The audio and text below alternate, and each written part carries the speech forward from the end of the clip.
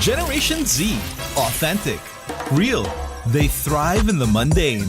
But let's be real. Nobody knows what they want. Only they truly understand. For real? Yeah, but that's okay. We get what you need. Guys, where are we going now? Anywhere! Mountain, beach, middle of nowhere! Why? Because we can! Well, let me help out. Smart 5G. Best in 5G coverage experience and best in 5G availability. Oh, wow! Those are a lot of apps! That's fine. When you got Powerall, you could do it all. Multiple apps? No problem.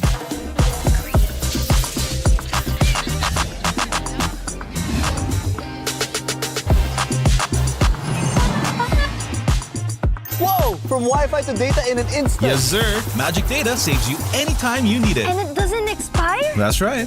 Cool! Oh, dead spot. If only you could switch in an instant.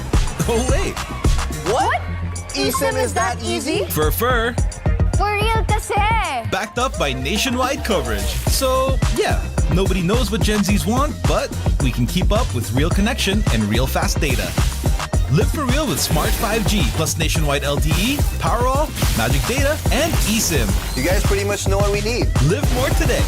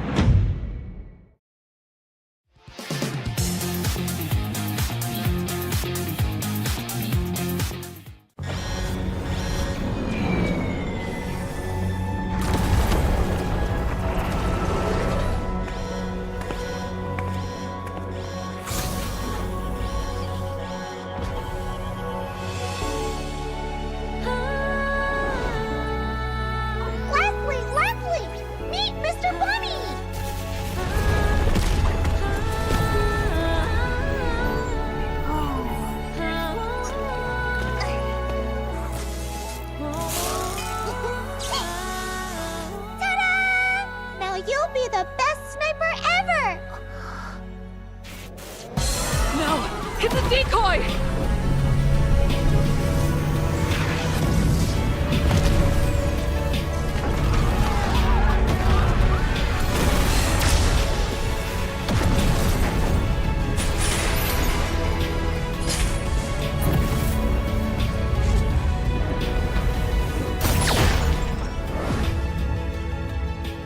I'm sorry. Leave me alone.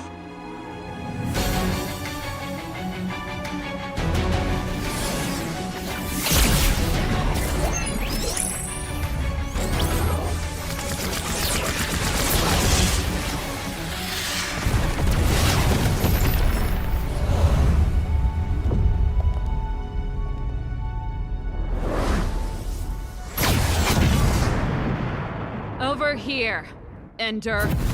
So let me know where to go.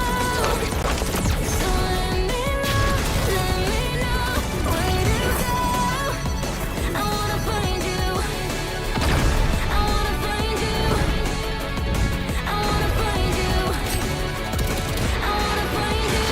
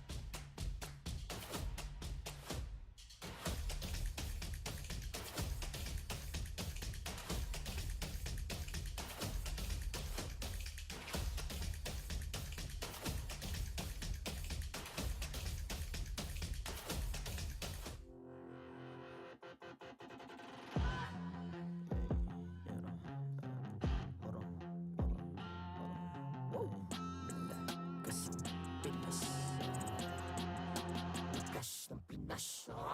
Malakas, Pilipinas, malakas. Kahit anong lane, we become the monsters. Malakas, Pilipinas, malakas.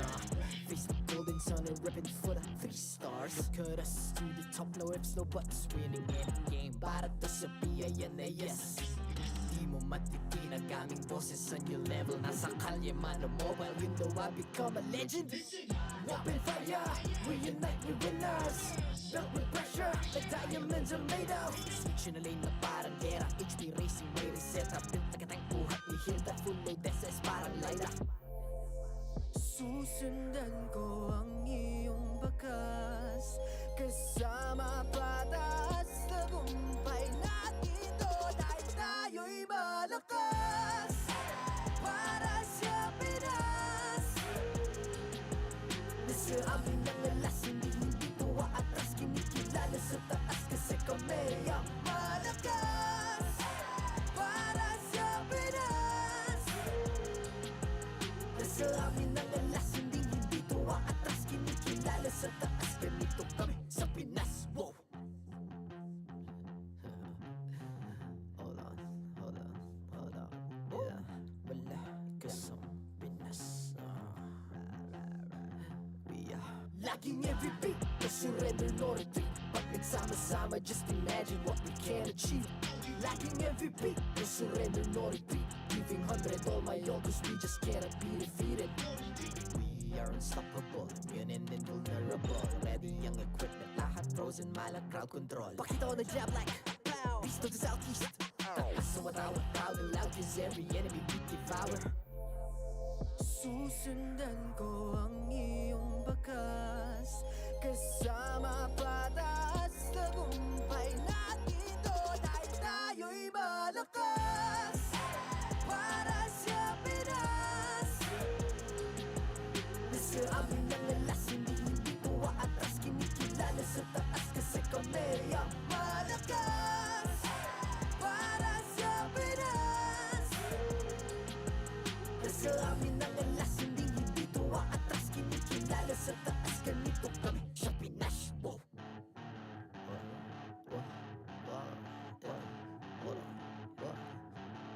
Malakas, Pilipinas, malakas.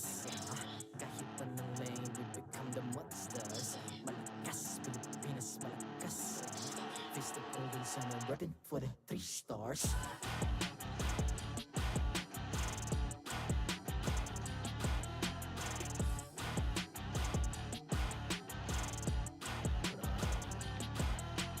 Ang lakas ng Pinas, we unite, be the stars. Ang lakas ng Pinas, we unite, be the stars. Ang lakas ng Pinas, we unite, be the stars. Ang lakas ng Pinas, we the stars. Ang lakas ng Pinas, we unite with the stars. Ang lakas ng Pinas, we unite with the stars. Ang lakas ng Pinas, we unite with the stars. Ang lakas ng Pinas, we the stars. The 13th season of MPL Philippines is brought to you by the following sponsors. Smart, the official telco partner of MPL Philippines Season 13. Infinix GT Series, outplay the rest. Experience the MPL PH Season 13 action live at Shooting Gallery Studios. Tickets are now available on our official ticketing partner at /event.com. Don't miss any MPL PH action by following our official Facebook page and subscribing to our YouTube channel. Follow MPL PH on TikTok as well for more content. And don't forget to like, follow, and subscribe to the official accounts of MDL Philippines. To ensure the equality and fairness of our games, MPL Philippines is also monitored and supervised by the Games and Amusements Board.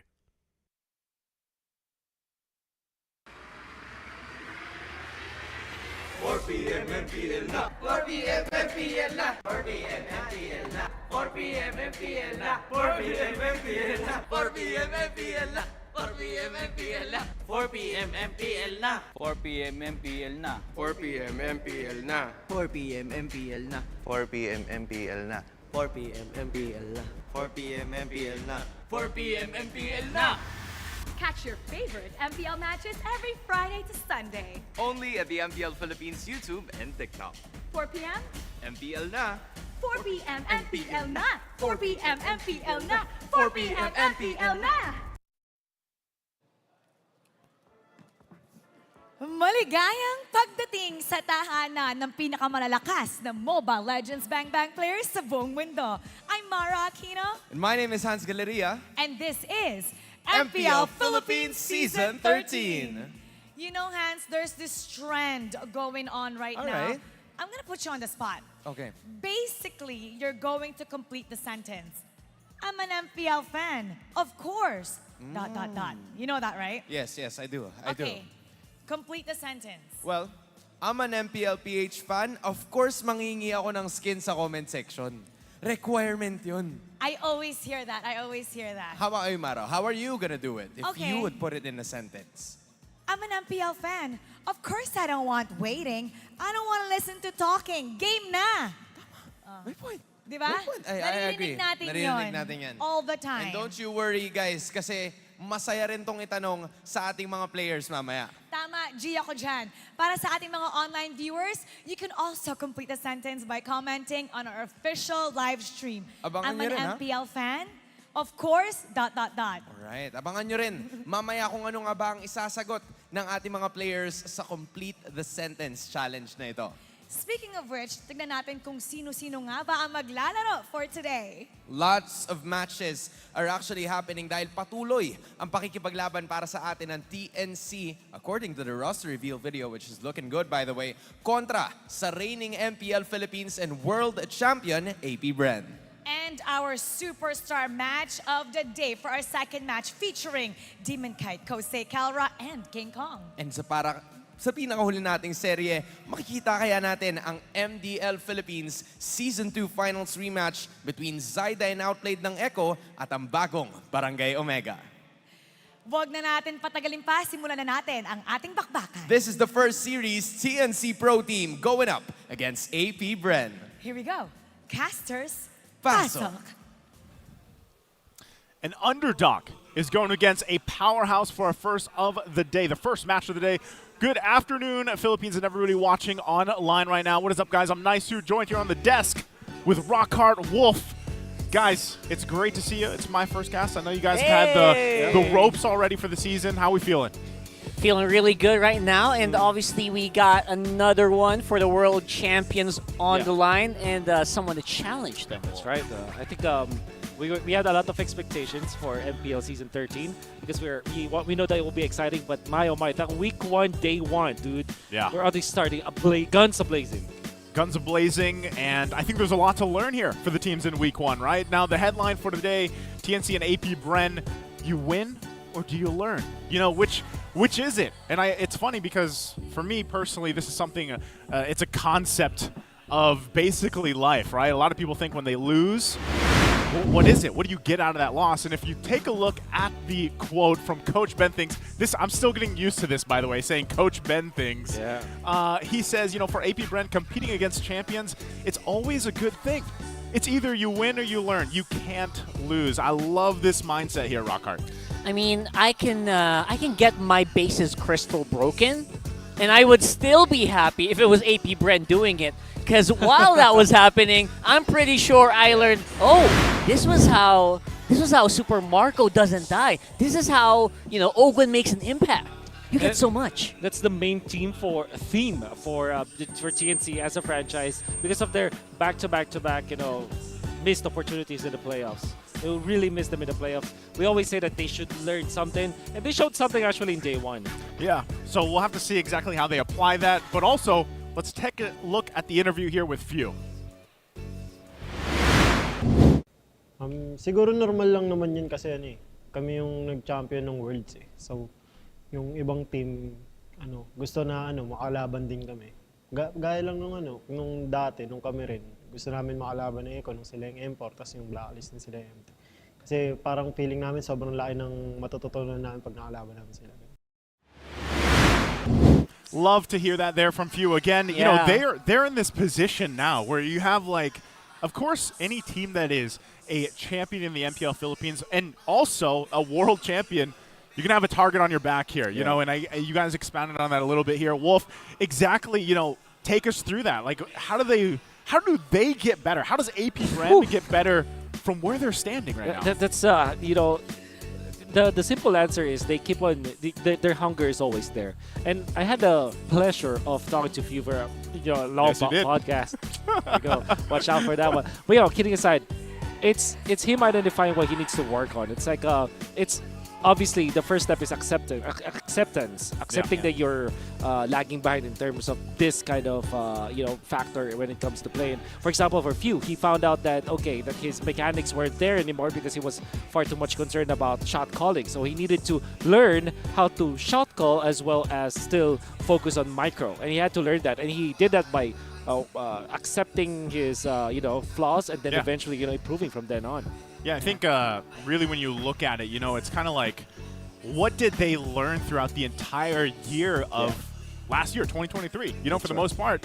And, that organization had this reputation for the longest time, and I really think that they just redeemed themselves over the course of 2023 to find where they are now, and I think it's obviously worked really well for them. But yeah, that's the thing. You have your target on your back now. So we'll talk more about that exactly leading into this, but let's go ahead and welcome our marshals here on stage once again to ensure the integrity and fairness of the game. We've got Chico, Jeff, Patrick, Wilbert.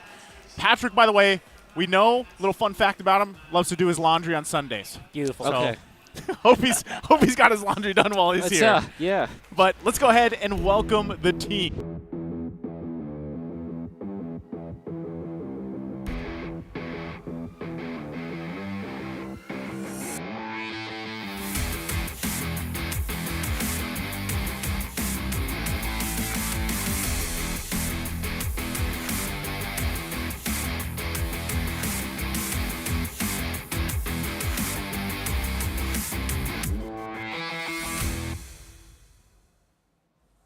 The Phoenix looks to ignite their flames to round out week 1. Looking to set ablaze the Hive. Do they have enough to take down the Bees? Give it up for TNC Pro Team.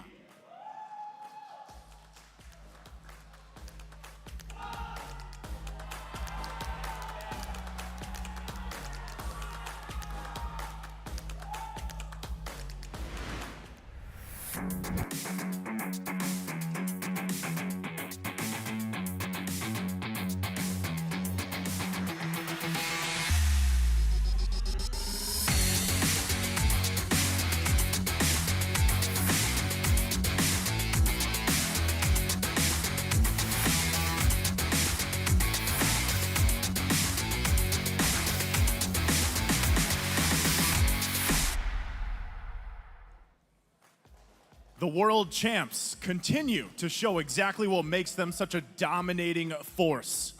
Is it synergy? Is it determination? Or is it just their built diff? Ladies and gentlemen, give it up for APBR.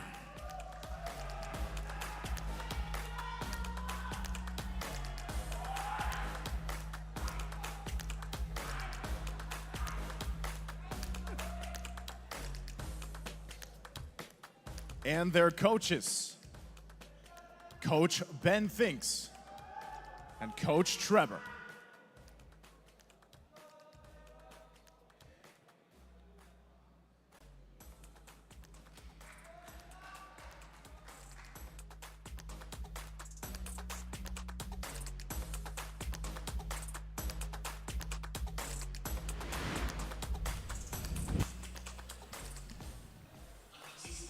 And here we go. We got, first off, it's TNC Pro Team versus Bren Esports, Yasuo, Ryzen, Hatred Heads, and Nomad.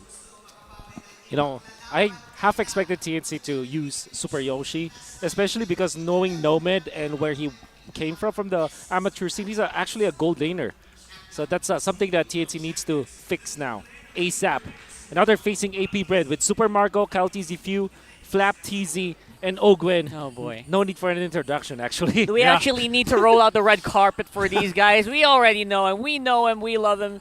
And TNC are really set out to learn from them. Yeah, again, I think a big part of this is really that mindset we talked about from Coach Benthings, the win or learn mindset. Now, either way you take this for TNC, this is a huge learning opportunity, right? But it would be great and a huge upset if they're somehow able to get through the series with a win here, right, against AP Bren, a team that for the longest time now, teams have just tried to crack the I don't want to say crack the code, but, crack the hive. Let's say crack the hive, at some way, because, again, everything that they have done, you're trying to look for these weak points, in their play style, the synergy that they have, and there's something about it. I don't know if it's the bonding even that they do outside of the game. Yeah. Like, this is one of the teams, AP Bren is one of the teams that they spend so much time together, and they build really that synergy outside of the game, and it shows inside the game.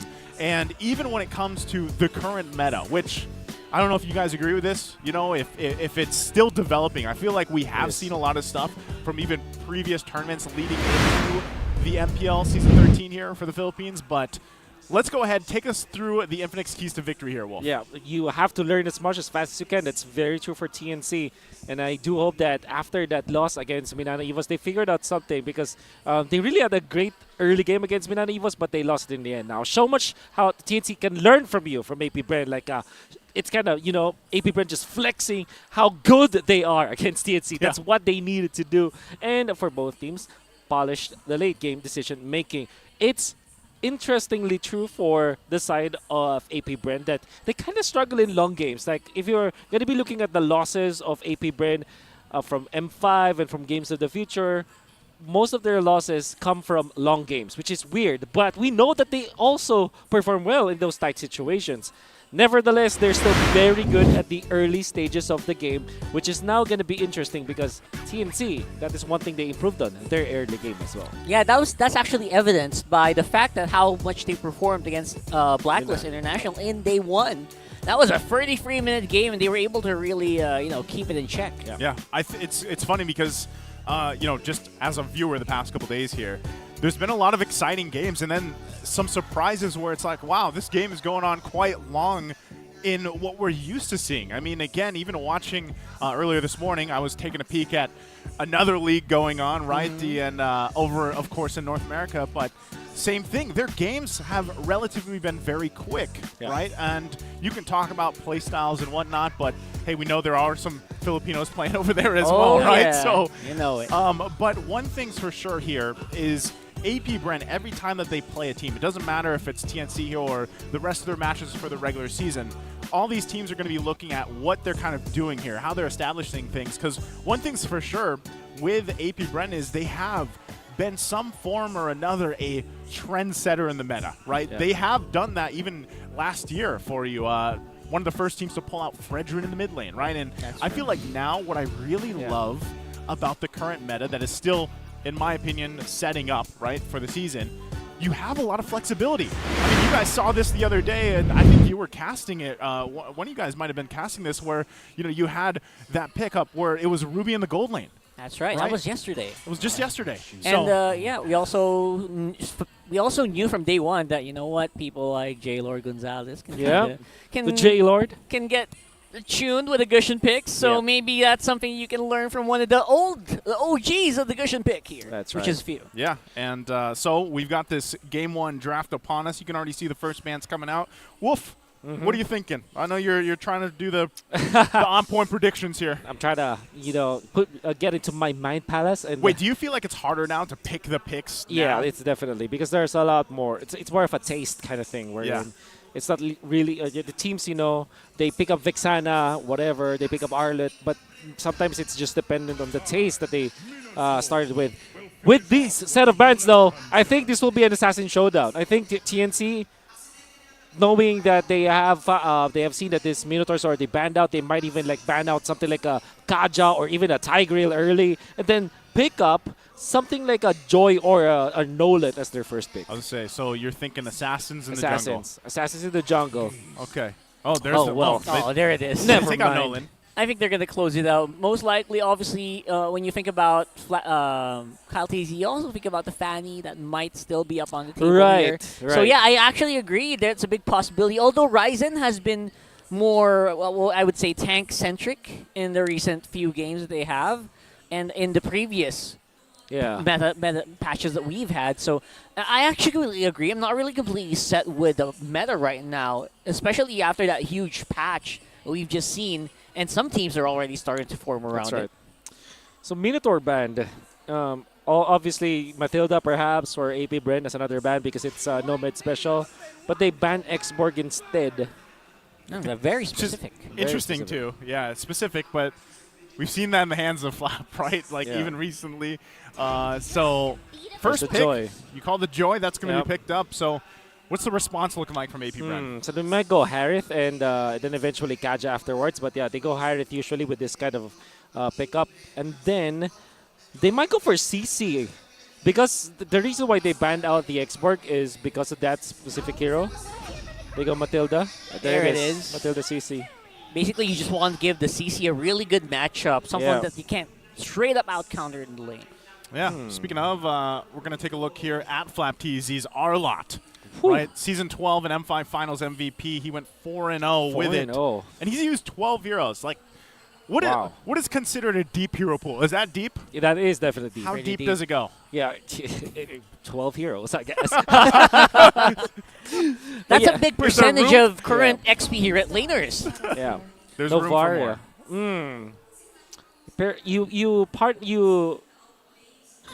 Okay. I was about to say Barrett's in the XP lane, but it will be. It's one of those heroes that is great versus the CC because CC just can't position or at least cannot win or run over the lane when the Barrett's is there. Can't bully it because that's a Barrett's. But then I'm thinking Harith or Claude here for the side of AP Bren, especially because they already have frontline, they already have sustain, and you need some sort of late game damage to go with it.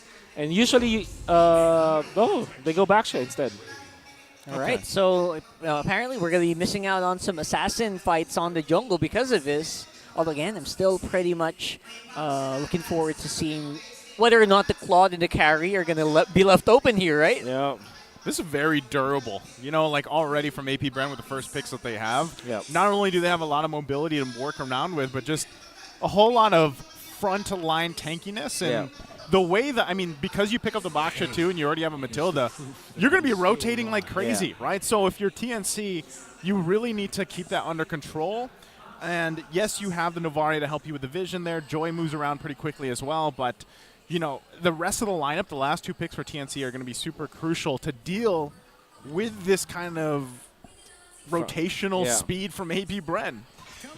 Okay, so we said that the Claude or the Harith will be picked up by AP Bren, and the TNC can identify that. They will definitely take that out. There's also a chance for a carry ban for AP Bren because the carry is a marksman that is not having a lot of problems against both CC and Baksha because of the true damage, and you're very tanky. I mean, not very tanky, but compared to other marksmen, you're very tanky. So maybe a carry ban here for AP Bren, unless they want to pick it fourth. Yeah, that's actually the big trinity of gold laners right now, right? Claude, the carry, the Brody is out. So it's going to be a tough challenge as well for TNC. Not to mention we've seen AP Bren really rock on that Clint in huge previous tournaments. And they might just do that fourth pick and then reserve their mid laner as their last. They ban Kaja. It's maybe a no mid special. I wonder what else no mid is playing from the roam role, because we know that traditionally he actually used to play as a marksman. So there is the carry ban here for TNC. Ooh. I think you snatch the Clint now for AP Bren, unless you do want to take the Harith. Otherwise, you go you go Lilia typically against Novaria. Yeah, for sure. I think that could or work Valentina. out. Yep, Valentina, a hero that is, in my opinion, has fallen off a little bit. I'm okay with that though. The Valentina. The Faramis is open. Ooh, which is that's a few special. Pretty huge, man. So they might just last pick it. If they took that, there's so much work that I feel like TNC has to do to win those like skirmishes and team fights early on, right? Especially around the objectives here. Which you might go for Clint or Bruno then. Yeah. If that's the case for AP Bren. There's Bruno. There's Good Bruno. call. Yeah. Pretty chunky front line. You know what? You throw as much of that back line damage as you can. Lilia does look good for AP Bren right now. That's true. Whew. What's a marksman open though for TNC? They only have Clint, maybe Ixia. But there's a lot of dive for AP Bren, so maybe you don't want to go that route. Yeah. Ooh. Think about, I mean, any of the marksman, traditional like marksman picks would be tough to deal with against a Baksha and the Matilda. They can go Harith plus somewhere Tigreal perhaps. So you have front line. The thing with Harith is it allows for a Joy to be online because that's your late game already, and you look for a gold laner that's not dependent on farm, because otherwise you are going to lose that battle. So Clint or Harith for TNC, and then maybe a Tigreal to finish it off. The only downside I can think of because of that is they might lack range because Joy is melee. And there you go. There's the range that we're talking about here, aside from the Novaria. Was Grok a good choice? I mean, you were speaking about the Tigreal, but they go Grok instead. Yeah. Picking up the Clint as well. So how is this? I think I definitely like it just because you have a lot of wave clear in the middle. Imagine this Novaria plus the Power Nature. Yeah. Boom.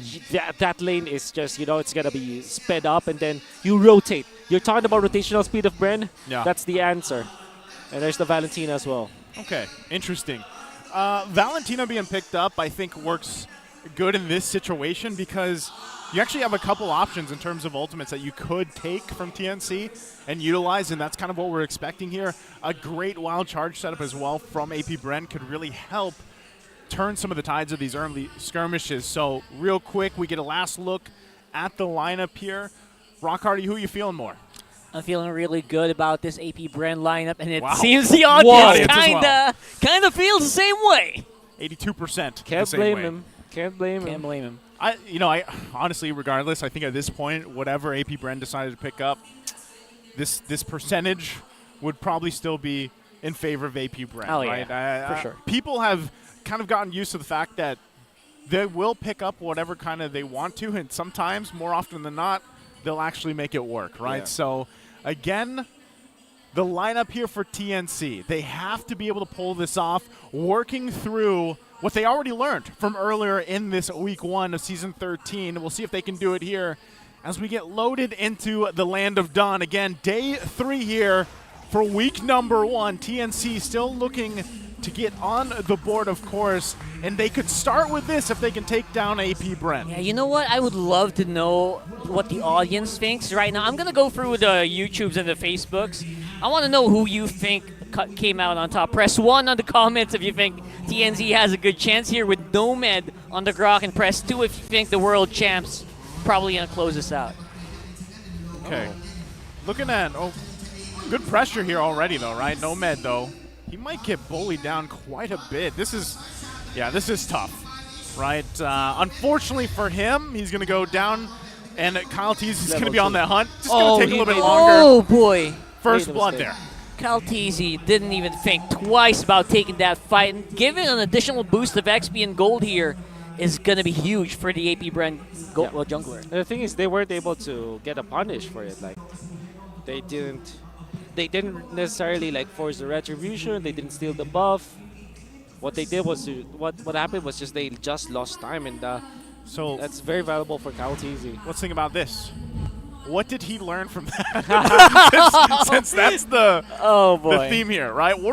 As we take a little break, a breather, let's think about what did we learn for TNC, Wolf? Well, first that's a Baksha. I mean, trying to invade the Baksha, not gonna happen. I mean, maybe the delay is the best thing that you can do. And next is, I think that he's been too stingy with his flicker usage.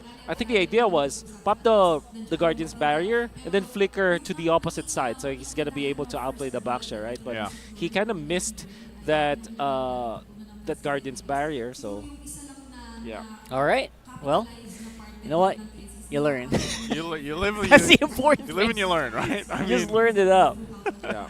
That's the main thing here. Again, it does look like, of course, it's AP Bren that's going to be figuring things out over here. Now, with that, though, we have to kind of talk about the gravity of the fact that Kyle Teasy getting this early kill in this Baksha does allow him to scale up pretty well, at least in the early game. In terms of the first objective, that first turtle when it comes up here, that's the problem I see, because with TNC, for at least the little bit that we've seen from them this week, is they need to be able to contain themselves from overstepping, right? Yeah. Like, that's kind of the main thing against any opponent they go against, but a team like AP Bren, who for time and time again has been talked about how they've mastered a lot of these objective takes. And something that I've really noticed about AP Bren specifically especially before that first Lord later on, is they like to go find a kill, a pickoff or two, and then just grab that first Lord. Sometimes they even end games off that first Lord. So for TNC, this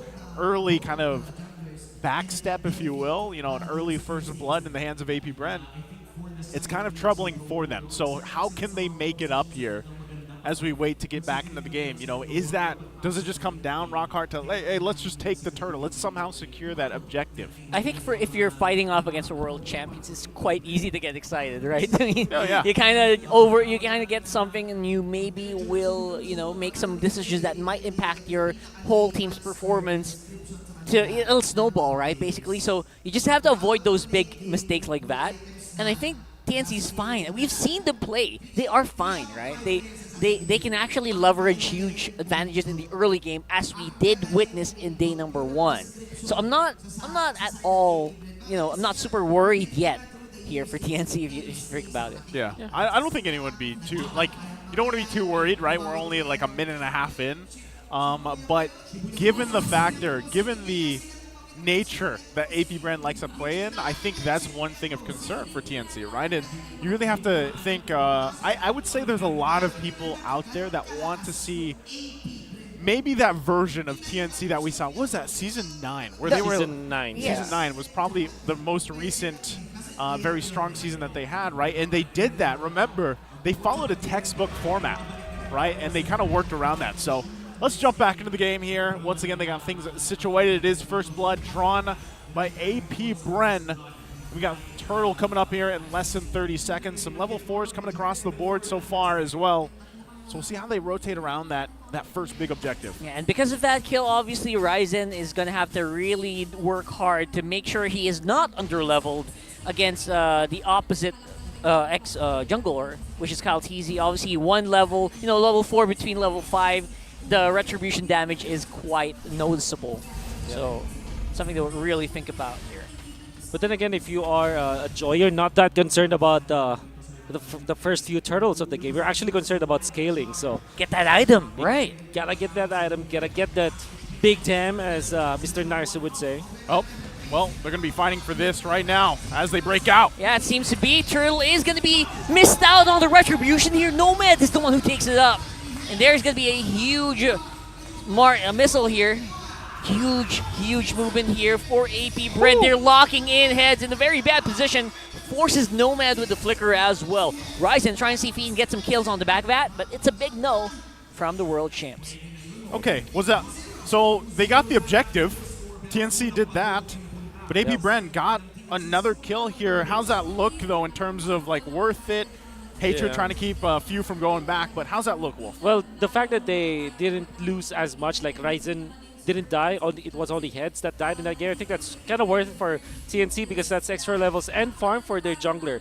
And heads actually utilized the Daytona's welcome just to make sure that Kauteezy will not be in the picture when it comes to those retry battles. So maybe this is the play now for TNC. That was actually pretty big, I would say, right? Nomad maximizing the damage from the early game power of nature, basically as powerful almost as a retribution, and depending on the amount of HP the Lord has, or Turtle rather.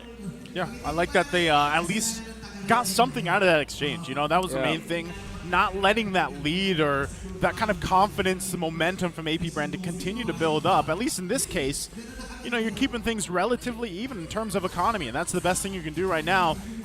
TNC has a lot of scaling potential here as well. That's one of the great things. Anytime you have a Novaria, you can kind of rely on that, right? Let's build up, let's scale up. We have vision we can work with. You can also just kind of fire off from the distance. Oh, I think Ryzen, he's going to be fine. Pretty aggressive drive-by here being done by Kyle Teasy, and like you mentioned, Ryzen just trying to avoid the fights. He's going exactly what Wolf says. Avoiding these fights, just making sure he doesn't die and trying to get that gold. But right now, Kyle Teasy, since he already did use the Puissance, is known by TNC. They know that maybe they can try to leverage something here. Okay, everybody just kind of focused up on this side of the map. Turtle going to be worked on by Kyle Teasy, Yasuo, and Nomad. Keeping their eyes here. They're going to go for it. Yeah, going straight at it. Retribution being activated by Ryzen. He gets it. No fights yet available for this Joy, but that's exactly how TNC wants it. Great job coming out from TNC, identifying a good opening, and despite CC coming out from flat TC, just try to zone out Ryzen as well as to kind of force that retribution around the purple. Ryzen kept his cool and actually managed to get the retribution up, and this time they did not lose any of their heroes. Really great identification coming out from TNC. They look really good right now, man. Yeah, again, if they can continue to get the objectives for TNC, I feel like at this current part of the game, it's the best you can do, right? Just get these turtles, farm up as best you can, especially for Yasuo here on this Clint pick. He just needs some time to build up, right? Nomad, though, will get whittled down a little bit. Oh, he can't really ignore the damage coming in from a Matilda, but at the same time, you know what? Ryzen, very close by. They know they can kind of just overstep a little bit, just try to get as much resources and maybe eke an advantage for AP Bren. TNC has been doing that over and over again here, slowly but surely. Bottom lane, heads keeping it together for now, but look at this aggression from AP Bren on this side of the map. Not sure if they still want to continue. They're playing around the mobility that they have, and that's anytime you have a Matilda especially, that's what you're going to expect from these sorts of teams, right? Playing around that kind of the option that they have to get out of sticky situation. Wow. Huge missile expert there being used by Heads, forces the Purify out of Super Marco. This is so interesting, right? What we're seeing here with AP Brent trying to start these fights, but TNC just not obliging them. Yeah. And the thing about TNC is that is their win condition. When you're playing this Joy, you really have to look for the late game. And they picked up the Clint. The good thing for Yasuo so far is not being pressured. So he will still be able to output the damage, and we've seen in day one that Clint has great late game actually. True. Weak in the mid game, great in the early game, but late game actually can scale. Yeah, one combo is going to do some pretty nasty stuff. Forces Flicker out of Nomad again. This time it's going to be Kyle TZ coming out on top, but look at this. Here comes Flap TZ with the additional damage that AP Bren needed to clean up that fight. So they had an answer this time. AP Bren was like, you know what, Ryzen, you're not going to continue to do that. They catch him out as well on top of securing that turtle. So AP Bren making quite a big play there. How's this playing into the items right now, Wolf, as we get into that 7.5 minute mark? Well, there is already the War Axe coming out from Mr. Flap TZ. So you saw the damage output that he was able to take out Ryzen. Even obviously Ryzen was low anyways, but he can now threaten for kills. Pretty nasty stuff right now, but look at that. Nomad's actually taking a lot of that nasty damage coming in from Super Marco, we haven't actually seen much in these fights. So maybe this time around he'll be able to show what these balls are made of. Well, right now they're on fire. He also they are on fire. Yeah, he just also picked up, I believe it was the Berserker's Fury just recently. So this is the point that I'm talking about. We're a minute away from this Lord. AP Bren, you can already see the pressure they're putting on this side of the map of TNC. Yeah. They will try to get a pick off if they can, leading into that first Lord here, of course. And right now, for the most part, I mean, they have control of this pace, of what they want to do around the map. TNC getting further behind here. Yes, it's only 2K. It's not anything crazy, but they still can't let that kind of just slide out of the hands here, you know, and that's been the case for TNC for a lot of times. So something has to happen for them here as they try to set up. Yeah, they're trying to make that happen right now with the Daytona's welcomed. Obviously, Heads going to be left all alone here for the meantime. But look at this, AP Bren, no fear whatsoever, dives straight up onto the Heads. And Nomad of TNC, nice barrier there. Slow him down, but nope, you can't really stop him. So mobile this AP Bren lineup is right now. Ryzen on the back, seeing if he can pick up some stragglers here, and he chooses Flap. Damage is not quite there yet. I said it, guys. There's the Lord coming up. They got their pick off that they wanted, and they're going to go right for the objective here. So TNC knows this as well. I like the fact that they're going to try to at least get some vision here, but they have to be careful. Few holding on to the wild charge himself. This looks like it could just be a Lord to them. Yeah, this is such an easy zone here right now for AP Bren, with even Nomad not even lasting that long to the yo-yos. Oh man, this is just way too much damage right now being built up by the bees. You see what they're trying to do here for AP Bren. The siege is great. It's like a, I don't know, maybe the visualization here is a phalanx, you know? Yeah. What was that called? Spell phalanx. Yeah. I'm joking. But yeah, that traditional war tactic where you build up your shields, then when somebody gets in, you let him through inside your formation. And AP Brent's formation is like that. That's what they did up top during their siege, and that's what they did around the Lord area where they let Ryzen in. And AP Brent, the moment Ryzen showed himself, they just destroyed him with them all going all together. Yeah, basically like a fly trap, right? Luring in your target, luring in your prey, and making them wish they did actually go in. Yeah, that's what I love about this lineup right now as they continue to assault the base of TNC, getting some of these shields down. It looks like they're also going to get this top inhibitor turret down as they do. AP Brent still making some work here. Ryzen trying to keep that wave from pushing in. Is he going to be able to get... wall. That was a beautiful Guardian barrier here. And so far, so good here. Ryzen's going to go down at least for AP Brent. TNC, they're really struggling here to just survive to the DPS of AP Brent. Rocking up on 7.7K right now. Whew, I don't think Ryzen felt good about that Guardian's barrier, That was so good. That was so good. And he's going to be knocking Nomad later for sure after his, but Yeah. Well, obviously I'm kidding, but that did not fare well for him. It's tough. Again, all of this in the last couple minutes. An 8K gold lead now, AP Brent. Look at the damage on Nomad. Yeah. They can't tank this much damage, man, at all. Looking very difficult now because even Heads already committed the flicker play. They don't have the damage, and even Ryzen is not scaled up yet. Man, Ryzen evaporated there. You guys see that? Yeah, this is oh gonna my be a tough goodness. one. They're going to push it in. There we go. Possible GG push here. It's a 4v5, and the beautiful engage being started off here by Ogwen and cleaned up very well by the balls of Super Marco. And now the damage is just unbearable here for AP Brent. Clearing it up, waiting for the hits to come into the base and clean it up for game number 1. AP Brent coming out dominating in game 1 here. I think it was under the 12-minute mark. Rather quick game, yeah. 12-0. At 12, exactly 12 minutes. 12-0. No, damage, the kill score? 11:52. 11:52. With a 12-0 kill score. 12-0. Wow. My goodness. And I'm surprised as well because we talked about it even going before in the game. Like that first Lord, the way they played around that to lead into the first Lord and then push in to end the game there. It's devastating. But this is a trend. This is a pattern that AP Brent has developed.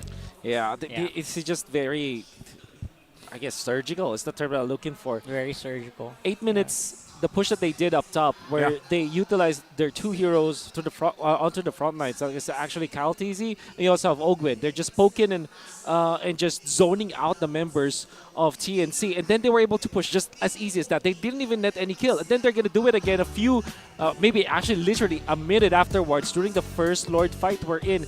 They position themselves in a way that whenever somebody coming out from TNC kind of just shows their space or dip their toes, they already punish him heavily. And that is probably one of the, I guess that's a default play coming out from the side of AP Brent. Yeah, and when we get to the breakdown here for the analyst segment here, Wolf, I'd love for you to actually explain that whole metaphor again, like the phalanx, like what they had, because that have lineup. I seen this movie before? Yeah, I probably have. From, what was that? Is that the eagle? If you've seen that, the eagle, where they have like a shield that they're walking through, and then just I don't know. I've never had it explained to me that way. But hua hua. What is your profession? Right. So, all right, something like that. Something like that. Wolf, why don't you go ahead and break down exactly what happened here in this dominating game number 1? Well, we have to start with the MVP, which is Ogwin, this time providing all the division that's very important for the team. We're waiting for the Flask of the Oasis first, and then he played a very important role in Turtle 3, as well as the first Lord of the game, where his position allowed for AP Brent to have great information on when Nobed will come in or when Ryzen will actually come in. And then you also have to look for Flap TZ, also played as well. What he did was to also make sure that Heads will not have a good time, and he keeps his eyes onto Ryzen. And for sure, we're going to see that through our highlights. This is the first turtle fight where Heads played the ultimate so that Ryzen will be able to take that retribution up, and then we're gonna see it again in Turtle. This is Turtle number 3, and then the Flapteasy's damage output is already there. They took out heads to go with it. Look at that, 5 of their members already into that spot, and this is one of the phalanx plays that we're talking about, like heads as well as Nomad dipped their toes into the zone of AP Bren and they got defeated. Also, will happen again. Nomad enters the phalanx as well as Ryzen. When they saw that, okay, that is the go signal for them to go in. It's like AP Bren is dissecting TNC by forcing them to get into their zone, to get into their circle, and then take them out after the fight. You know, one thing that I will say though is this lineup, even before, like first picks with it was the Matilda and the Baksha. Like this is kind of the game plan all the time when those heroes are picked up, right? It really, it's this threat. It's almost like a 360-degree threat that the enemy team has to deal with, right? Whatever team that is. And TNC, they just struggled. I mean, that's the story here. 0 to 12, nearly the 12-minute mark. This was very tough for them to come back from. Yeah, it was so difficult. Really looking at some of the important items now. For EXP laners, and particularly for heads, it is interesting that he went for Common Emblem, and he does this with the Arlet as well. And teams are now starting to realize that, okay, you need to kind of focus more on managing your HP as well as your mana when it comes to regeneration. That's very important now. And apart from that, like, what else is there to talk about? AP Bren, they can get any items that they needed. But the pickup on the War Axe earlier on from Flapteasy allowed him to actually traverse the map from top to mid very easily because of the bonus movement speed. And you're a CC anyways. Sometimes CC players go for Dominance Ice as their priority item, but this time Flapteasy went in for that War Axe that allowed him to make a lot of impact around the map. It's like he increased his influence around the map just because of that bonus movement speed. Yeah, you know, that's a big boom damage early on. Boom damage. Yeah. From someone that you expect to be very tanky, Yeah. but instead, you know, you can't dish out. He dishes out so much damage, Yeah. and you can't bear it. So It's a trap. I hate to ask the question again. And maybe people in the chat can answer this too, but again, the headline here is, you know, win or learn. Yeah. This is a very, I guess, tough lesson Yeah. for TNC here in Game 1. That's right. And you really have to kind of wonder, like, with a game like this, what did they learn? What can we say that TNC learns here in this type of matchup, Game 1? And what can they take from that and hope for a better result in Game 2? Hopefully they were able to learn what what Wolf explained, like that phalanx kind of movement where they have very tanky heroes, and all they have to do is just wait for someone from TNC to basically go near, which is they don't have a choice because they are rocking the Barretts, they're rocking the Grok. They have to go near, right? Yeah. In order to make anything happen. So I hope they learned that you don't draft like that against a lineup like this who can really poke hard. Yeah. Against you, but if you're not careful. That's also the thing, right? When they went in for this composition with the Joy, they didn't have someone to go with the Joy. I mean, the Grok obviously can go for the Wild Charge or something, but they don't have a hero that goes with the Joy. Something like Angela, perhaps, or maybe even a Yu Zhong. Maybe right? a Chang'e. Oh, Chang'e, I don't know. Don't play with my heart, bro. I don't know if that could work. Don't but play with my heart. Speaking of, whether you pronounce it Chang'e, Chang'e, Leslie and Chang'e's aspirant skins are available now.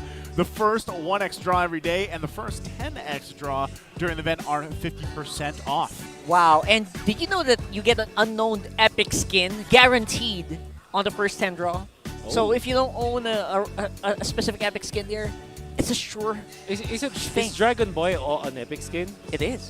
But I don't know, is it in the prize As long pool? as it's in the pool. You're very specific. I gotta check it. I love that. Ladies and gentlemen, I don't even know why Wolf is asking, That's pretending like he doesn't have every skin in the game. I told you guys. I'm pretty sure the people watching have already known the Yeah. lore of Wolf. No. Well, the richest caster. We gotta stop. Stop it. Stop misinformation. Oh yeah, speaking of people watching, big shout out to the viewers on YouTube who did guess right. Gold Magic, Dory, and Michael. They guessed AP Bren would pick that. You're watching on MLBB Sports. Guys, make sure you follow MLBB Sports and MLBB Mobile Legends Bang Bang official on YouTube. That's where we go live. Not just that, but also the social media pages as well over on Facebook and everything else. And I know they do a lot of content on the Instagram as well, TikTok.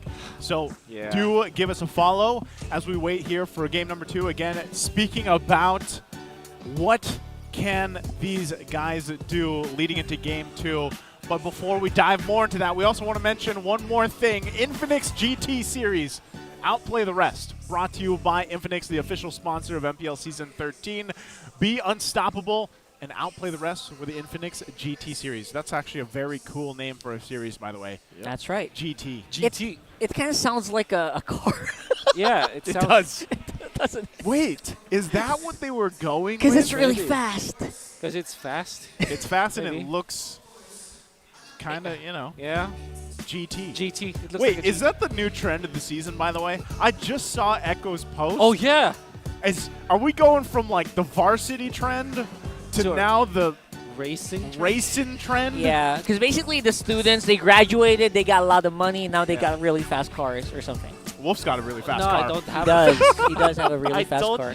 I don't have a fast car. Well, well, you know what? At this point, again, we're going to take a look.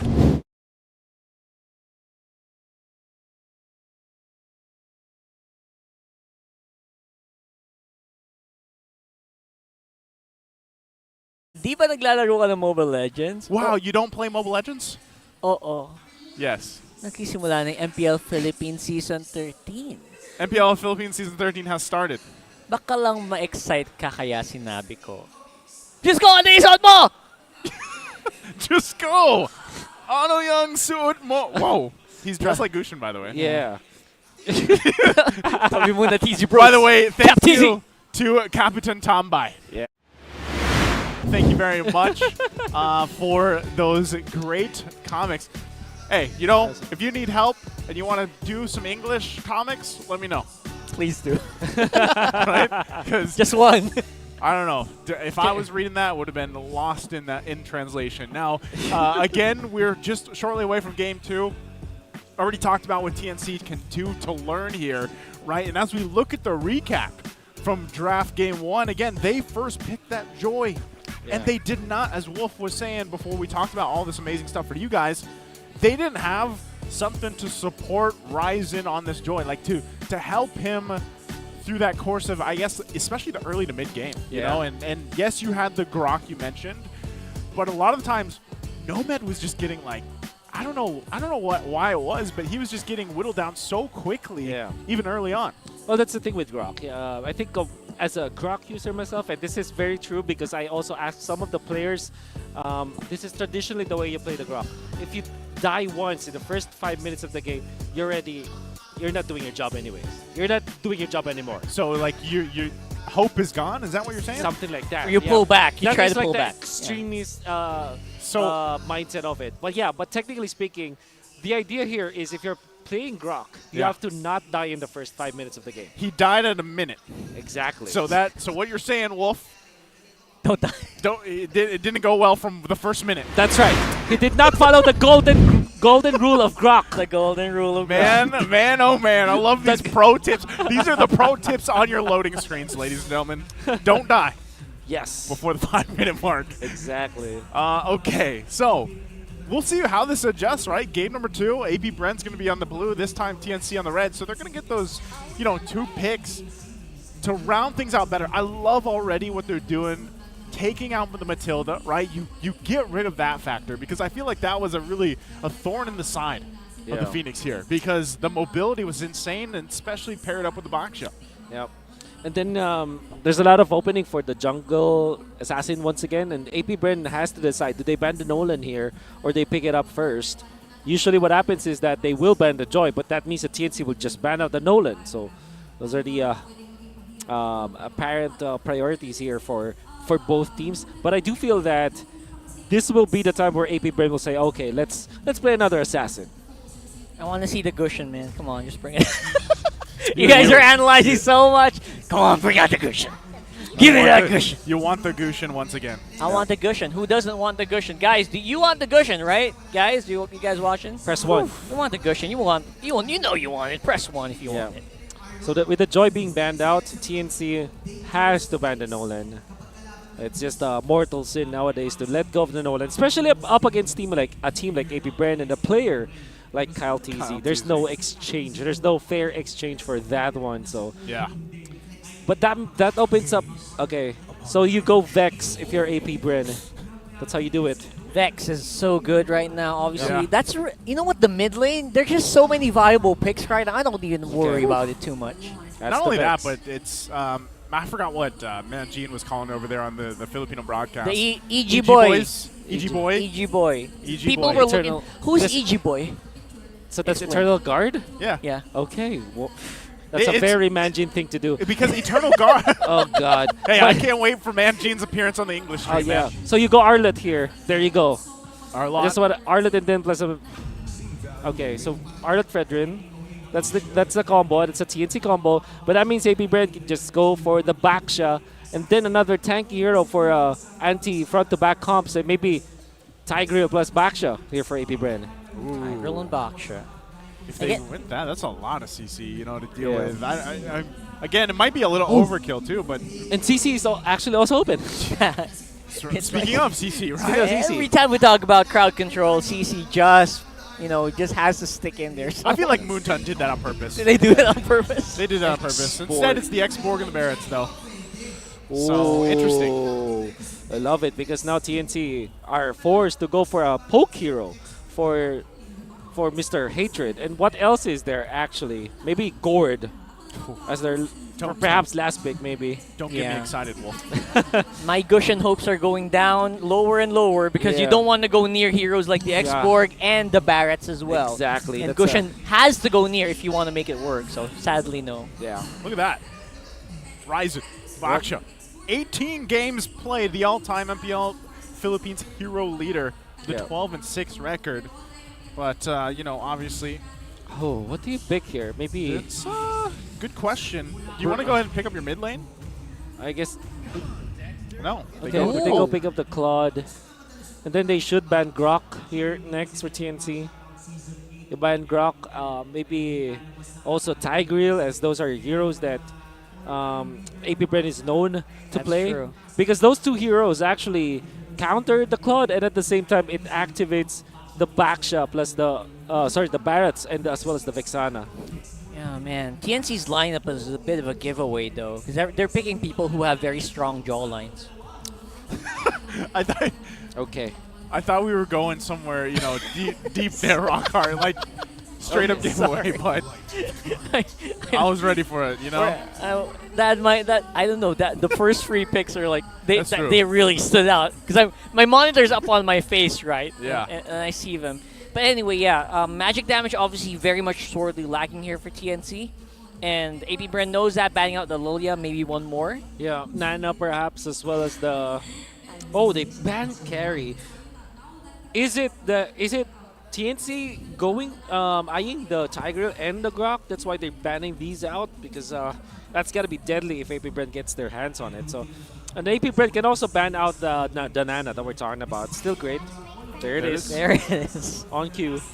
Good choice. So, what are we thinking in the mid lane? Oh, man.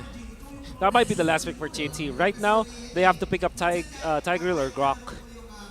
And maybe they're the ones who pick up the Valentina, but they will lack out on the long-range poke that we're talking about here. Exactly. That's why I think, non-biased opinion, Gord would work great. Yeah. Right? Yeah. I suddenly remembered. That's right. I suddenly remembered. Gord? That should be the last pick, actually, for TNC. For now, if not Tigreal, if not Grok, maybe Cho is the last option. But that's like the only hero that TNC can... Oh, there's the Tigreal. Okay. You're calling it, bro. You're calling it. We're good. Another jawline. We're good. Another jawline. So you still can go Grok if you're AP Bren, actually. And then you pick up a long range. Actually, Harith Grok looks good for AP Bren. Ooh, Harith Grok, yeah. Or they... Clint? Or the Clint, yeah. The Clint is great. There's also the Brody, the Factor, but up against a Tigreal and front-to-back composition, the Harith is just great for AP Bren, and they can just burst down the heroes of TNC. It's gonna be a great option. Brody may be the safest choice, I guess, for AP Bren because it allows them to really snowball hard against TNC. Diggy! Wow. Okay. They Diggy go Brody. Diggy instead. Which The Brodigi. Yeah. Which I was kind of thinking like, okay, how many purifiers are you going to need to bring into this game? Well, kind of forgot, right? There is Diggy. Everything. Yeah, you also have Diggy now, so available to them. Pick up the Brody, which you guys did mention is probably one of the safest things that you can pick up here against this lineup from TNC. So now, once again, mid lane, that's not... Oh, that's... Whoa! We got it. You got it. I was going to pretend I didn't know who it was. The jaw lineup, according to Renmar Santa Cruz. The jaw lineup. The jaw lineup. I don't know. Tigreal's got a pretty great chin as well. Yeah. But no one's got hair like Gord. It's made of crystals, by the way. Yep. Unique. Very unique.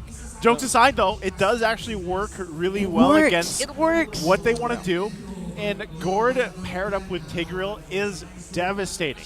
So if he's able to get the setup with the implosion that he's looking for, and then the Mystic Gush, of course. But again, you're working against the fact that you got Time's Journey across from you. So if TNC can get that out early, it helps them immensely in these early skirmishes and team fights. Of course, yeah. We'll see. Again, if you guys want to in the chat, whether you're watching wherever you are, give us a 1 or a 2. A 1 for AP Bren lineup, a 2 for TNC, whichever you're feeling like is going to win this game. If we get to a game 3 or not, jumping in the land of Dawn. Game 2 here as it's match point for AP Bren.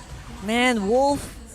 Of course, it's nice who's first cast of the season. The Gord shows up. Of course, the Gord. Of course, right? Yep. I woke up this morning with a Gord, watching Gord. Yep. And now I get to see it here. Yep. You always miss your daddy, and Gord misses his, daddy nice you. Daddy nice is here, I gotta show up. Got to. That's how it is, And even looking at the emblems here, that's a whole lot of, wow, the good flicker. Good athletic flicker, Super Marco. That's what I like to call that. Good move here. Good move. And they did it in the exact moment where Oakland was not really anywhere nearby, so they had to force a flicker out of Super Marco. That's something, at least for TNC, a good start. Oh, great start, actually. Allows for Yasuo to stay in this lane. Brody alone is a bad matchup for the Claude, but Brody and Diggy together, oh man, that's a lane that you'd never really want to face up against. Big nightmare here. But of course, they're making the nightmare scenario work at the very least in their laning phase. Yeah. And that's all you can ask for right now. Obviously, we've seen Claude really tear it up in the past few games here in MPL Philippines. So, gotta keep your eye on the VAT. Kaltisi, though, has that target straight up on the head. He can't really move that much. His movement just being slowed down by the AP Bren lineup. It's so hard to do anything right now with a trio up top. Yeah, tough to play around that, right? Now, first objective coming up here. Both teams going to want to contest this, but already still going, forcing Ryzen back. So unless he decides to actually contest this, might just have to give it up to AP Bren for now. But Nomad there with the information as well. But it looks like Kyle Teasy and the rest should be able to just grab this. No implosion available either for Nomad, but they might want to do something here. Yeah, they might want to. And there goes the Mystic Gush here, but Force Flicker out of Hatred, still getting caught here by Flap Teasy. No problem whatsoever for the world champion XP laner. Force that Flicker out, still gets that kill. The reason why TNC lost control at the early stages was because of AP Bren going in for that fight up top. It's actually pretty smart because they utilized the strength of the X-Borg, knowing that Ryzen eventually will show up, and then they parked 3 of their heroes up top, taking out heads, and then denying the XP cart, also poking Ryzen along the way. So there's a lot of things that they were able to achieve up top, and that's why TNC lost the turtle fight. I thought that TNC should not fight under the turtle anymore because they've already lost so much, but because they didn't cut their losses, now they are down 1.5k. Man, I feel like, you know, whenever I'm on the desk with you, Wolf, I share IQ with you because that's my same sentiments, right? I was hoping TNC wouldn't fight that. I was hoping they would just realize Ryzen was less than half health. They didn't have the level 4s available, even a Nomad. They just gave it up, right? But they're trying to make a play here in the mid. Yeah, one more Daytona's welcome straight into Ryzen. They are getting caught between a rock and a hard place right now. And Few and Ogwin just enduring the damage from the Gord. And Flapteasy, as usual, ready to rotate, take that fight for AP Bren once more. A lot of the battle spells used here on the side of TNC. Yeah, that's tough. You know why? Because Hatred, I believe he only has the, I think he only has the Arcane Boots. Like, I don't think he has any of the big items yet, or even on his way to that first item just yet, because, you know, when you find setups like that, the Mystic Gush is not going to be enough in terms of the tankiness even provided from AP Bren right now with their current lineup. So they have to buy more time here. The problem is for TNC, this is a snowball composition from AP Bren, and the fact that they're leading by 1.3 thousand gold just makes that matter very, very much unmanageable. Few with the glowing wand already is a big problem for the for the second turtle fight, because that means that you just can't show up. And look at Few identifying that that's available. He's already poking the members of TNC. No fear whatsoever on the side of Capitan Few. Flapteasy though, he's getting wailed on the back by the lineup of TNC, but here comes the protection being offered by a Diggy. Flapteasy very low though, and it's gonna be TNC taking on the turtle. Kalteasy might be in trouble, but gets Nomad on the back end of that one. Flicker out by Ogwen. Make sure that TNC get something here. That fight. Great pickup there. Able to at least get the turtle, right? But crazy, too, that Flap was able to survive that whole exchange. But still kind of a back and forth, but AP Bren holding on to that lead. An amazing play coming out from AP Bren with the micro that they have. TNC, interestingly, still snagged that turtle, so that's great for them. Whoa! They will get more. There you go. There's the burst that we're expecting from a Gord right there. That's some big damn. That's some big damn moment. It's there. And currently, for Hatred, as he gets on the board here, he's going to be building up exactly what he needs to. But hold on, Yasuo, he's quite low, but should be fine. Nomad also using the conceal there. But for TNC, right, as we take a look at this, how's this playing a part in terms of the economy and the itemizations? Okay, so it's very important to take these Radiant Armors. The economy is bad for TNC, but it's not that bad. Oh my goodness, Few. Yep. Did you see that? You know, Vixana, but I'll explain later. There's a clash. There's a clash. Right now, it is going to be saved up by Ogwin. That is a beautiful times journey, making sure that the, AP Brand members are still mobile and they can still kind of throw out their skills. Heads still in range for that final slash that we're talking about here, but the Tour Depart memory will clean him up. Yasuo, super late to the party, still gets that kill though. That could be big for the goal laner for TNC. Yasuo Claude. But anyways, you saw that Few when he got jumped upon. He just popped the Purify, and even as he was walking, was able to pop the ultimate. The animation for Vixana is crazy. It really is. Somebody has to nerf that guy. That Vexana, I don't know. I'm not one to assume pronouns now, but yeah. Somebody has to nerf that hero. Well, it'll eventually, it'll eventually happen, right? But right now, the fight for this next turtle's coming through. Eternal Guard's insane right now. I gotta agree. And right now, even as we are speaking, they are clashing under this huge pile of rock. Ryzen still on point with the Retribution. Good damage as well coming in from Flapteasy. Gets a double for his efforts and heads falls to Few. Well, again, right now, AP Bren. Oh, hold on, Yasuo. Yeah, Yasuo, he's trying to see if he can clean up the scraps here, but no, none will be available for you, good sir. Not in this one. Hatred, the skin of his teeth there, making it alive. Good flicker out from Hatred. You see through the replay, the AoE damage from AP Brent's explosions around the turtle. And it all started because of Flapteasy's insane last insanity. Damage is there. And then Kalteasy just catching isolating one of the members of TNC, and I think that's a great choice. Like, even controlling hits or Ryzen should be enough. Not easy though, just absorbing so much damage right now. Still has that last insanity, but no, not anymore. Has to flicker out of there. Just throw everything at him. Flap's gonna be fine, right? He's got the armor, he flickers out. But TNC looking to at least get this turret. They're gonna trade though. Cross map here as tier 2 in the bottom lane is gonna fall. And AP Bren still looking to find anything they can on the map against TNC leading into this first Lord. Again, just like we talk about patterns from AP Bren, they start to put the pressure around this mark to either get a kill or two and work around that. So we have to see if TNC learned from game 1, if they can kind of keep things together, keep things safe for now, and hopefully win that first big objective dance in the Lord Pit. But right now, the main thing is itemizations coming online as well for AP Bren, working around this 2.5k gold lead. And that's a gold lead that they developed because of their macro. And you can see that Super Marco with his macro plays, going in for the push onto the bottom lane and then transitioning up to the top. He recalled back to base, went up top, and they have taken so much map control away from TNC. That's the AP Bren macro. Yeah. Whenever they're standing gold on the map, you expect AP Bren to go straight for that the moment that they get the opportunity. That's exactly what they did there on the top side. Right now, as they go ahead and get this Lord started up, Ryzen has the information, and he's going to wait for the rest of the team here. But again, Yasuo is not a part of this fight just yet. They know they have plenty of time, though. Eternal Guard going to come down.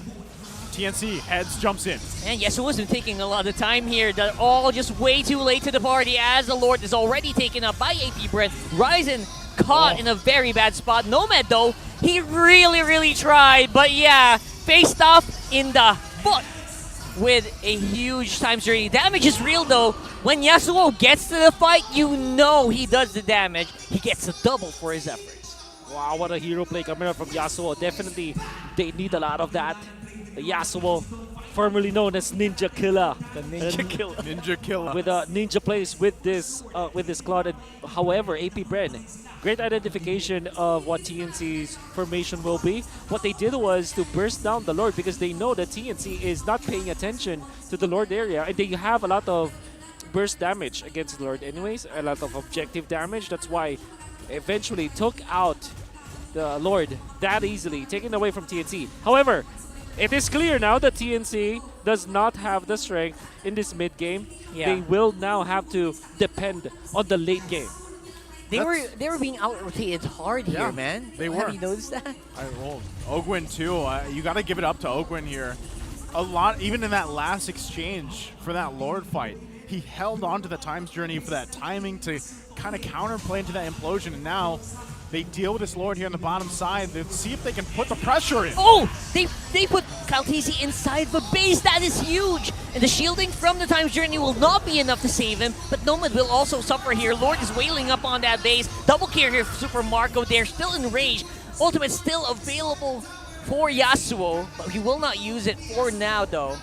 Gonna have to really pick his timing here. Here comes another Final Slash activated by Heads. This time, no times journey to save him, but AP Bren stands strong. There's always this dilemma. Will you fight when your enemy is ahead by 3,000 gold, fight under your turret with the Lord there, or just defend? TNC went for the fight, and because of that, they lost more.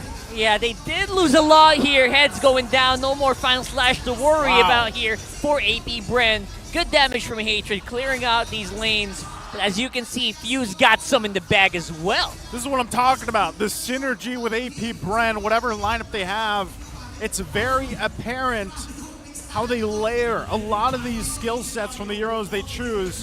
And TNC right now, fully exposed base, trying to keep it together, waiting for the next two members to come up. Seems to be Ryzen again, just trying to do as much as he can, maybe block out these minion waves.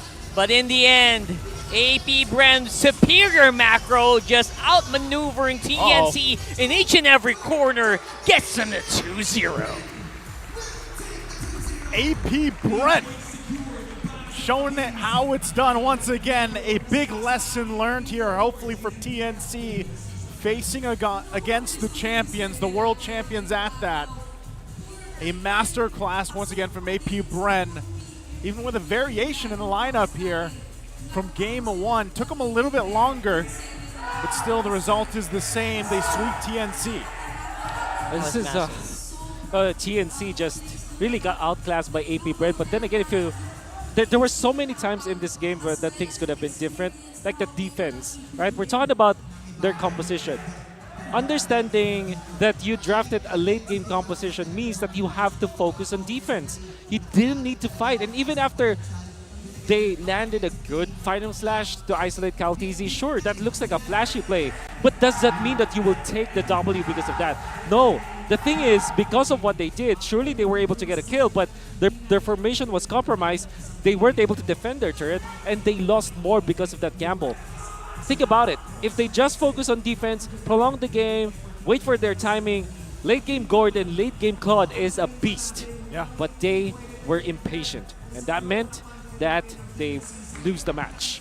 TNC is going to go ahead and take their bow here, and we'll talk about more exactly, kind of what went wrong for them, what went right for AP Bren. But even with that lineup, like you said, TNC had the tools they needed, just didn't work out for them this time.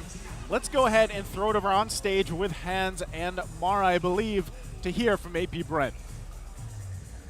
What a sweep by AP Bren. Let's give him a round of applause. Alam niyo, parang hindi talaga kayo nahihirapan. No? I agree. At this point. Meron kaming ginawa kanina bago magsimula yung laro. Feeling ko kailangan namin to gawin with you guys. Sino yung mga nag-trending ngayon? Ay, maganito. Of course, ganyan. Okay. Kunyari, taga AP Bren ako. Okay? Okay, you do it first. Okay. Kailangan marinig ko nag-iisa sa inyo. I'm an AP Bren player. Of course, lagi akong mananalo kahit saan ako pumunta. Okay. Ikaw, meron ka ba? I see it. I'm an AP Bren player. Of course, napakaganda ng outfit ko. And also with my gameplay. Ako pa. I'm an AP Bren player. Of course, mag-roster reveal kami sa Japan. Okay. Gets nyo na. Gets nyo na. We're gonna go down the line, alright? We're gonna go down the line. Okay, ikaw muna. Ikaw muna, few. I'm an AP Bren player, of course. I'm an AP Bren player. Of course, makulit ako. Okay. Ogwin. I'm an AP Bren player. Of course, konti lang sagot ko. Konti lang sauce mo. Caltese. I'm an AP Bren player, of course. I'm an AP Bren. Of course, lagi kami nagsusuntukan ni Flap sa bootcamp. May ganon! Riot. Okay. I learned something new. I'm an AP Bren player. Of course, pogi ako. Wow! Basic okay, answer. Wait, pakita ang pogi. Mag-focus yung camera sa'yo. Yan. Tong, tong, tong, tong, tong, tong. Turn around. AP Bren player. Woo! Oh my God. Okay. Riz Master. Super Marco. Ano yun? I'm an AP Bren player, of course. Of course. Ano yun? I'm an AP Bren player, of course. I'm an... Ano ka? Marco, I'm an AP Bren player. Of course. Okay. I'm an AP Bren player. Of course, world champion ako. Oh! Kaya pala hinahanda niya tayo kasi ganun yung Final sasabihin one, niya. si Pando naman, si Pando. Okay, Pando. I'm an AP Bren player, of course. Of course. Ano ka? Pando, of course. I'm an AP Bren player. Of course, maganda. I'm an AP Bren player. Of course, pag na-interview kami, makulit kami. Once again, everybody, let's give him a big round of applause. Congratulations to AP Bren. You may now take your bow. And take your walk of victory. They're AP Bren players. Thank you, Coach. Of course, panalo ulit sila with a sweep. And we are AP Bren players. Of course, kami lang yun na-interview, hindi kasama si Coach Trevor tsaka si Coach Daki. Sa lahat ng ating mga manonood, you guys can follow that and use I'm an MPL fan, of course, and write it down below. For now, we're gonna go back to our casters para himayin ang ating laban. Casters, paso. Thank you very much, Amara, Hans, and AP Bren. I'm an AP Bren player. Of course, I lift 300 kilos in the bench. I don't know. They're very strong. I've had the opportunity to work out with them. At one point, they are strong. In-game and out-game. Now, Wolf, go ahead and take us through how strong they are in the breakdown of this game, too. Well, that looked like a 300 kilo weightlifting from Flapteasy as he was able to utilize this X-Borg once again. If you look back at their recent tournament, back in, this was maybe 2 weeks ago, he actually played an X-Borg game where I thought that he played it masterfully, that it should be one of those plays that you put in a textbook and you know how to use it, because that's how we saw in this game as well how many times he escaped certain death and still managed to turn it around, force the enemies to really just commit so much on him and then punish them afterwards. You can see it happen with that almost a 3K actually. Could have sworn that he took the 3 heroes of TNC all by himself.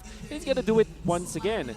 Like the way that whenever the Hatred will show himself, as well as Yasuo, he gets into the fight and he actually punishes the front-to-back composition of TNC. I think now teams are starting to realize that X-Borg is the anti-front-to-back. And this is the play that I'm talking about. Like, yeah, surely they isolated Kautisi, but how about your turrets? How about your bigger objectives? You really have to focus on that. And the fact of the matter is, AP Bren just punished them because they decided to not wait for their power spike.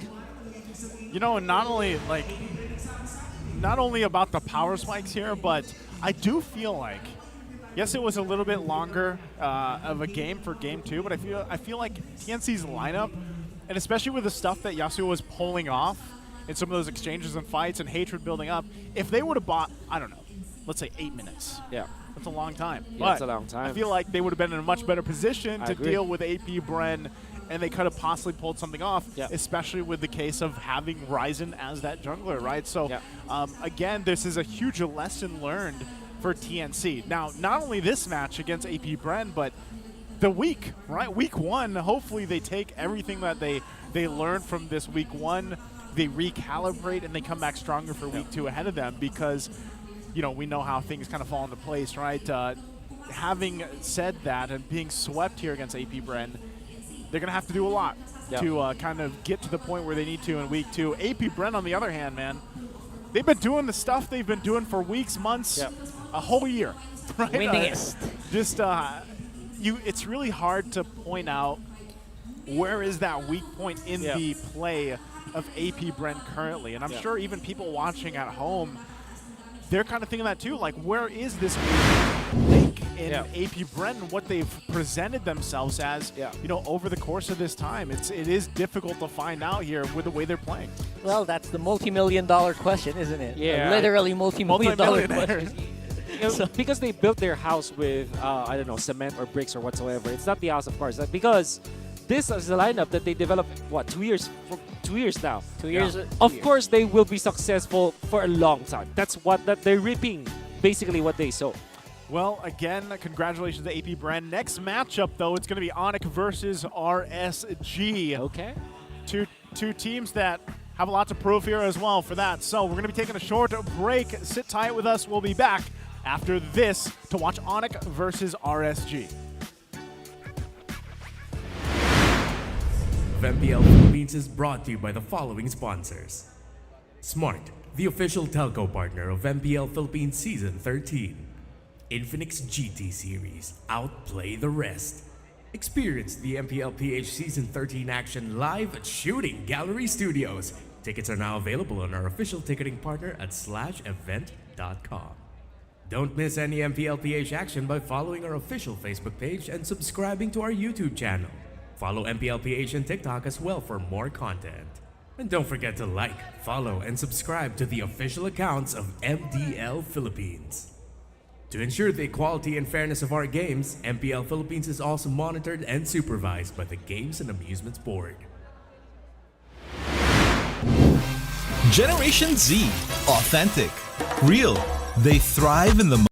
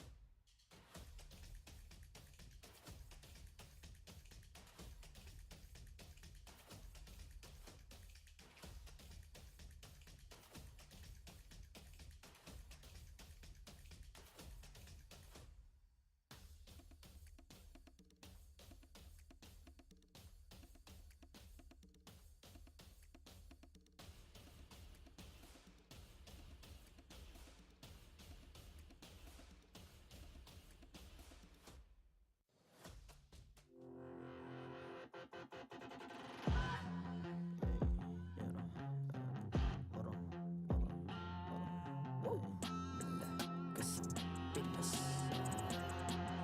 Lakas ng Pinas. Malakas, Pilipinas, malakas. Kahit anong lane, we become the monsters. Malakas, Pilipinas, malakas. Face the golden sun and ripping for the 3 stars. Look at us to the top, no ifs, no buts. Winning any game, para to sa PINAS. Di mo matitinag aming boses sa new level. Nasa kalye man o mobile, you know I become a legend. Open fire, we unite, we winners.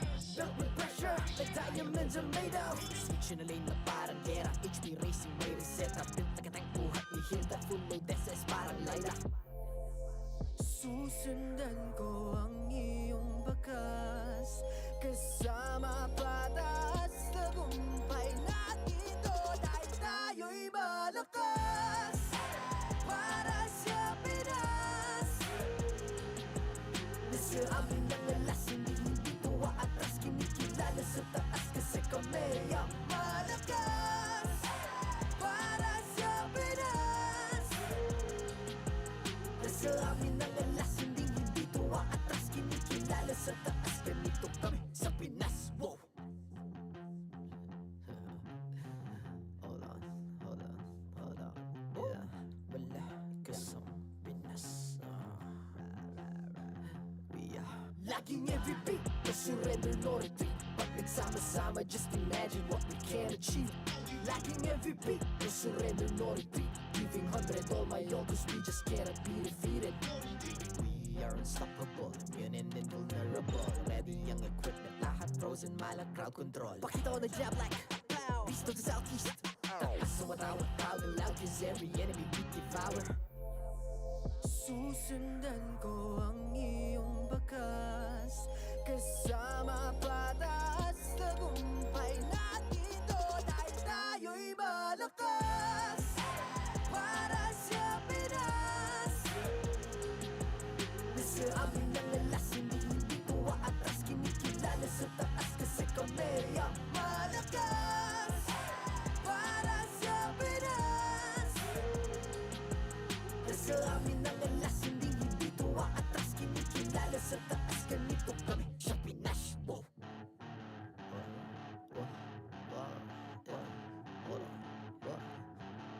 Malakas, Pilipinas, malakas. Kahit anong lane, we become the monsters. Malakas, Pilipinas, malakas. Face the golden sun and repping for the 3 stars.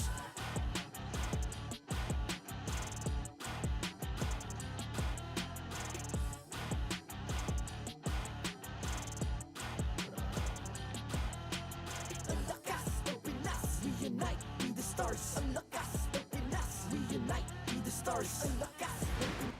The 13th season of MPL Philippines is brought to you by the following sponsors. Smart, the official telco partner of MPL Philippines Season 13. Infinix GT Series, outplay the rest.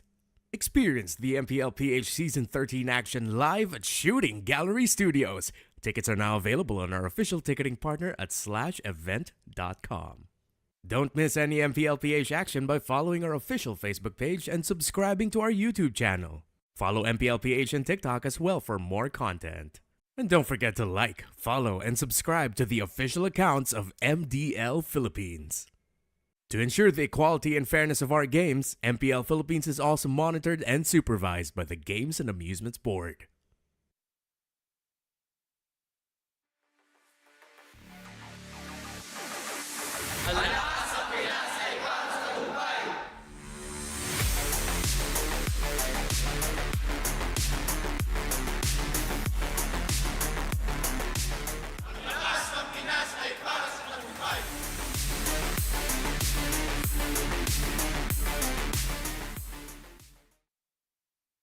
Welcome back to MPL Philippines Season 13 at masasaksihan natin ngayon ang laban ng RSG Philippines kontra sa ONIC Philippines.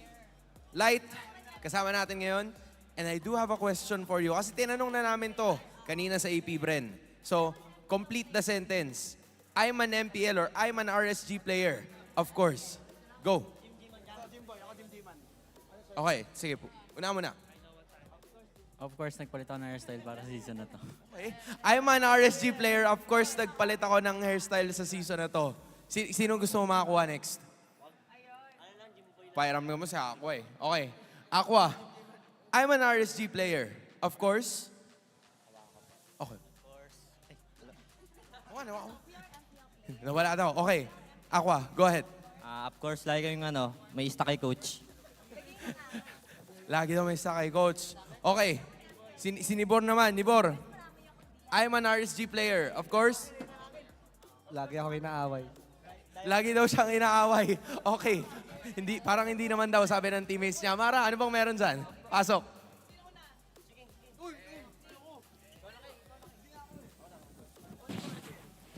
Nandito naman tayo sa panig ng ONIC. Okay, Kelra, you know the drill. Gusto ko malaman kung ano nga ba ang gusto mong ipagmayabang. We are MPL players, of course. Of course, marami akong diamonds. Oh, pengi naman dyan. Late kami natutulog.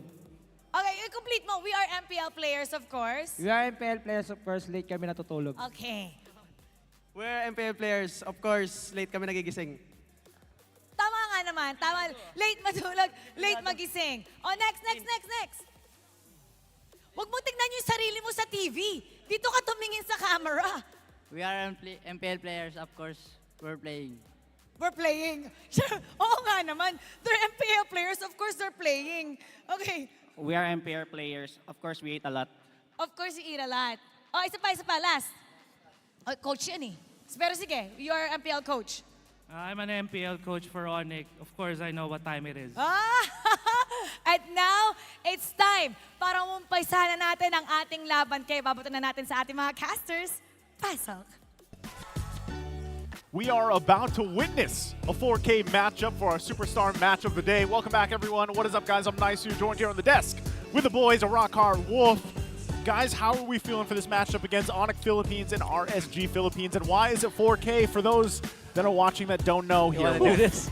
No, I don't want to do this. Do it. You No. have to. We have Wait, to. we have to ask another K here to know why it is a 4K. Why is it a 4K, Mr. Carl? I actually suggested this. I hate this. Kite, Demonkite, okay, Kusey, and Kelra, and King Kong.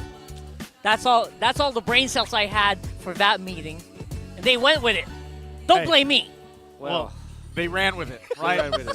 And we're going to go with that. So, again, these are two returning players, of course, for RSG. It's Demonkite and Kusey versus two new Sonics, right? Kelra and King Kong here. And I love this, right? You've got the crown on as well. Great graphic here. But Great graphic, actually. I will say that as a fan of Kite, taking out the demon here, Demonkite, yeah. Since I entered the MPL back in Season 8, I love that he's back. Yeah. One thing, as a fan of him and seeing what he's been able to accomplish, and even hearing in the interview earlier this week where, he felt like he lost some of that drive, some of that passion for the game, and then he found it again, right? And so really, my eyes, at least on Demonkite, are really, how does he perform? This week ahead of him. This is a different level. This is a different level right here. I'm stunned. I got stunned. My body wasn't prepared for this graphic. But it tells a story though, right? It does tell the story. This is how you spell connection. Yeah. With a K. Okay. By the way, I gotta so say, stunned, dude. this is because international viewers that are watching the English stream, like they might not understand Filipino humor. Well, it's the best in the world. It's the best. There you He go. got stunned by a Selena arrow, so Yeah. forgive him a little bit. Okay. Kidding aside, that graphic just showed us a little bit of throwback on the roster announcement, actually, for the side of ONIC when they went in with a full green screen, kind of full animation kind of opening, where they were part of a robot, or actually, I think they were pilots of a robot or whatever, or a mech, whatever we call it. And one thing that we have to take note about the double K connection is that this is a new thing, and I think that I already said this, by the way, from a previous podcast, where my expectations of ONIC PH are quite low because I always feel like all superstar teams, they struggled first. And I think the lineup of ONIC PH, it's kind of weird, actually, with Gem, with Yasuo. I mean, it's weird, but I think ONIC PH will not be that overly successful, even as a super team. You know? Okay, Wolf, that's a hot take. That is a Very hot take. That is a hot take right there. And speaking of that, let's go ahead and welcome our marshals once again out on stage for the fairness and integrity of the game. Again, we appreciate these guys' hard work here. It is Chico, Jeff, Patrick, and Wilbur. Yeah, you know Chico can really play a mean fanny.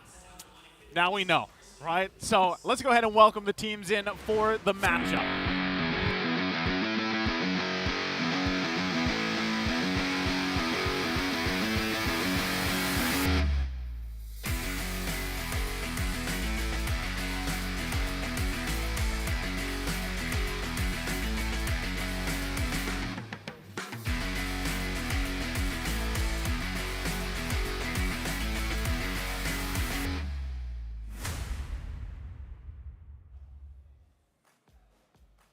The components are there, but have they figured out how to unlock the powers?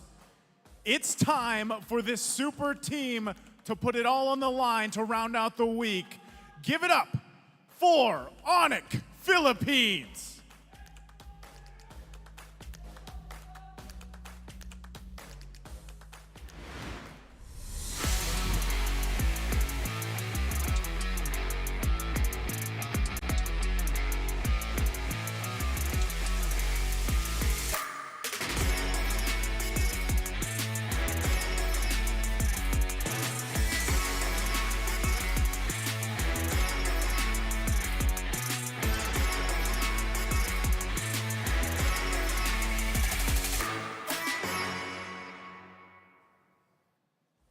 The Raiders went through a battle in their last match. Can they continue the raid with another hard-fought victory, looking for another GG? Raiders, give it up for RSG Philippines!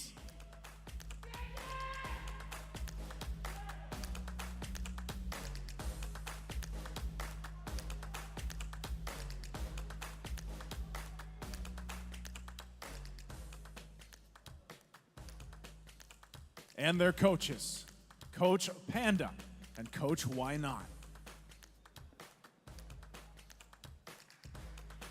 It's the star match of the day to round out week 1.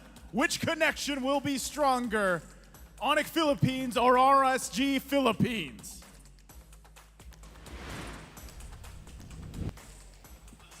First off, it will be ONIC Philippines, Kelra, King Kong, Super Friends, Gem, and Escalera. A lot of people have really been looking forward to what the duo of the jungle and the gold lane have got in store for the whole of Season 13, and everyone's still waiting for it to make fruit. And to continue my hot take, I'm only saying this because if you're looking at the other members of ONIC PH, it will be difficult to kind of mesh them together. But now for RSG Philippines, a different recipe as well. Kusey and Demonkite are going to be playing, but now it's RTZ and Nats and Light to finish it off. But RTZ already played for RSG together with Light from when they were both from a War Coaster Force. That's right. And they were under a different name. It was Unravel back then. And they had great synergy. And I'm actually surprised that RTZ didn't continue playing after 2 seasons in MPL. So now that he is also back in the main lineup of RSG, let's see what he's got in the table. Yeah, I like that they're going in with a little different flavor here, even though they found success recently throughout this week 1 here. It's a great time to test things out, for the most part. Like, however you want to approach things, start it here for week 1. Wolf, real quick though, take us through the keys to victory here from Infinix. Give us a stronger K and K connection for ONIC PH, which means that it should be like better than what? Kelra plus KLVJ.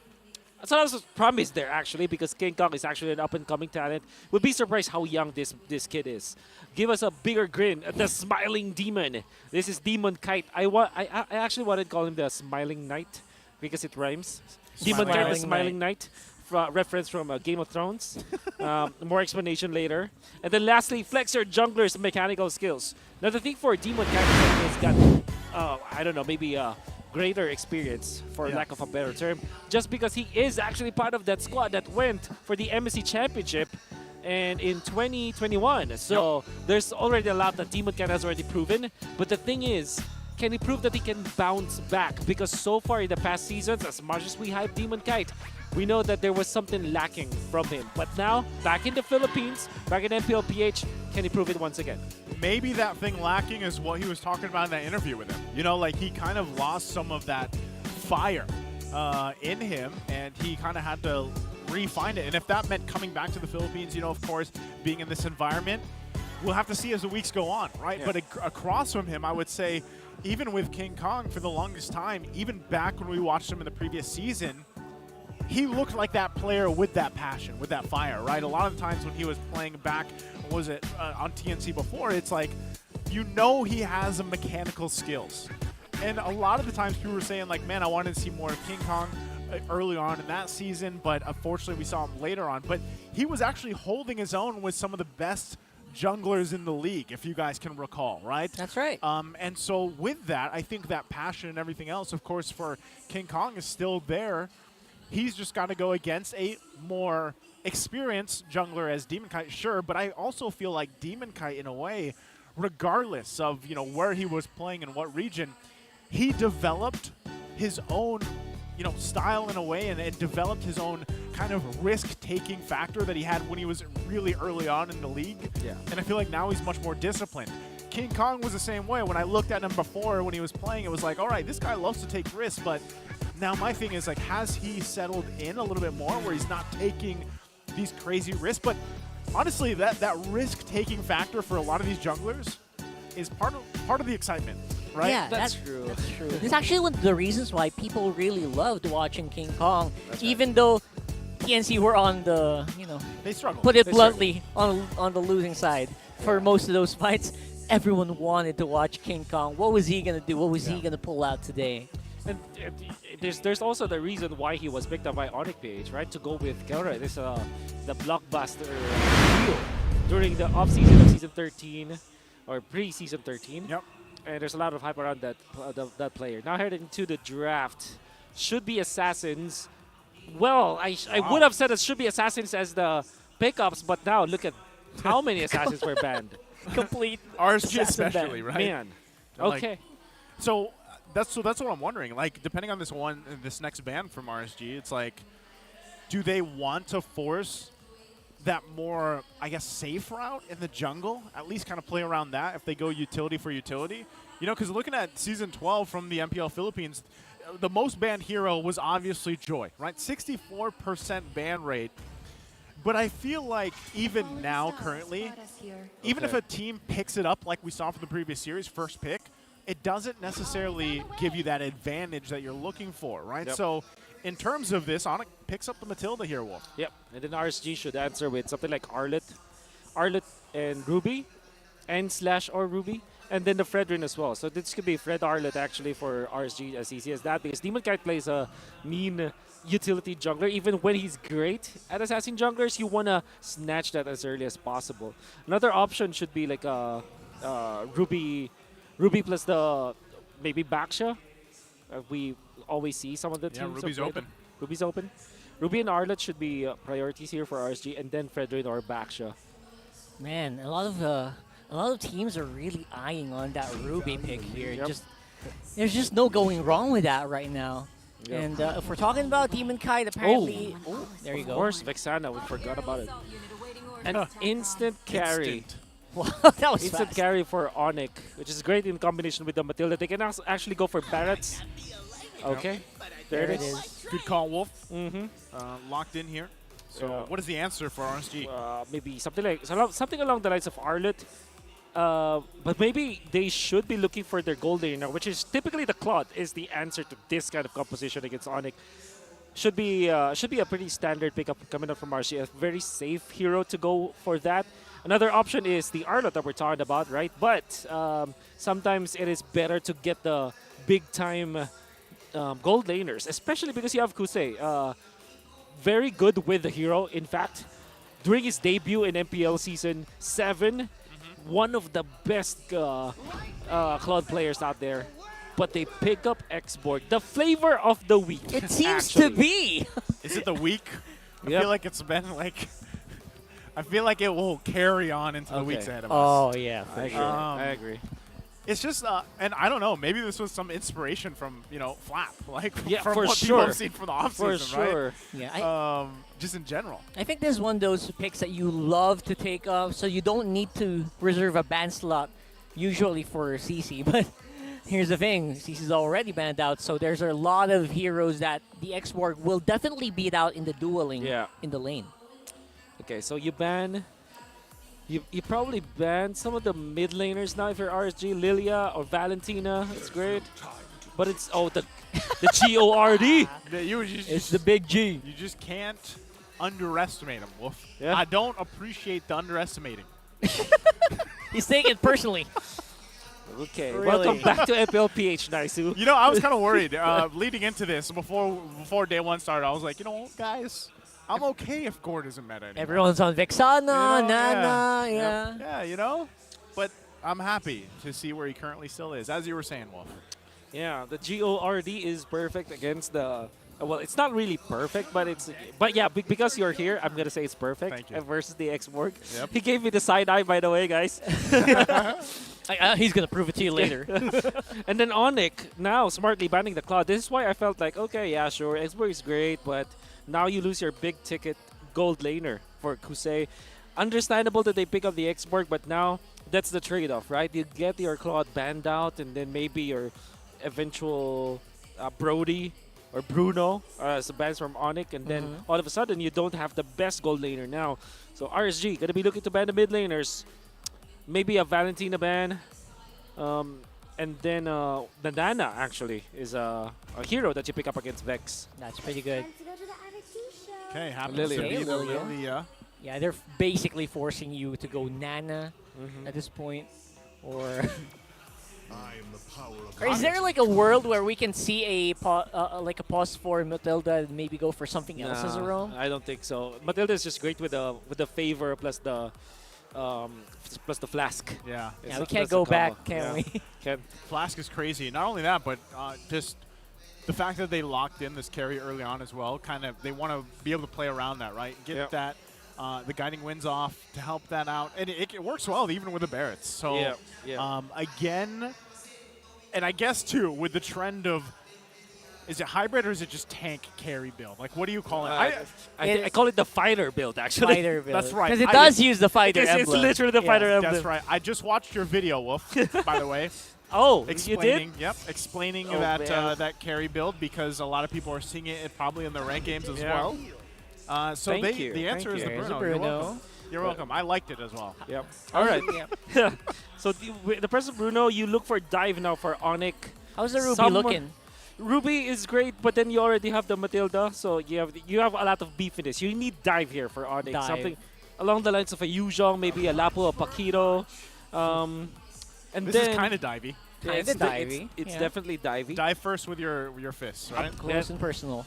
And the Faramis. Ooh. This is an interesting lineup from ONIC. lineup. This lineup looks like it's focusing on making sure the carry survives and that the Yeah. Paquito can do Paquito things. Yep. You need vision now for RSG. Actually, Grok doesn't. Grok sounds good for RSG.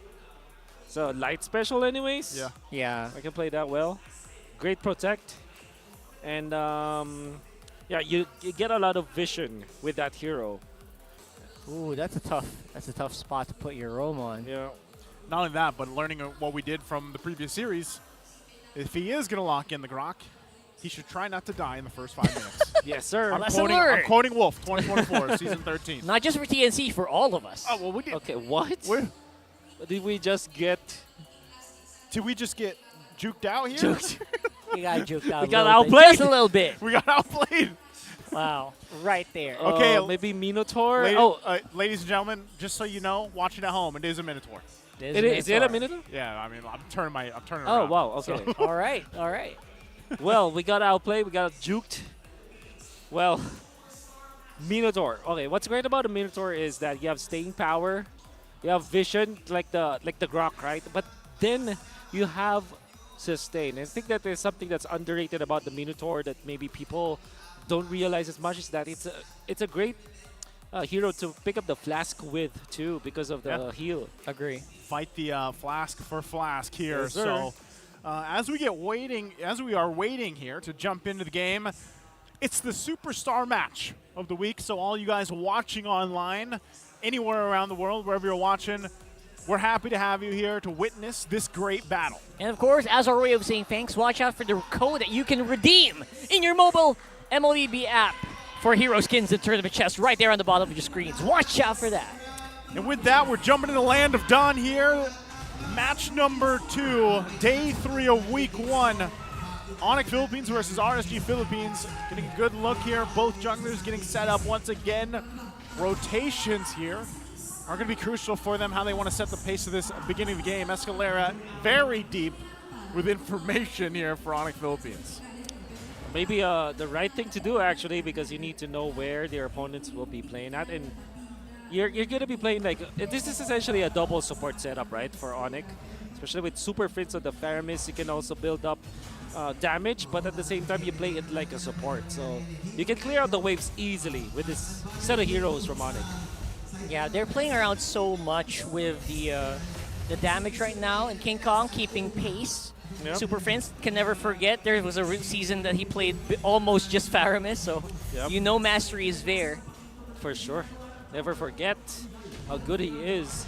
And look at the aggression coming out from ONIC. Already King Kong is taking over the Crammer that should be belonging for RSG.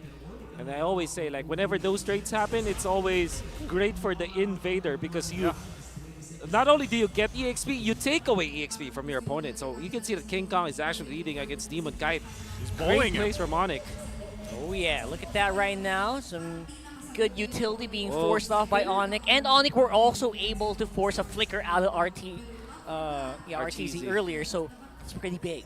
And not only that, but they got the retribution out from Demonkite here. But if they kind of stall this out, they might still be able to contest this turtle. Yeah, 20 Demonkite's seconds. there, though.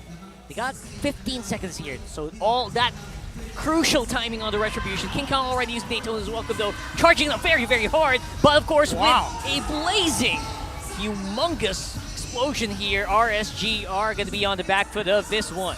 There goes Super Friends with a nice pullback. Escalera following it up with some good damage. The Soul Bloom.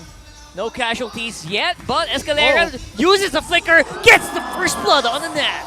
Oh, the aggression coming out from ONIC. And by the way, that fight looked really dicey for ONIC. They did get the turtle because they don't have the retribution on Demonkite, but Super Fritz's timing on the ultimate with the Purify as well, that was massive. That allowed them to kind of survive the last insanity coming out from that. Oh, Kelra, of course. What a just move. doing Kelra things. This guy, this is the exact reason ONIC picked him up, man. Superstar power winning out on the 1v1s.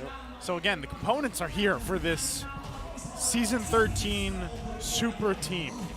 And we're seeing some decisions right now that are proving that point, but they still have a lot of work to do here against RSG. But look at the pressure, top side, light. Under that turret, should be fine, heals up as well, has the roar.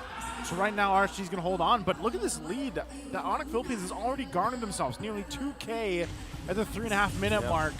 And they are just moving around so well as a unit together. And not only that, you can see that Carry is leading by 800 gold over his matchup, the Bruno. That is not going to be a good thing for RSG. Knowing that Kusey needs to be activated as soon as possible, the fact that Kelra is already up by a full boots as well as the first item, which is the Corrosion Scythe, it's difficult now for RSG to actually team fight in the second turtle, which happens to be near the gold lane area. Yeah, for sure, for sure. But right now, obviously, ONIC are playing around the fact that there are basically no threats on RSG if the X-Borg is not around. So Nats, as long as they have vision of Nats, ONIC can basically do whatever they want on the map right now. Yep, and with that, next turtle, the game's going to be up here. ONIC Philippines getting a position, but RSG with the response wants to go ahead and contest this. It's going to be a full-on forced fight here. Very forced up on with Escalera as well. Nice catch from Super Friends on the Netherrealm, but of course, They just have the turtle buff here to maybe help them out with this fight here. Light pretty low, and Nats has to use the last insanity in the very off angle, absorbing some damage as well from Escalera. RSG overall just not ready to fight at all. The damage output coming out from ONIC overwhelming, and this is because of their early aggression. RSG really did not, weren't prepared about this initial initiations coming out from ONIC, going for the invades. And the thing for RSG is that despite them drafting a great composition around this Bruno Minotaur, they're not using it. We haven't seen any good plays from Light. This is Minotaur is too passive for someone like Light. That is true. Right now, Light is again being used, forced to use all his utils just to basically just survive here right now. Yeah, not only that too, but earlier, just a little bit ago, Super Friends picked up the Necklace of Durance to help with some of that sustainability that's supposed to come out from this Minotaur here. Gem, though. Oh, Gem. This might be the chance for RSG to get a point here, and they do. Okay, so they grabbed that. It's a flask also picked up by Escalera, so you're kind of at this fight against who has that sustainability, who's able to counter that. Kelra, wow, look at the damage. Look at that. How can you sustain against this one? Even with the Minotaur right now, just no way that Kusey is surviving against that, even forcing a flicker out of the Minotaur. Oh man, I'm really liking this Faramis pickup coming out from ONIC. It looks like it's very like straightforward, but there's a lot of like good stuff that can come out of it. First, you have the Purify so that you can actually jump into the backlines and complete your snag no matter what happens. No matter how hard RSG wants to cancel that. And then you have the supplement of the Matilda. With the Faramis Matilda comp for ONIC and the fighter build from Kelra, it means that it's actually difficult for RSG to output the damage enough to take down the members of ONIC. It's not like RSG is lacking damage, it's just that the sustain from ONIC is underratedly good. Yeah, that is true.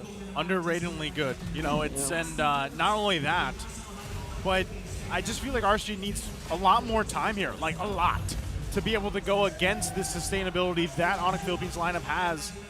Not to mention how they're going to battle this third turtle out here. It looks like they want to go ahead and take it, though. King Kong in a position, though. Last Insanity just to secure that Demonkite. RSG going to go over with the turtle because of that, but of course paying for it with Light. And maybe a push on the mid. Well, it's going to be that's actually surprising that Demonkite landed that. Great place. And that's what you do. Skill 1 plus the Retribution. That's how you use the Fredrin nowadays. And now Light finally has something to kind of sustain himself with that dominant size. Oh, yeah. Finally. And we'll need more for sure. Maybe a flask afterwards. But for RSG, it's a waiting game now. They definitely lost control at the early stages of the game. We'll have to wait for latter portions. Yeah, and RSG trying to maybe capitalize on the small amount of momentum that they got off of that turtle. They're trying to see if they can start some battles, but ONIC, they're not fighting. Yep, good item pickups here, though, for RSG. Got a couple, especially in the hands of Kusey, right? He's got the Berserker Sphere, he's already got the Claws, he's going to be working on his next. He's the one that needs the most time here, right? This is a lot of the times when you pick up a Bruno, it's because your power spike's pretty great after the first two items. But right now, given the situation, given the amount of sustain that ONIC Philippines has, you just need way more time here, right? So RSG is going to find themselves in this kind of a backs against the wall position for at least a few more minutes. And right? I love the way Escalera is playing right now. Basically baiting him out here. King Kong, Daytona's welcome straight into the fight. Kelra doing a massive amount of damage. Even against the turtle guard here, Nats might be forced to use Last Insanity to clear the minion waves later on. But Escalera finally getting some punish on his side. Look at that, Demonkite, got misplaced, or displaced rather, by this missile expert. And they might just be able to defend this, just barely. Oh, just barely. But that's good news for RSG. I think that the longer that they maintain this mid lane turret, the longer that they have the power spike. And by the way, another Lord fight. This is the first Lord fight. However, Light as well as Kusey are in the opposite end of the continent. They're not even a part of this. No, at all. Maybe that's the right decision, though. Given how much they're struggling. I mean, looking at all the skirmishes and team fights we've seen so far, RSG has not had a good chance in a lot of them, right? So you might as well if they say, you know what, give up this Lord, let them take it, try to find something if we can. I don't even know if they don't even get the tier 1 top side. Yeah. So you're really wondering, was this worth it for RSG to go ahead and give that up? Because now they've got to deal with this first Lord push. Fortunately for RSG, that's a big objective that they lost. Oh, the gold difference here. Gold difference from gold laners as well. It's a full item that Kelra is ahead of. Yeah, literally a full item. So we're talking about how fast scaling right now is Kusey. Man, the moment you got your two items, Kelra already had 3. So yeah, in terms of scaling, definitely ONIC, they know they're ahead by a long margin. Yep, with that, we'll see if RSG can hold it together here. They're trying to keep the Lord at least at bay for the longest they can. They are going to make quick work of it, but they're going to get sandwiched in here unless ONIC Philippines decides not to commit. Oh, look at them. It looks like they don't. So right now, at least they buy a little more time. They did take some damage as well on the tier 3 towards the base here on the bottom side. Gem was trying to put some pressure there. So they work around it, but another big item pickup from Kelra with a Malefic Roar here, now making him even more of a threat as ONIC Philippines has garnered 7,000 gold on top of the Raiders here for RSG. It's so funny because you know the way that RSG are playing so safe because number 1, Super Friends is so aggressive. Yeah. Number 2, Escalera is just trying to catch someone. Yeah. Non-stop, all game long. Oh. Now this means that RSG, they're on a cleanup duty now, and this is what you do when you're down by 7,000 gold and your enemy just got the first Lord against you. Just clear the way. Just relax. There's nothing that you can possibly do to trump that 7,000 gold lead at 11 minutes. Even when you say that you can outplay a team, just one spell, you're already going to be taken out. It's smarter for RSG to just defend. And this is the part where it's just a patience game now. Yeah, the hard part about it is like your literal tank in Light or even Demonkite. Hell, even Navs. Like, you're going to get shredded down by Kelra, you know, for the most part. So it's like, where do we find that opportunity if you're RSG to actually turn the tide of this game? You know, even if time kind of goes on from here, yes, at some point, you get a little more durable, you get a little more tanky. But the way ONIC Philippines has been playing, a lot of times, you're going to expect them to look for a force situation if they can before RSG even gets to that point. Right now, 20 seconds away from this Lord. You know what? It's actually, we haven't seen the sample size of how many carries have reached maximum attack speed right now, because the cap has been adjusted a little bit, right? Yeah, that's right. So we're going to see for sure Light or Demonkite evaporate depending on the itemization that Kelra's on already. Yep. And that means that you, even in the maybe 15-minute mark, ONIC are pretty strong. Oh no, Nats. Oh no, Nats. He's running out of HP right there with just a few hits from Kelra. Oh, Light. We'll see something. This is going to be a big trigger pull here. Coming in from RSG, trying to get as much damage as they can onto King Kong. But Light is the one to fall. Who will get the Lord, though? And that's going to be a double. Demonkite still gets that Lord. Paying for it with his life, but RSG must be very happy. Although they're losing members really, really quickly right now. Jose flickers out, but it's a wipeout. ONIC Philippines. They don't care about the Lord here. They won the fight. It was so fast. The graphics just showed Gem when they were wiped out already. That's how quick ONIC did that play. Is this and the ball? They have Nats, and there's a flicker play as well. They can still defend this, I think. Oh no. Bro, never mind. No way. Never Look mind. at that. Never mind. They shredded it like it was nothing. A lot of people have been commenting on my commentary, as well as the other players' commentary, on how good Kelra is. Whenever he's being picked from my podcast as one of the gold laners, people were going to be commenting like, why are you saying Kelra? Kelra is not that good? Well, that is why. That game is why. Y'all got shown up. I will say this. I think Kelra's a great player too. Very gifted. But my kind of variable there is he needs to be able to be in a position or in an environment where he gets to shine like this. Yeah. Now, the I difference agree. I there, agree. the difference and why I think he's suggested so much, because I know a lot of international viewers also wonder why we mentioned Kelra so much, is because he has the capacity to make his own plays, like he did earlier in the gold lane, that actually give him an edge. And a lot of these gold laners that shine, whatever region or league they're in, have that ability to do that. But this here really allowed Kelra to shine. For the longest time, the question on everyone's mind is, who are the players, who are the people that you can pair up with Kelra who can actually keep up? That's right. That's always been the biggest question whenever we're talking about Kelra.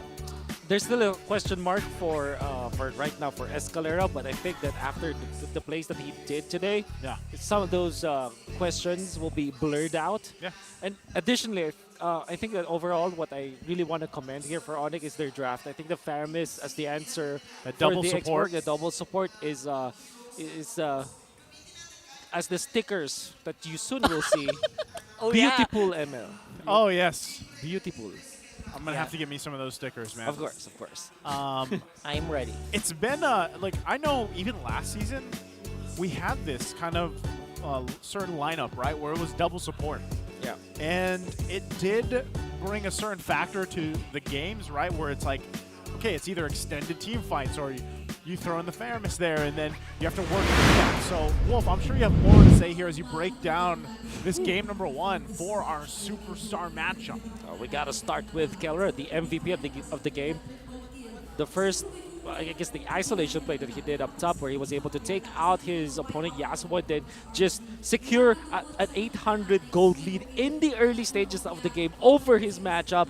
That's massive. And then come 11 minutes, or around 9 minutes actually, he's already 1 item ahead of the competition. That meant that he is very strong, but that didn't stop him, or that didn't that helped him actually to eventually carry the game in the latter portions, the second Lord fight, where he was able to position himself properly and just destroy RSG's formation. I can see ONIC try to really just go for Nats every time that he appears in the match, and Demonkite landing the great retributions, by the way, from this turtle number 3, and then eventually the first Lord, but it wasn't enough in the end. And King Kong is super duper aggressive because he's got to help the Matilda. And now we're going to see the last Lord fight, and watch out for Kelra's positioning onto the back lines, already able to take out the members of RSG, then had the flicker to go in. And then now that he knows that there's no Nats, there's no light, he can actually go. And then he takes out the members, the frontline members. And then look at that connection between Escalera and Kelra. The dash in from Kelra to the left side, catching Kusey. And then Jem gets a double kill afterwards. And look at Kelra. I think that he will be, he's just activated the ultimate.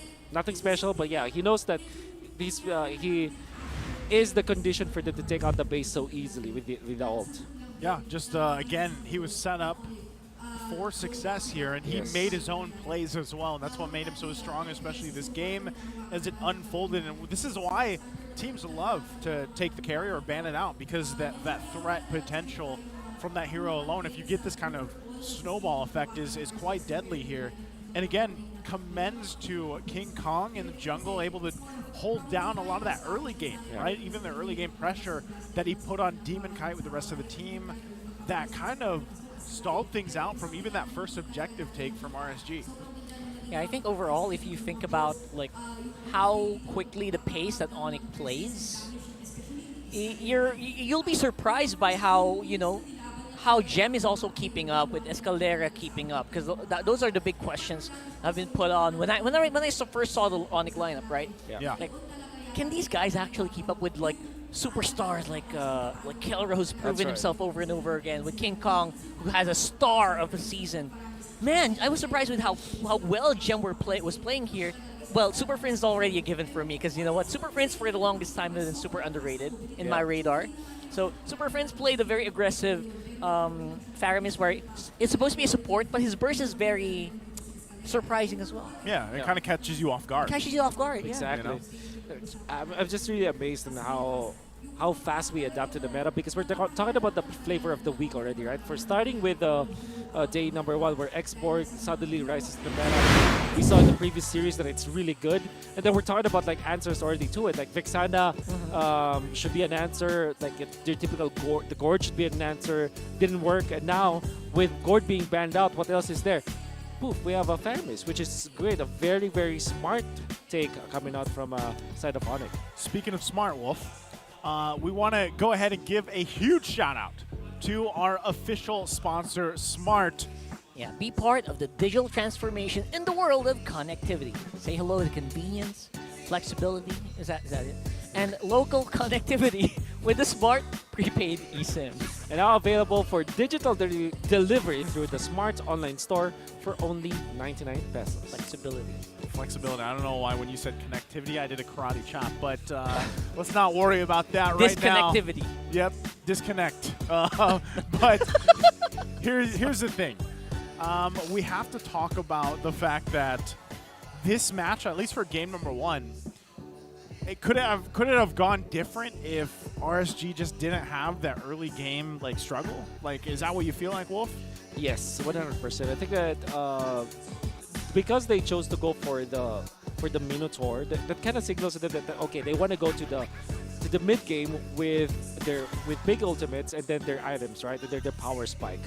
But that will not happen if you lose the early game. And the thing is, for Fredrin, as you saw, it's not RSG's fault that they lost the early stages of the game. Yeah. It was actually ONIC's heads up play with a quick clear in the mid lane, and then you see the Matilda being very aggressive. Escalera at a certain point was super duper aggressive. Afterwards, they invaded the Rock Ursa, and we mentioned during the draft that every time that you steal a buff from your opposing jungler, it's like a compounding effect where you get EXP, but you also take away EXP from your opponents. Not only that, but I love that it put the pressure on Demonkite early on to use the Retribution. Exactly. Like those small things fell into place where it's like, okay, we can't even contest the first hurdle because it's that harder, right? And then so it just became a point where like, all right, let's just duke it out, let's just fight.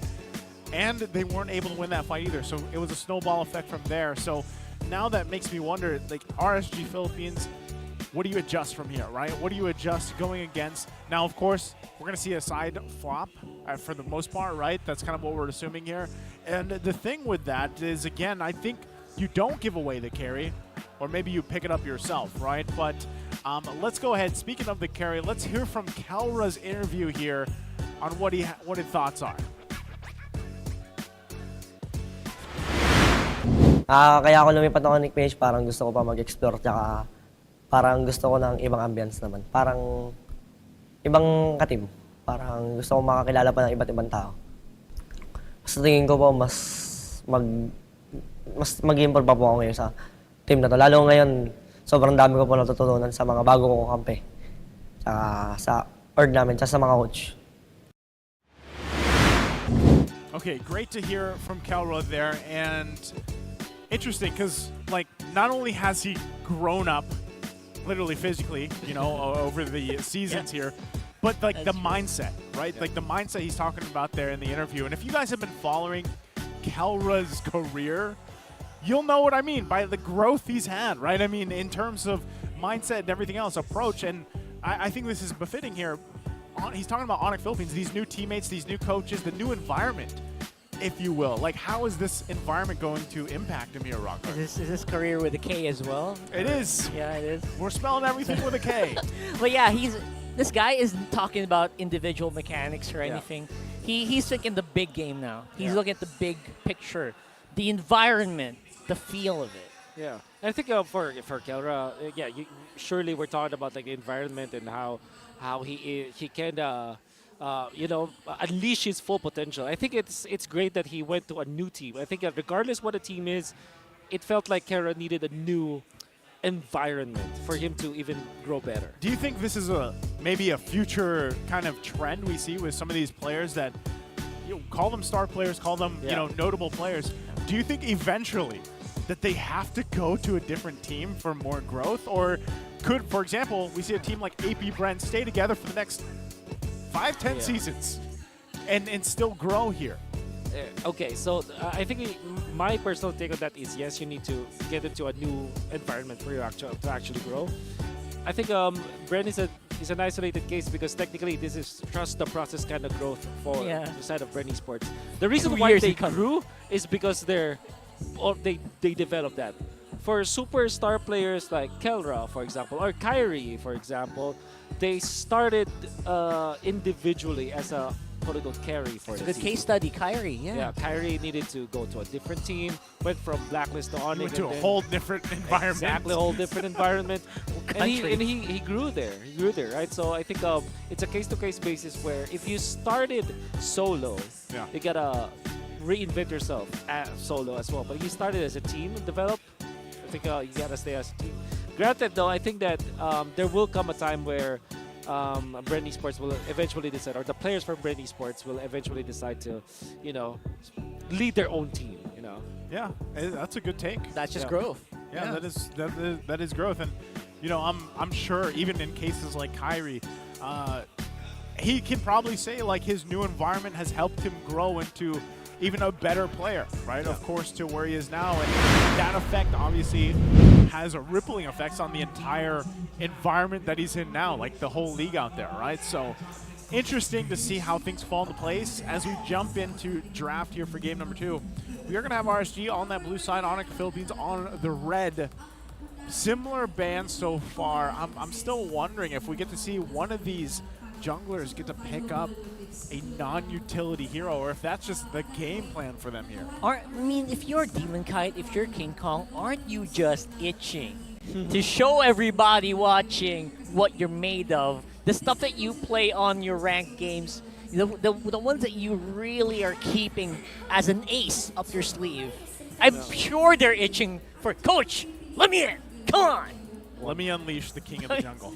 There you go. Right? I'm sure. Yeah. 100%. They really wanted to pick those assassins up, and I think that for RSG, with the bans that we've seen from them, it seems like they really want to take the utility route, and I think that's fair. And for RSG, usually, there's a big chance that they pick up the Vexana first. Maybe ban Faramis actually right now. You ban Faramis and then you pick up Vexana as your first pick.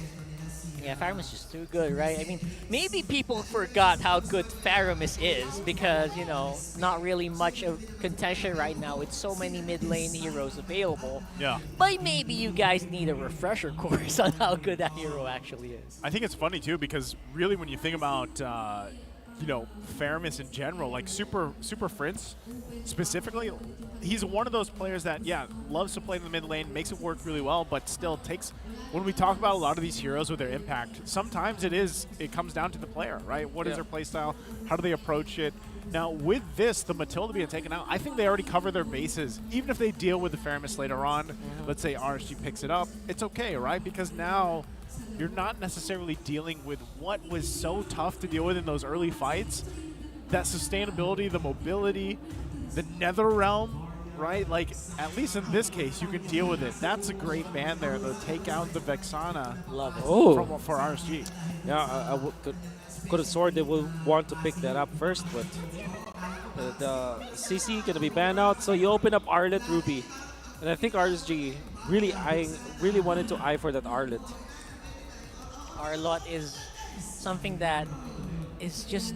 Or I think Novaria, each and every Rome and XP right now are hoping for that. It's just a highlight player. Yep. This is a highlight hero. There's the Novaria. And then you go carry Arlet. For sure. That's the answer. So how do you shut down the carry this time around? You go Claude immediately for RSG because that's what they missed out, right? Love Earlier that. on. Or maybe go Harith for RSG. But yeah, I think it just makes a lot of sense to go for the Claude now. Maybe take the Fredrin so that you take away the Fredrin Arlet combo. And RSG likes that combo anyways. Or maybe go entirely different route. Get the Ruby plus the Arlet immediately for RSG. Yep. And speaking of that, Kusey here with the carry. So this is back in his time in a different environment that we talked about, right? Yes. And he has 11 unique heroes. He went 6-1 with the carry. Okay. So Wow. there's the Ruby. that we talked about to go with the Barretts. Makes a lot of sense. Okay. That's good. I love this right now because they've got their front line covered with these two heroes right there. Although, again, they are missing out on maybe picking up the Claude because you kind of expect ONIC to ban that, right? Yep. And now, if you're ONIC, just ban it out. It's A-okay. Or is you going to be looking to ban your Novaria answers, maybe somewhere along the lines of a Fermis, actually, for RSG. We go back to that Go route. back to it. Yep. And maybe Valentina. There it is. Yep. Okay, making sure that, it's just setting up Kelra for success. Yeah. RSG are going to be scratching their heads over that one because I don't think that's I think that's the only solution now. Because, I mean, Kusey is known as the Claude player. And they're not protecting themselves from Kelra's wrath, basically, if they're not setting Kusey up for success. Lesser evil here might be Brody. And, wow. Do they have an actual screenshot? Did you see that? You're holding actual screenshots of the game. I would. That was interesting. The first time I've seen one of those. So they have the screenshot? Yeah, one of the coaches was holding a screenshot of the draft game. Hero selection. Wow, they're still banning off the court. Okay. You seem surprised. I'm just surprised because, like, I don't even think you really need to against the Novaria. Like, I mean, yeah, it's range for range, you know. Yeah. But you know, at the same time, I think you could have dealt with him with already having a Ruby. Like, you know what I mean? And also ONIC are like maybe they're maybe RC is just respecting Super Friends. So if you're really respecting Super Friends, you ban Valentina.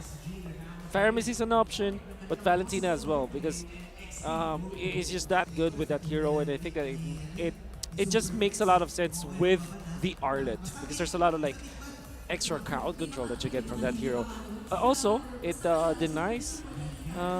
It actually denies some of those big light picks, like maybe a Kaja. If ever that this Ruby is going to be considered in the EXP lane. That's big. That's actually pretty big. Yep. Like that we still have the flex here available Lilia to them. instead. Lilia, that was at the top of my head because I was thinking, you know, in terms of like Super Friends, you mentioned a lot of good heroes. So that like actually Super Friends still has a lot of options that they could roll with, right? I know we've seen the Nana banned down a couple times. I'm not sure if they want to go with that here, but still, I think at the end of it all, it's just like, all right, let's let Kelra do the exact same thing he did. If we have some of that early damage potential, magic damage, it can work. Charizza's going to be picked up, but oh boy! Oh, I hope RSG picks up the Benedetta now for Nats. That's you go pretty Benedetta and then you go maybe just go for Clint or maybe a Brody actually. Yeah. Brody Benedetta for RSG would be really, really good. That's it. Come on, just get it, right? I mean, Brody obviously will deal with these heroes from ONIC who love to collapse into one area. Yeah. You want the Teresa to collapse. You want the Arlot to fight in one small area. That's why I think ONIC will also love the Faramis here, maybe. Yeah. So that's for later. Oh, they go Paquito anyway, instead. Paquito. All right. Who's the marksman, though? Your marksman. Bruno? Oh, Bruno. That's very Louis. Okay. Is this not? This is not in the realm of anything I was expecting. Absolutely. Louis. And okay. I will say, little stunned here. I will say this. Rockhart mentioned this earlier. He's like, you know, Feramis's damage is a little surprising.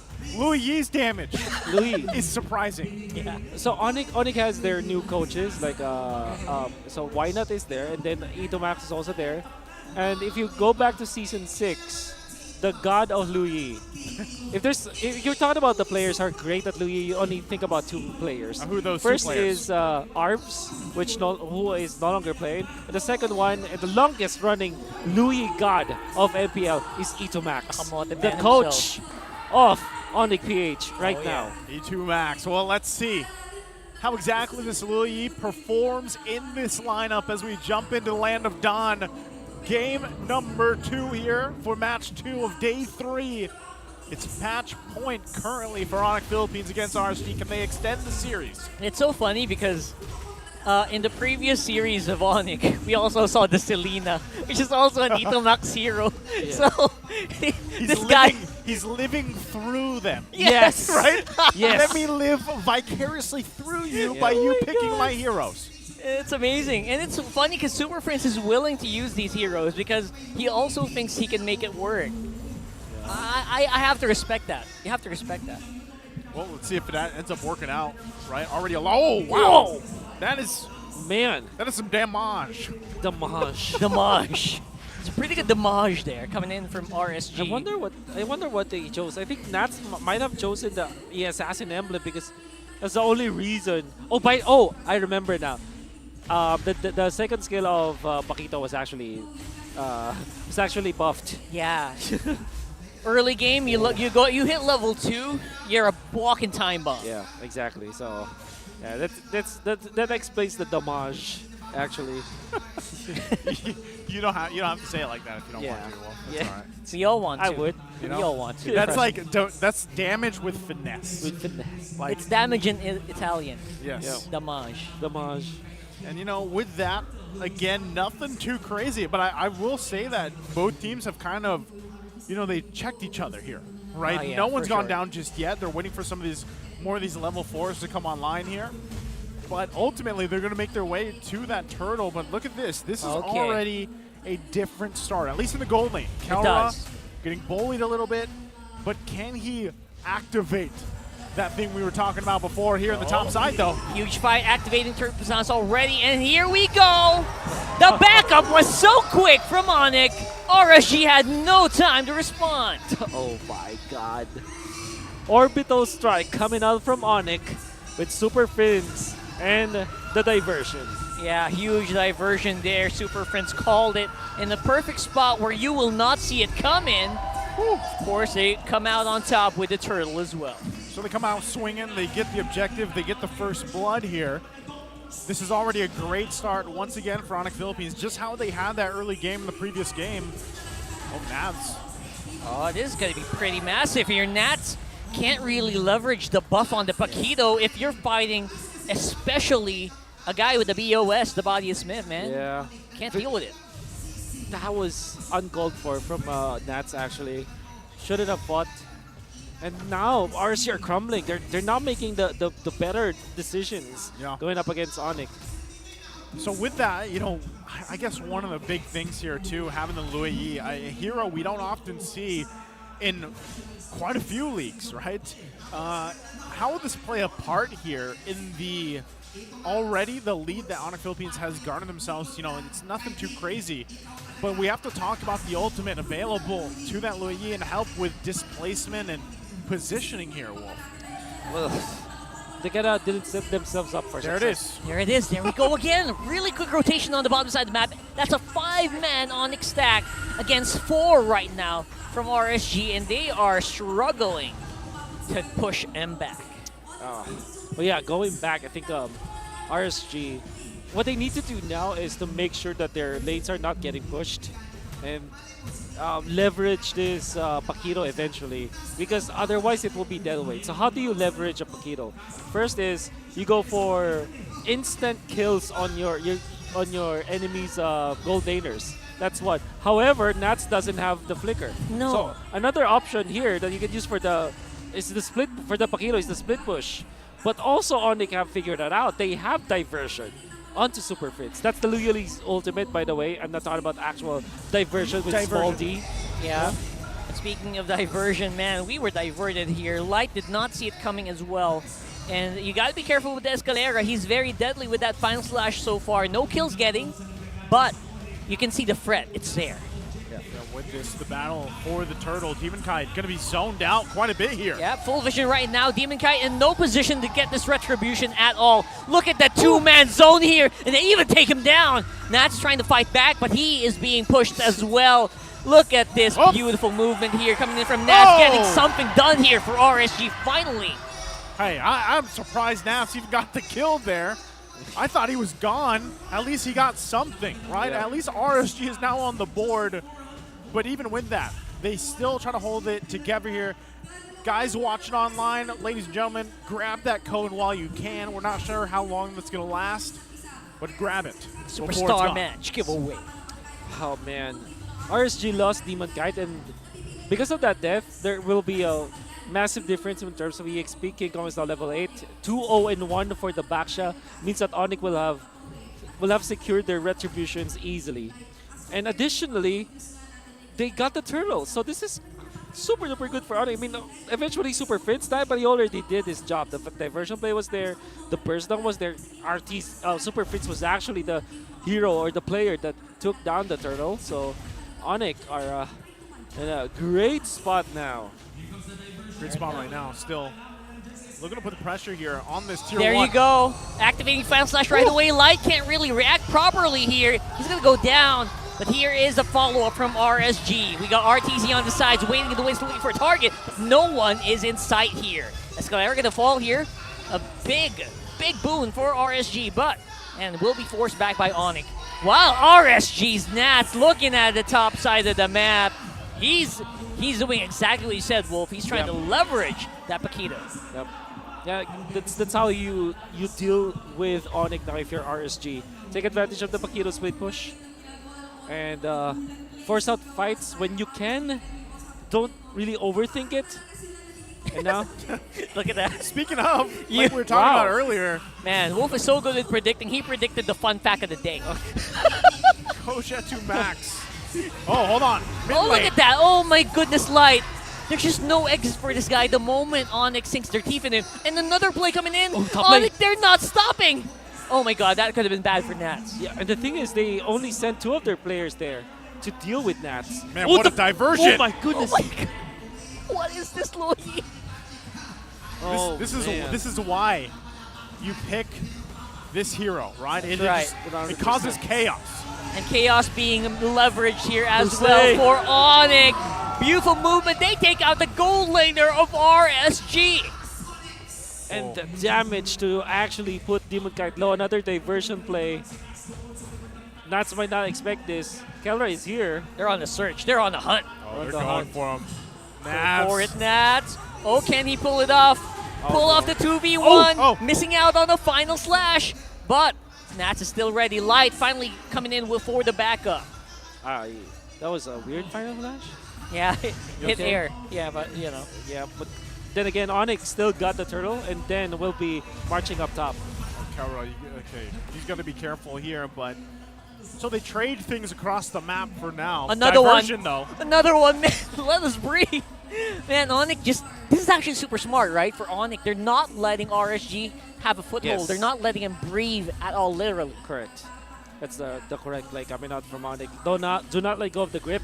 You have map control anyways, and RSG is in a state of confusion, right? Yeah. They're shell shocked. They're right diverted, now. man. Yeah. They literally are diverted. You know? Yep. This And isn't another map play. control, man. This is map monopoly. Oh, Yeah. what? Okay. What? Okay. What? See, you might wonder why, and But- so are we. Sorry. But they made it work. Just want to make sure no one's, Yeah. Here's the thing, though. What I like that they're doing with the diversion for ONIC Philippines is they're also kind of, it's a guessing game almost. Because, again, you have to counter the fact that Nats is split pushing like a madman. He's doing literally all that Nats can right now. He's not going to join any of these fights as they try to deal with this. But ONIC Philippines playing with that kit that Louis brings to the table is to kind of counter in some of this macro level play that's happening from Navs, despite them being down 3,000 gold. Yeah, Nats looking like the shining beacon here for RSG. Maybe their way back to claw it back, get some leverage or some control back of the map. And RTZ as well, popping the echo. Very important because that's how you identify where ONIC members are at. Kind of lessens the diversion plays, but ONIC. One thing that you also have to take note about the Louis is that it deals massive damage, actually. Yeah. There they go. They're going to the, we call it the ambush. There it is. Ambush from the back!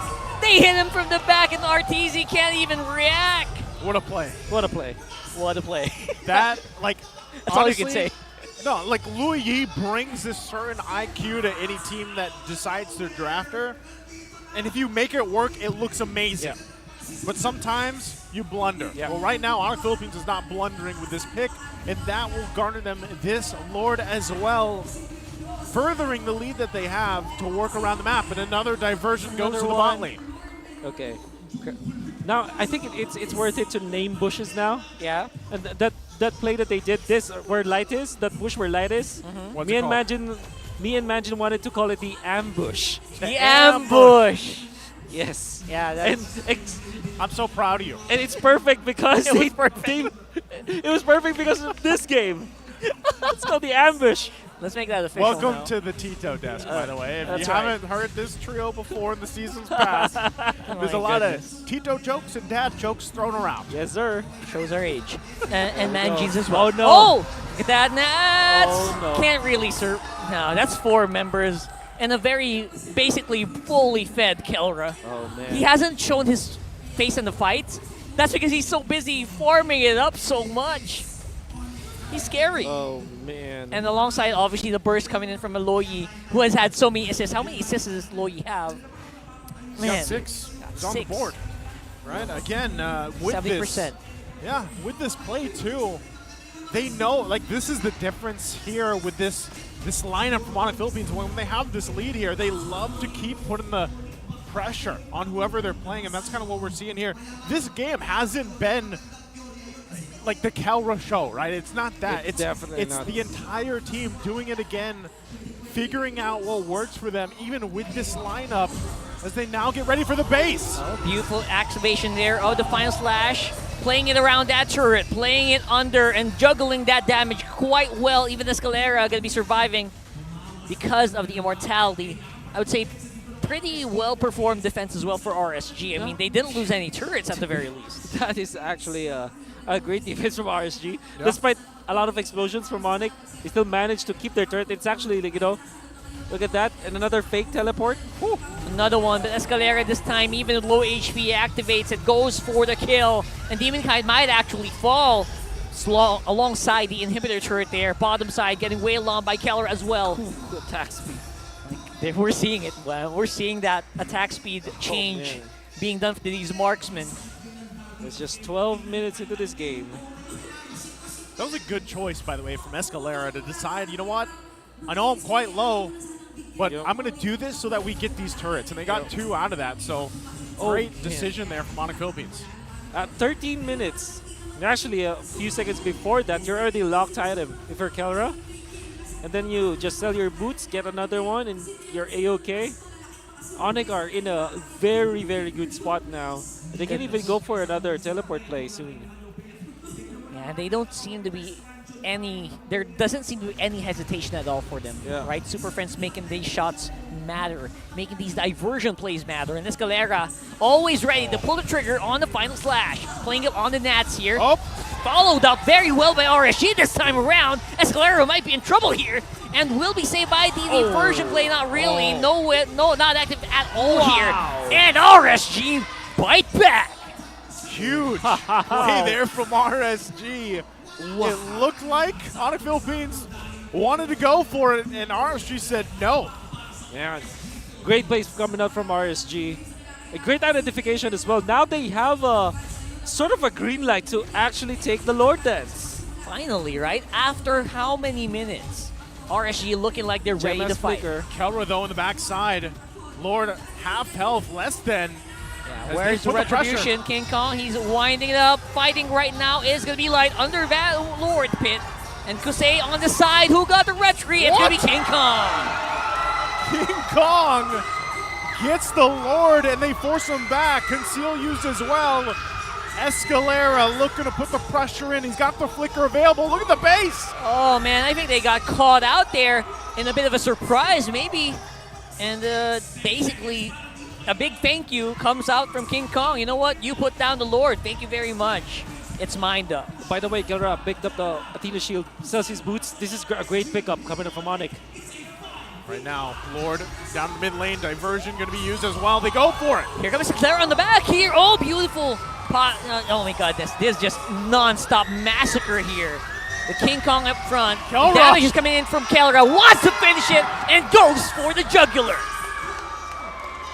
ONIC Philippines looking like a super team tonight as they sweep the series against RSG Philippines. And not only that, they have flexed their drafting prowess. Thermis game 1, Louis game 2. Super Prince is having a field day today. What a masterclass, as Wolf would usually say. This is a masterclass of how you play that hero. This should be in every single guide. That was beautiful. It looked like there was that glimpse of hope for RSG. When they made that kind of counterplay, even the counter punch that they had. But unfortunately, when that all happened, you're talking about 7,000 gold behind. And with King Kong, like we said, this guy built a reputation on out-retring some of the best junglers in the league even last year. And so right now, it's good to see Smile still on RSG here, of course. It's only week 1. They got a lot to learn and adjust from as they move forward next week.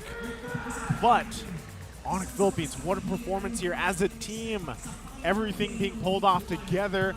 Kelra shined when he did, but the rest of the team as a whole, and also the great drafting here.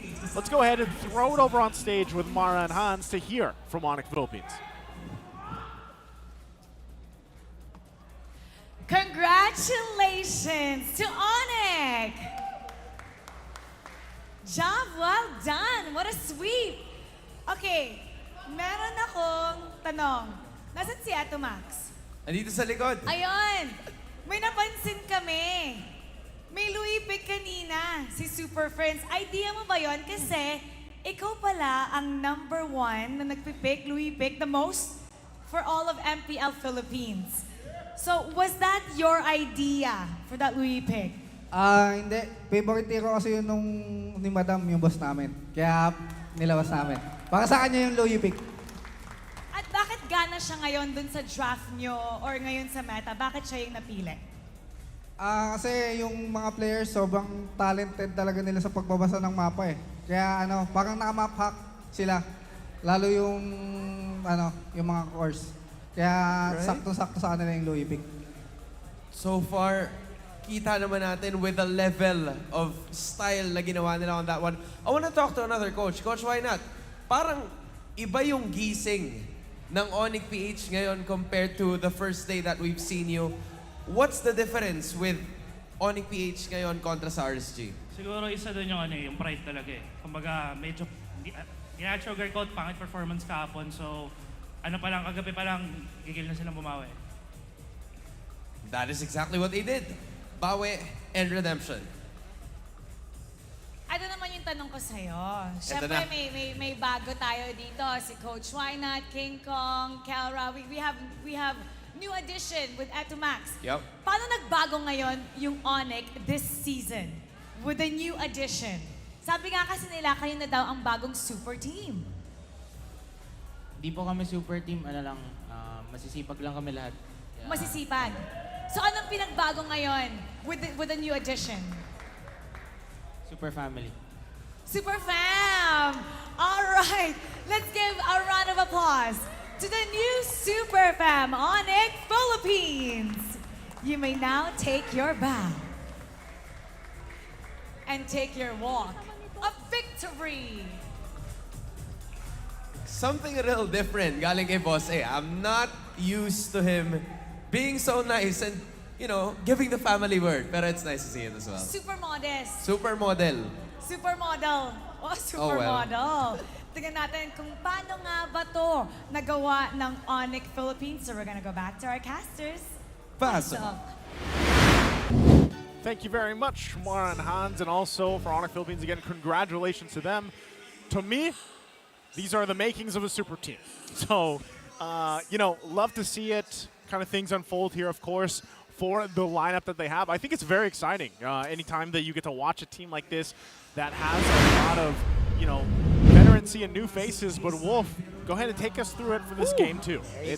It's Kelra, our MVP. Great conversion, obviously. His connection with Super Prince is just evolving throughout the days that they're playing, and you can see that in the previous season, and now I think it's in full fruition. And there's something interesting that the coaches opened up earlier during the interview, and it's their map control. Or, to translate for all of the international viewers out there, Coach Etumac said that Louis, as a hero, fits ONIC PH because ONIC PH's map knowledge is good enough to be called a map hack, right? So I hope that you understand. The ambush.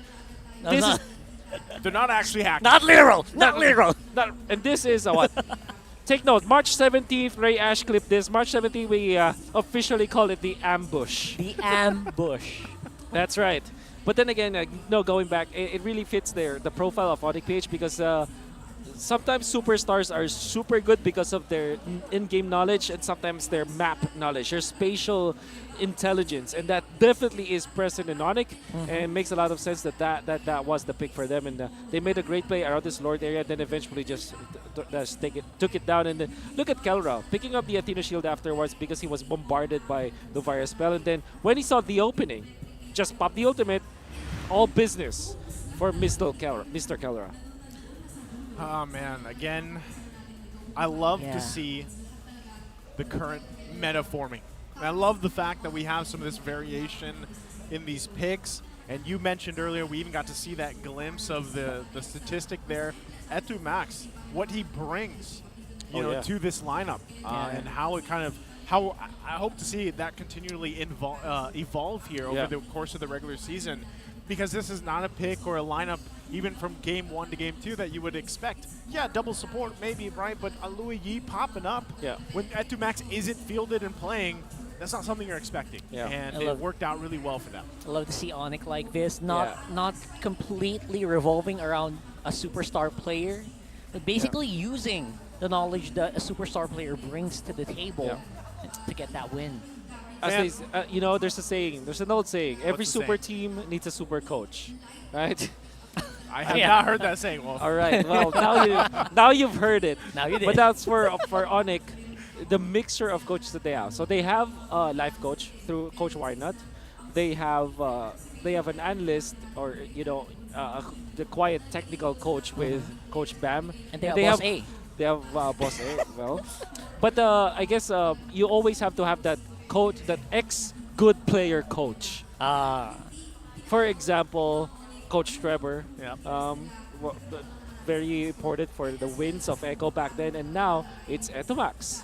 And that's also true. Bonchan is actually an ex-good player. Right? So there's always that recipe that you need. Every super team needs a super coach. So clip that. Actually, that's good. That's good. Yeah. Good. End it there. Good to know, right? And so our next matchup we got to talk about here is Echo versus Omega, Smart Omega.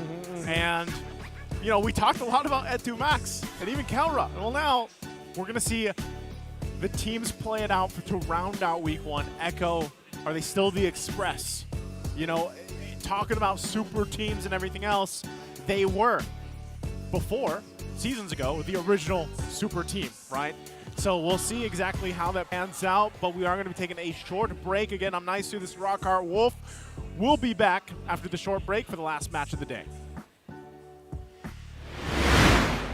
The MPL Philippines is brought to you by the following sponsors.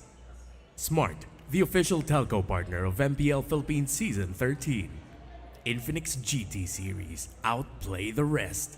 Experience the MPL PH Season 13 action live at Shooting Gallery Studios. Tickets are now available on our official ticketing partner at /event.com. Don't miss any MPL PH action by following our official Facebook page and subscribing to our YouTube channel. Follow MPL PH on TikTok as well for more content. And don't forget to like, follow, and subscribe to the official accounts of MDL Philippines.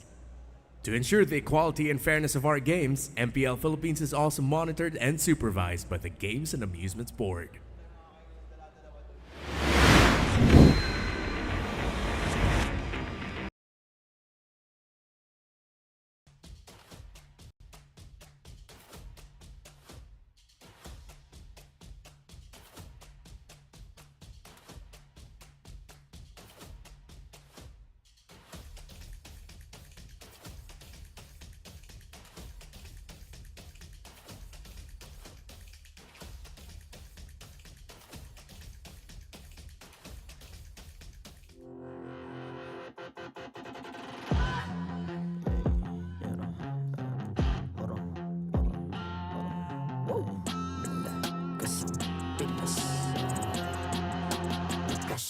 Pinas Malakas, Pilipinas malakas Kahit anong lane, we become the monsters Malakas, Pilipinas malakas Face the golden sun and ribbon for the 3 stars Look at us to the top, no ifs, no buts Winning any game, para to sa PINAS Di mo matitinag aming boses sa new level Nasa kalye man o mobile, you know I become a legend Open fire, we unite, we winners Built with pressure, the diamonds are made of Switch na lane na parang gera HP Racing, may reseta Built na katang buhat ni Hilda Full load SS parang Lyra Susundan ko ang iyong bakas Kasama patas Tagumpay natin to Dahil tayo'y malakas Para sa Pinas Nasa amin ang alas Hindi tuwa atras Kinikilala sa taas Kasi kami ang malakas Para sa Pinas Nasa amin ang alas Hindi tuwa atras Kinikilala sa taas Ganito kami sa Pinas Wow! Hold on Yeah, malakas ang Pinas We are Laging every beat No surrender, no retreat Pag nagsama-sama Just imagine what we can achieve Laging every beat No surrender, no retreat Giving 100 all my all Cause we just cannot be defeated We are unstoppable Immune and invulnerable Ready ang equipment Lahat frozen Mala crowd control Pakita ko na jab like Beast of the southeast Taas sa matawa proud and loud Cause every enemy we devour Susundan ko ang iyong bakas Kasama patas Tagumpay natin to Dahil tayo'y malakas Para sa Pinas Nasa amin ang alas Hindi tuwa atras Kinikilala sa taas Kasi kami ang malakas Para sa Pinas Nasa amin ang alas Hindi tuwa atras Kinikilala sa taas Ganito kami sa Pinas Wow!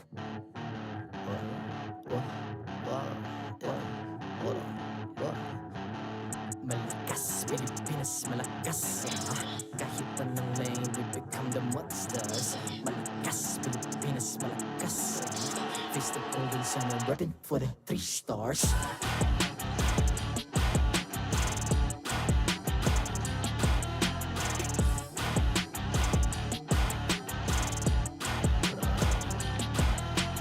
Ang lakas ng Pinas, we unite, be the stars Ang lakas ng Pinas, we unite, be the stars Ang lakas ng Pinas, we unite, be the stars Ang lakas ng Pinas, we the stars Ang lakas ng Pinas, we unite, we the stars Ang lakas ng Pinas, we unite, we the stars Ang lakas ng Pinas, we unite, we the stars Ang lakas ng Pinas, we the stars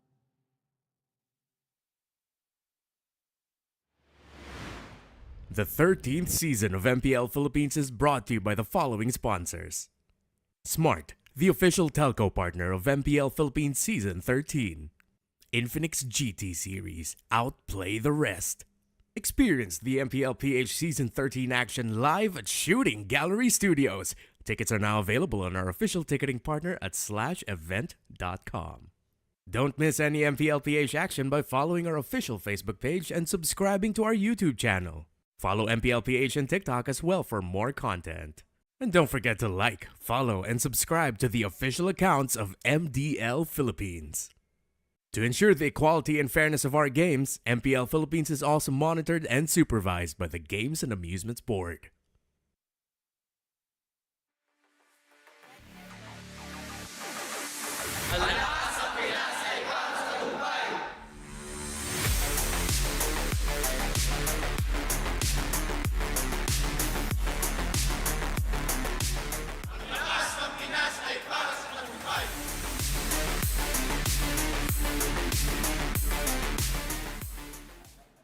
Welcome back to MPL Philippines Season 13. It's the third match of the day at gusto natin kilalanin ang ating mga players.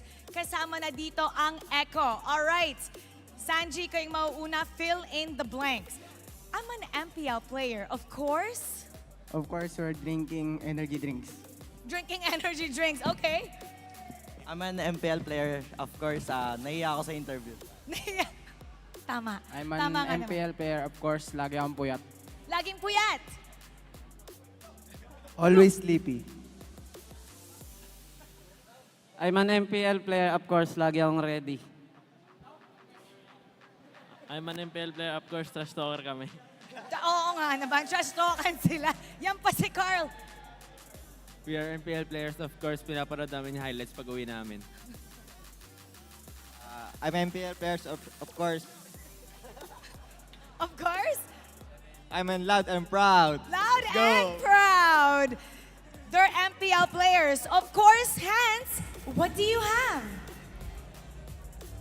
Teka lang, medyo malapit eh. Okay, Jom, tayo naman. I'm an MPL player. Complete the sentence. I'm an MPL player. Of course, magaling ako pumalakpak. Para yung palakpak. Yan. Okay, lipat natin. Doon sa kabila. H2, complete the sentence. We are MPL players, of course. Lagi akong puyat. Lagi kaming puyat. Makes sense kasi sa practice. O sige, pwede na sa practice. Matt, rekta mo na to. I'm an MPL player. Of course, CCO kami. Sisiw kami. Gano'n ba karami yung may kulay sa buhok dito? Matt, pakita ka lang konti.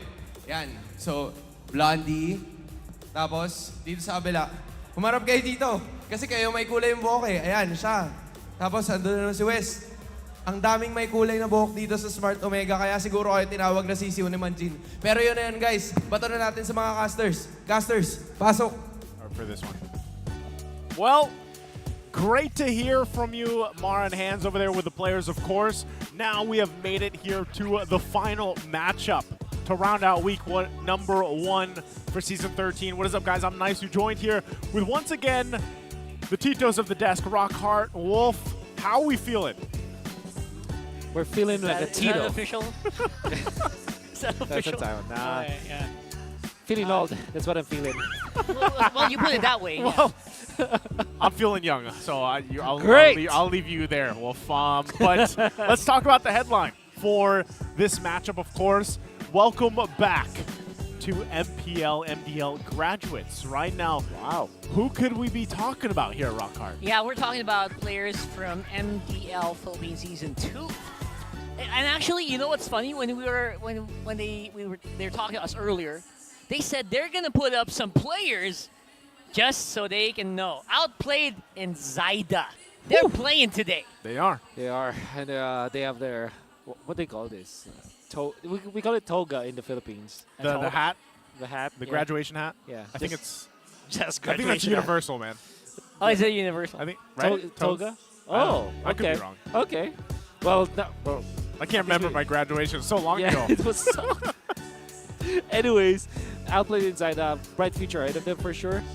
Played so well in back-to-back wins for Echo Proud, or Echo Loud from the team. And then obviously they've also played in MPL before during Season 9, the first iteration of the super team from Echo. Look at this.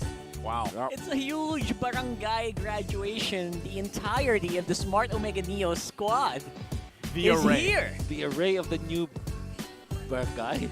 The new barangay. Is this supposed to rhyme, no?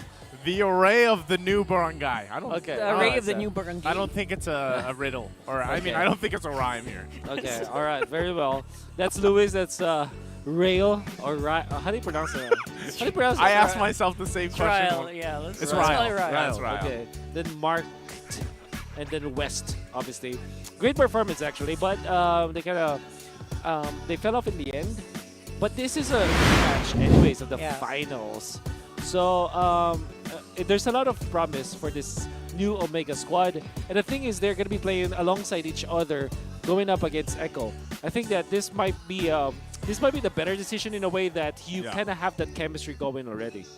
And I think that's important to point out, right? Because again, when we go through these changes, and you've been following the league for a while, you kind of wonder, like, where do some of these players end up? Where do they come from, right? These might be some newer names for some of you guys as well, but specifically to come up from the developmental league, the MDL, and then come into the MPL, we have seen great things out of individual players. Now, what more, right, when you have multiple members who are already used to playing together, right, in the MDL, and even against each other, that's right, right. in the finals. Exactly. And now they're in the professional league, the MPL here, and it adds a dynamic too. I mean, if any of you guys have competed at these different level of leagues, or whether that's esports or traditional sports, there's always this step up in terms of, I don't know, intensity, I guess you could say. That's the best way I would put it. Yeah, and that's really something that these teams are also trying to leverage into what they are right now. Because some people would ask, why would you remove star players like Carl Teasy in favor of like players like Outplayed or Zyda, right?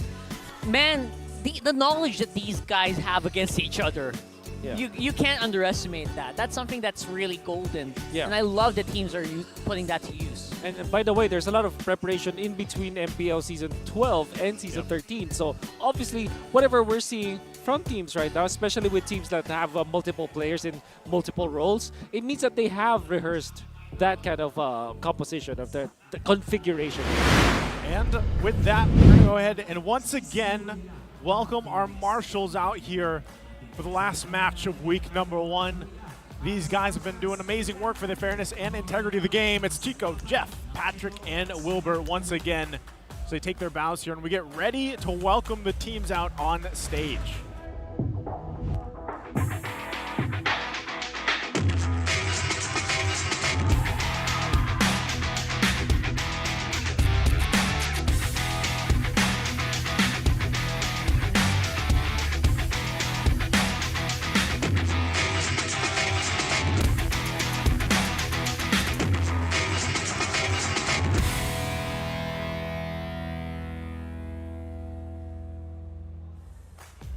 The Echo Express came out full steam ahead and looks to make a stop in the barangay. Can they continue to be on track to finish off the week? Give it up for Echo!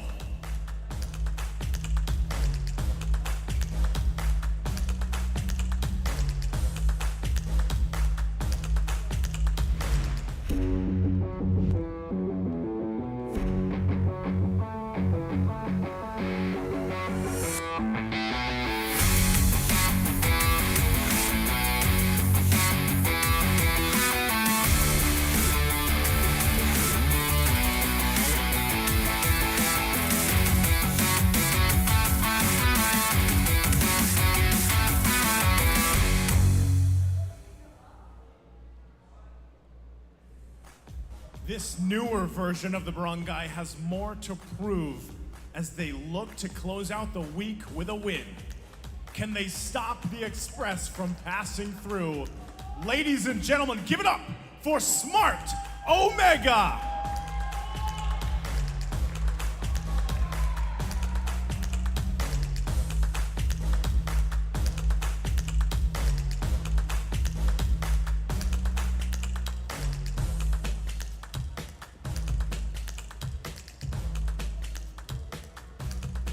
And their coaches, Coach Tic Tac and Coach Lembo. It's the final match for week 1 of season 13. Will it be Echo or Smart Omega?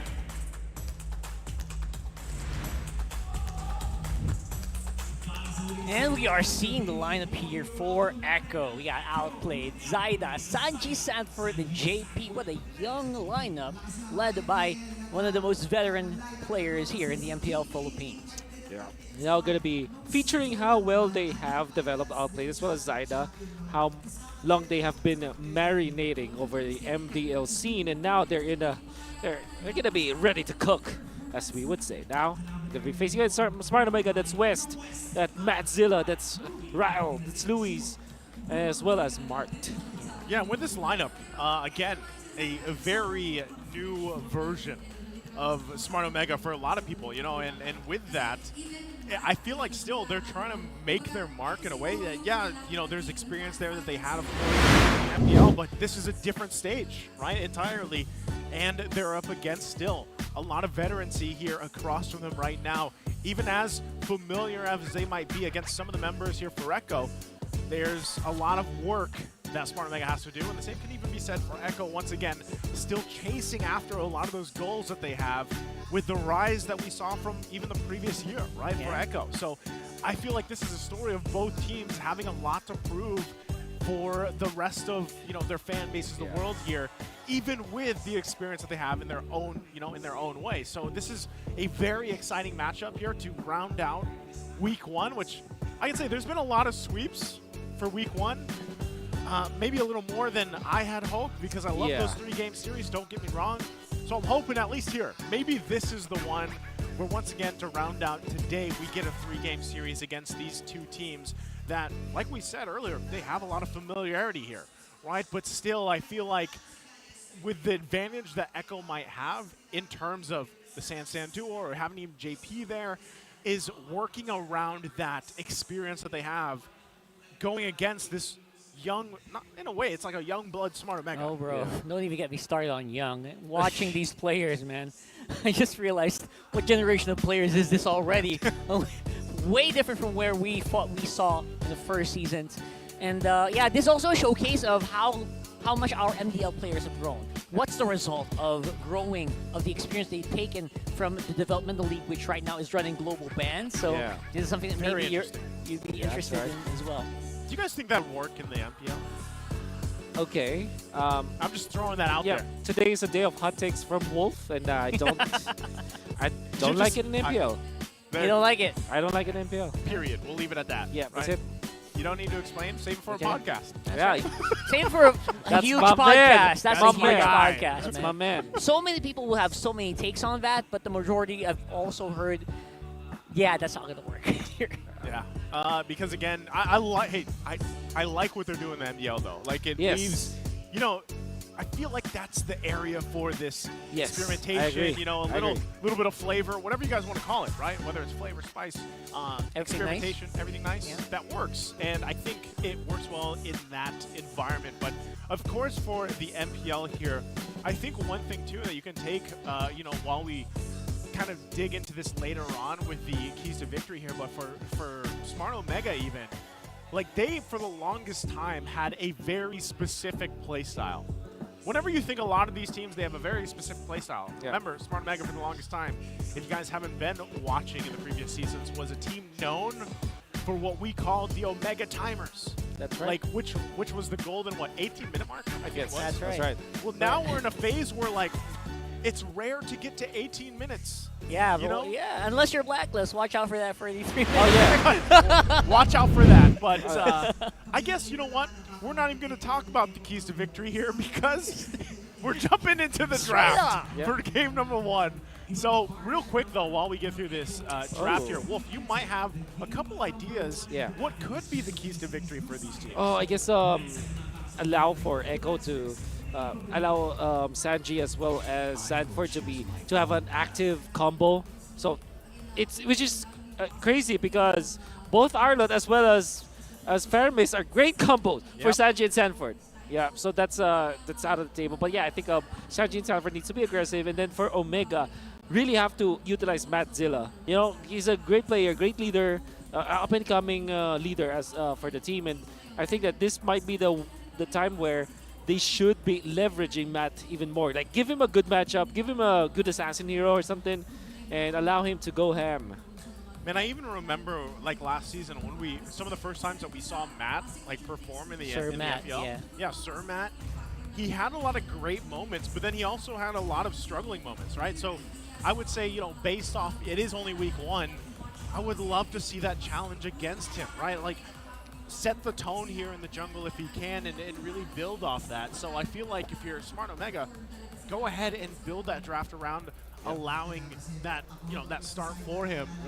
We are going to see, I'm not sure if I don't know if that's going to be a redraft or they're going to fix something here, but for the most part here, I think that's one of the main concepts for Smart Omega. Like, allow Matt to do his thing in the jungle. His strengths, work around it. I think he does work really well with utility junglers. Yes. Right? So go for that. Even if that just means putting him in a Fred, like give him Fred. And or a Martis or a Baksha, right? And then build around that because there's so much room and flexibility right now in the other roles. Yeah. I wonder what how Omega will be dealing with JB perhaps. We've seen already the Matilda ban. I think That might be a confirmation already, and that's also a hero that JP likes to play. And not only this season, previous seasons. Eventually, like force him to go for catch heroes and allow or force Echo to get away from those utility roamers at a spectrum where you have the Rafaela, you have the Matilda, you have the Minotaur. Maybe those are the potential answers coming out from Omega. Yeah, to be fair, you're facing off against maybe one of the most decorated players in the league. I would say taken by surprise. Yeah. You know, employ those guerrilla tactics, and maybe you can get a point under your belt, point or free under your belt. And I would say with a young team that has mostly young players, and I would say an overabundance of mechanical prowess, this is the time to do that. I'm wondering, at the same time, when we talk about in the jungle, just what would be your biggest standout lane here for these two teams, Wolf? Like, if you were really going to point out a lane, let's start with Echo. Like, with the current lineup they have and everything else, like, where is the standout lane for them? Ooh, I think the easiest answer for me should be EXP lane, just because of Sanford. Yeah. Sanford's just a beast. However, like we also have to talk about like Zaida as well as Outplayed, right? But I think the easy answer to your question should be Sanford, which I think is going to be very, very important because we've seen Lewis play before. It was he was getting there, but not as much as Sanford would. Yeah. Now for Omega's side, it should be jungle. Like I mean, like I'm giving you easy answers, but I think that's really the standout answers here. For the two teams. Sanford could always like just depend on this great player. Almost all of the, whenever Echo plays and Echo wins, Sanford is always always on the top candidates for MVP. There. Usually always in the middle of the conversation, especially even facing off like almost literal head-to-head against an MVP World Series Championship. Always compared to Edward, always compared to, to Flapteasy. And, with that, as we're talking about the veterans here, you also got to point out, you already said this earlier, Wolf, too, outplayed Zaida and West. These guys were certified, highest KDA or kills in the MDL. Like, this type of statistic, translating it into the MPL, that can work great for you, but it can also, be kind of the bane as well for your team, right? Like, if you're used to that in the MDL, I feel like things kind of change a little bit in the MPL. Well, it's great that you have that, but at the same time, we've also seen players who have that tendency and then just get demolished, right? When trying to play like that, where again we're playing a little risky, we're playing this way or that way, and so I think I always say you have to control some of that chaos here, for them. So we'll see if those players, the stand-up players, end up doing that. We're gonna get things situated here from it looks like Smart Omega's side as they get things figured out before we head to that draft. Actually, I really want to echo onto that one, what you said, no pun intended. I feel like we've seen that a few times where we have like superstar players from a different league or a different time, and high KDA, and then they have to reel back. They have to be reminded by the coaches, yo, you're not in the little leagues anymore. You can't go slinging your guns all the time here. Can't just be waving your guns around. Yeah, this is a different league. You got to control yourself at certain times, and that's something that maybe you want to also remind these players. Just because they did have like humongous KDAs doesn't mean they can't keep doing that here. And did I see that correctly? Echo fan from Jakarta here in the Philippines? Again? Oh, he's the same guy. He's probably the same guy. He has just permanently stayed here. Yeah, it seems so. Wow. Look at this coach right here. Oh, Coach Dap. Coach Dap coming in to see the boys in action. Wait, is this Dap or is this Joshi Cakes? That's Dap. Whoa. I'm sorry. That's a good. Forgiven. A lot of people have been. A lot of people have mistaken him. Yep. I actually, at first glance earlier, I thought it was Josh. You did? Oh my God, this guy was serious. All right, so I'm laughing with you and at myself. Legitimately. All right. Shout out to Joshi Cakes and the MPL gang, by the way. Hope you guys are watching, man. Well, love these guys. I would be surprised if he's watching the English stream. But, you know, hey, Josh Cakes, we appreciate you. We appreciate you, whether or not. You know who's watching the English stream? What? Trex. Oh, Trex Cast. Shout out Trex.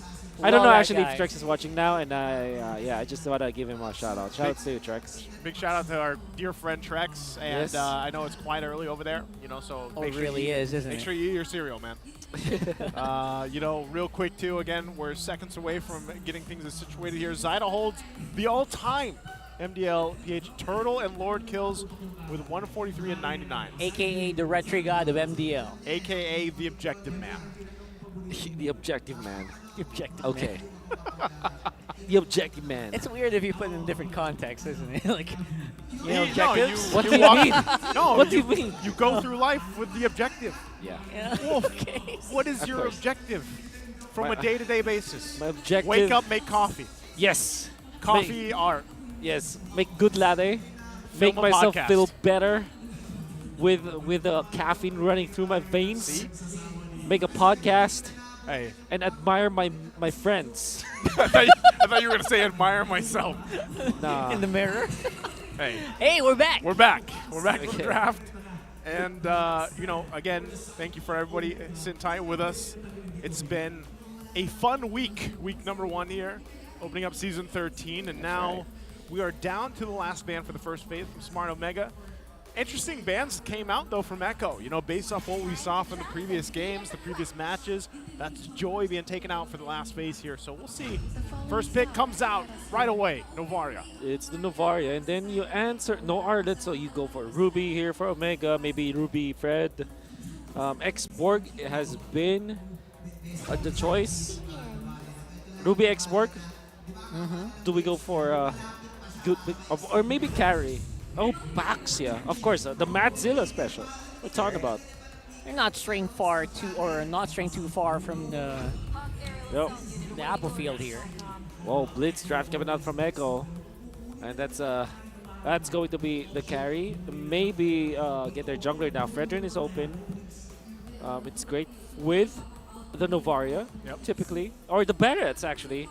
Much better choice, I would say. Oh yeah, for sure. It's a great answer to you know, to basically these two melee heroes from Omega. You gotta go up close and personal to make your stuff happen. You know what? Go ahead and try. I love that Barrett. Yeah, Barretts or X-Borg.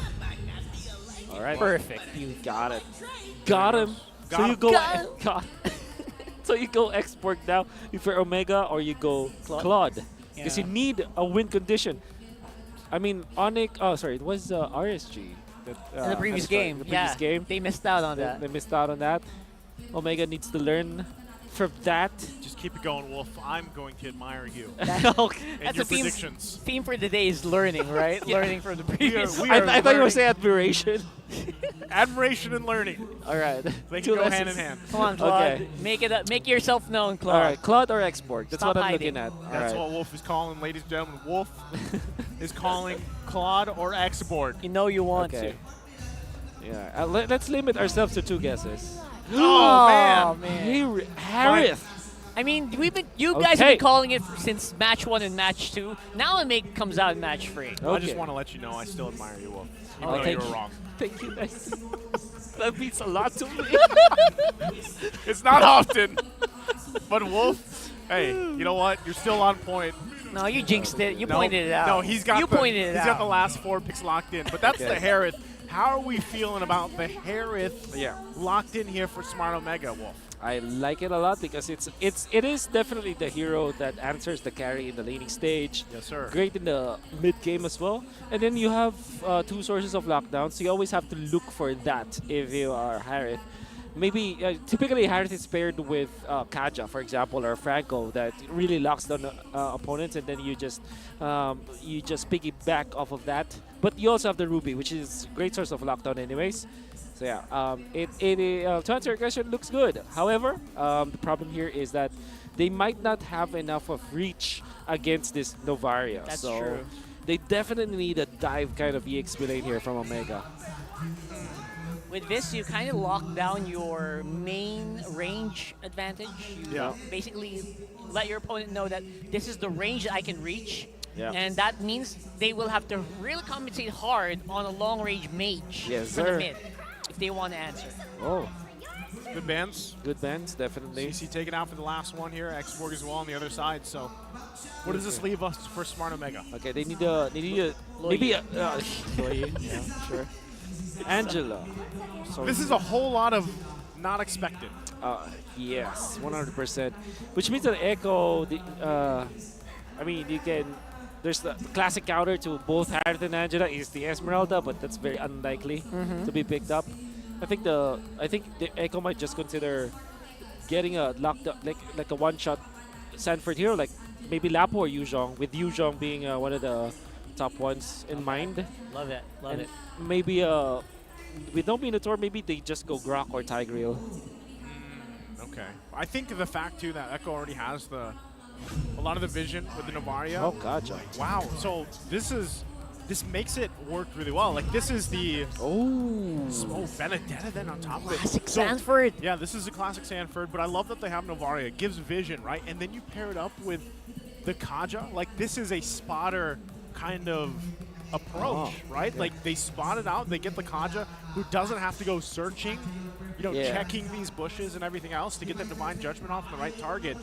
And it could work really well here, right? Of course, Benedetta is always some sort of risk factor to it, this hero. But again, this is Sanford, right? This is who we were talking about leading into this game, where I said, like, who's the standout lane for this lineup still from Echo? And a lot of people would still say, yeah, the XP lane, it's Sanford.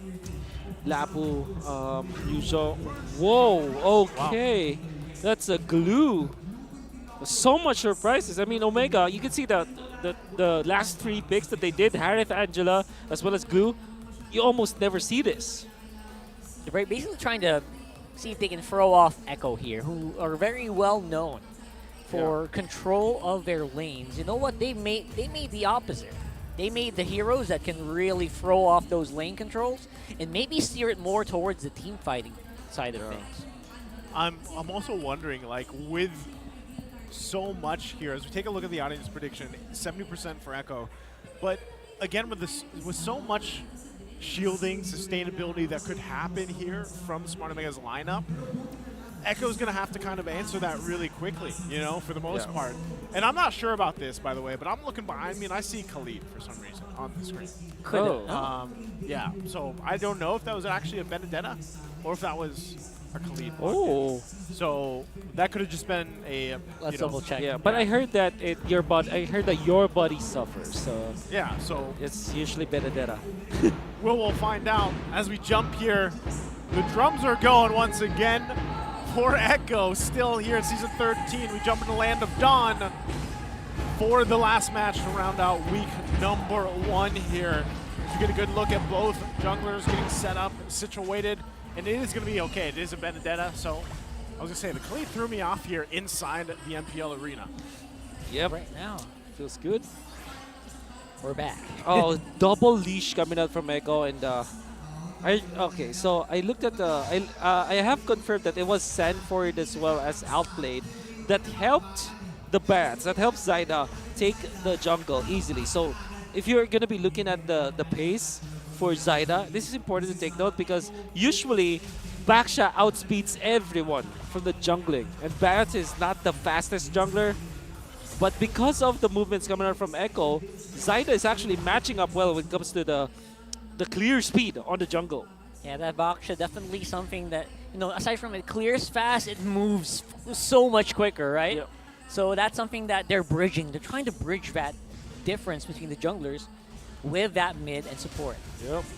Both of them get that level 4 pretty much at the same time, right, for both junglers. But right now you can already see a focus here, putting some pressure on West once again. I'm not really expecting with both these lineups there to be any early first bloods, right, for the most part. You're going to see them get kind of centered up into the first objective here. Also, at the same time, JP, one of the great things about having this Kaja available is that on demand usually kind of numbers disadvantage. You can usually get a kill quite quickly having the Kaja, and then again carries snowball potential, right?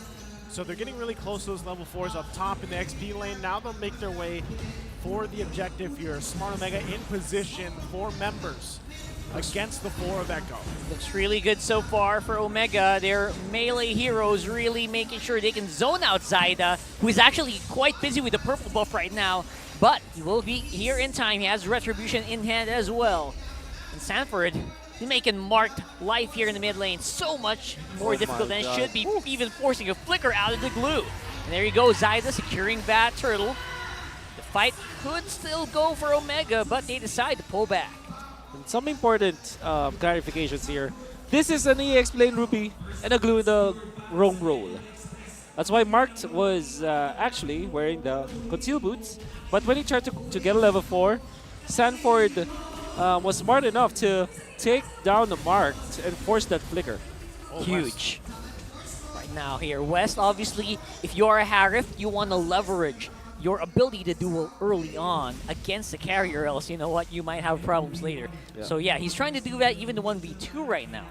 You know, it is clear that Outplayed played this matchup before, because the way that he used the flicker, and the way that he is actually leading against West, trying to win that lane, it tells us that he knows how to play against the Harith.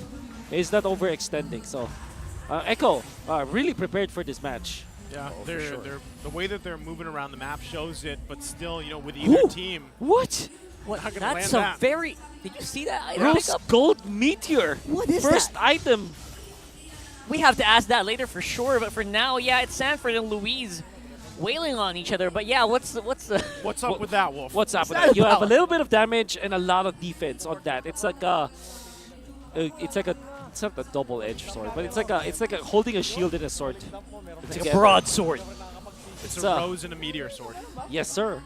And with Zyda holding onto the Radiant armor early, going up against his magic-based heroes, this is Echo identifying that magic is the way to go for Omega, and they're countering it. Yeah, they set themselves up for success with itemization alone, and there you go. Wow. Just making sure that you can get something done here. Luis, great lifesteal and the pullback here with the I'm Offended. And there you go. That's going to be first blood going over here to Omega, who are feeling really good right now. Mark is even here. He even used the flicker it and to get it up on the front. Oh! There's split and the grab. Make sure you put your target in the right position here. Rildo might be in trouble here as well. Sanford, the big difference maker here for Echo. Sanji as well, just doing non-stop damage from the side, but he just ran out of teammates here up on the top side of the map. That was one of the longest exchanges we have seen so far. Exactly. The back and forth here, and just how long it took for those members to fall, but ultimately, Smart Omega will come out on top, plus an objective. Wonderful play coming out from Omega, especially because Lewis just held his ground. He prioritized the War Axe and went for the full fighter build. And because of but because of that, Lewis was able to just lifesteal and spell vamp his way out of that fight, especially because Ryle already activated the ultimate. A great counterplay coming out from Omega. No boots, by the way, for the carry. Just straight up rose gold meteor. I love that. Man, just noticed that. RGM. Still a smart choice given the lineup, right, that we're talking about here. But absolutely, man, talk about just how much value right now that Angela even brings to the table, right? The heart guard really changed the course of that fight up top, and that's why Sanji, you just saw him pick up the necklace of Durance, right? Like, he needs that to help with this kind of sustainability coming out from Smart Omega's lineup.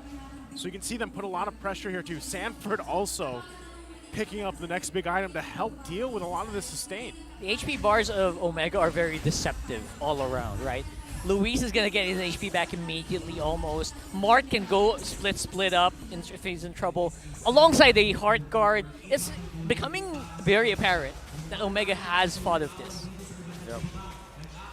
Even the glue is starting to be a problem for Echo because of that flicker play that we saw from Mark himself. There's a lot of staying power for Omega, and they're just going to be doing the 4 protect 1 strat where West is going to be the one to output the damage. But Mark will always be on top of the Barretts to make it a non-factor. And look at that. Still no boots for Outplayed. Bro. He doesn't need the Barefoot boots. carry. It's Barefoot interesting. carry. He's just trying to survive, right? Because I think in the end, you're right, Wolf.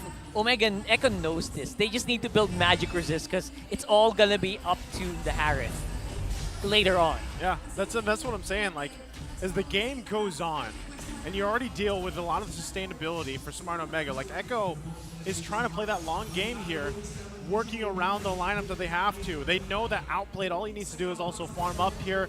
The true damage is going to be a big factor later on in some of these fights. So even if they manage to get this turtle, that's great. But look at the bottom side. Yeah, huge teleport here on the bottom side with the hard card for West. And still, again, it's still a Harith. So good at these duels early on. Takes out a 2v2. And he also managed to secure the turtle, at least for Echo. Wow, back-to-back clashes. Echo just literally not respecting the healing potential that can come out from the Angela. And this is, by the way, a position for Angela, so that's a lot of damage that can come out from that. Luis, Oh well my played God. with a solo 2v1 on the top side, using that turret to its full advantage. What a play. And again, 3-0-2 now. Proven to be a menace on this Ruby pick so far. And still, Smart Omega now nearly 2K ahead. They're going to be able to work around this, especially leading into the next objective right now. So still looking to make a play top side. Looking to spot out Zyda to get the turret. And this is the durability, sustainability combination that they're working with right now. It's just really tough for Echo to find the damage this early on in the 9-minute mark to deal with it, even in the mid-game. The problem now for Echo, because you mentioned about the power spike of Omega in the mid-game. It's not only felt, but you can see that it can be translated into the gold lead that Omega is holding on now. Come the Lord fight, they don't have enough to pierce through the defenses of Omega. They do have lockdown though, so it's gonna be JP being very crucial when it comes to the Lord team fights, because he's gonna be the one to take out West. Yeah, I feel like even with that though, like they just have to give up these turrets. They have to give up the space to work around, and Smart Omega knows that, right? They know that we have this advantage right now, and it's good that Outplayed finds this tier 2, but currently, I think even part of it, Sanji needs a lot more time to build up here. Again, he rushed the Necklace of Durance, right? So he had to build that. He doesn't have any big damage items just yet. So the more time that Echo buys for himself here, they will be able to contest some of these objectives in these fights, whittle down the health bars of Smart Omega a little bit more. But right now, both teams getting a position, once again, for this Lord. Not sure if any wants to commit just yet, though, as they focus around the macro game. And one of the advantages right now is Smart Omega holds on to that tier 1 still on their side of the map. Yeah. Overall, it just feels like both teams waiting for that specific timing, especially for side of Echo, right? When is the optimal time for Echo to take these fights and maybe go for an all-out, Lord fight, Lord steal here? Because West is so scary on the Harith right now. And of course, Luis is going to be threatening that side lane as well over and over again. Yeah, I can see Lewis is, if you're going to be looking at Sanford, this is his signature hero, but he's getting bodied by Lewis. 3-0-2 for the Ruby. 1-2-0 for the Benedetta. And even in that split push, Benedetta was duly punished. Lewis going for the Malefic Roar. This is damage Ruby, not sustain Ruby. No wonder he's 3-0 right now. Scary now, still fighting. They're going to go for this Lord. Sanford making his way as well. Oh, Echo, they're finally done waiting here. JP pulls the trigger with the flicker. Yeah, but it's not going to make a mark here for the meantime, as Luis does have the hard guard. And now they will have a missing key for the team fight. It's going to be a big one underneath this Lord. That's very close to Red 3, but they're losing out on members right now. Omega, they're losing out big time. Just staying right now is Ra, Luis, and Mark.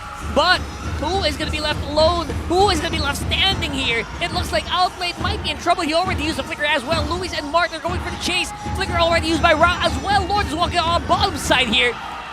But oh man, they lose out on the objective. But Omega's skirmishing and dueling capabilities are through the roof. That, again, a perfect picture of just how much sustainability and durability Smart Omega's lineup has, even given that Echo did get the Lord.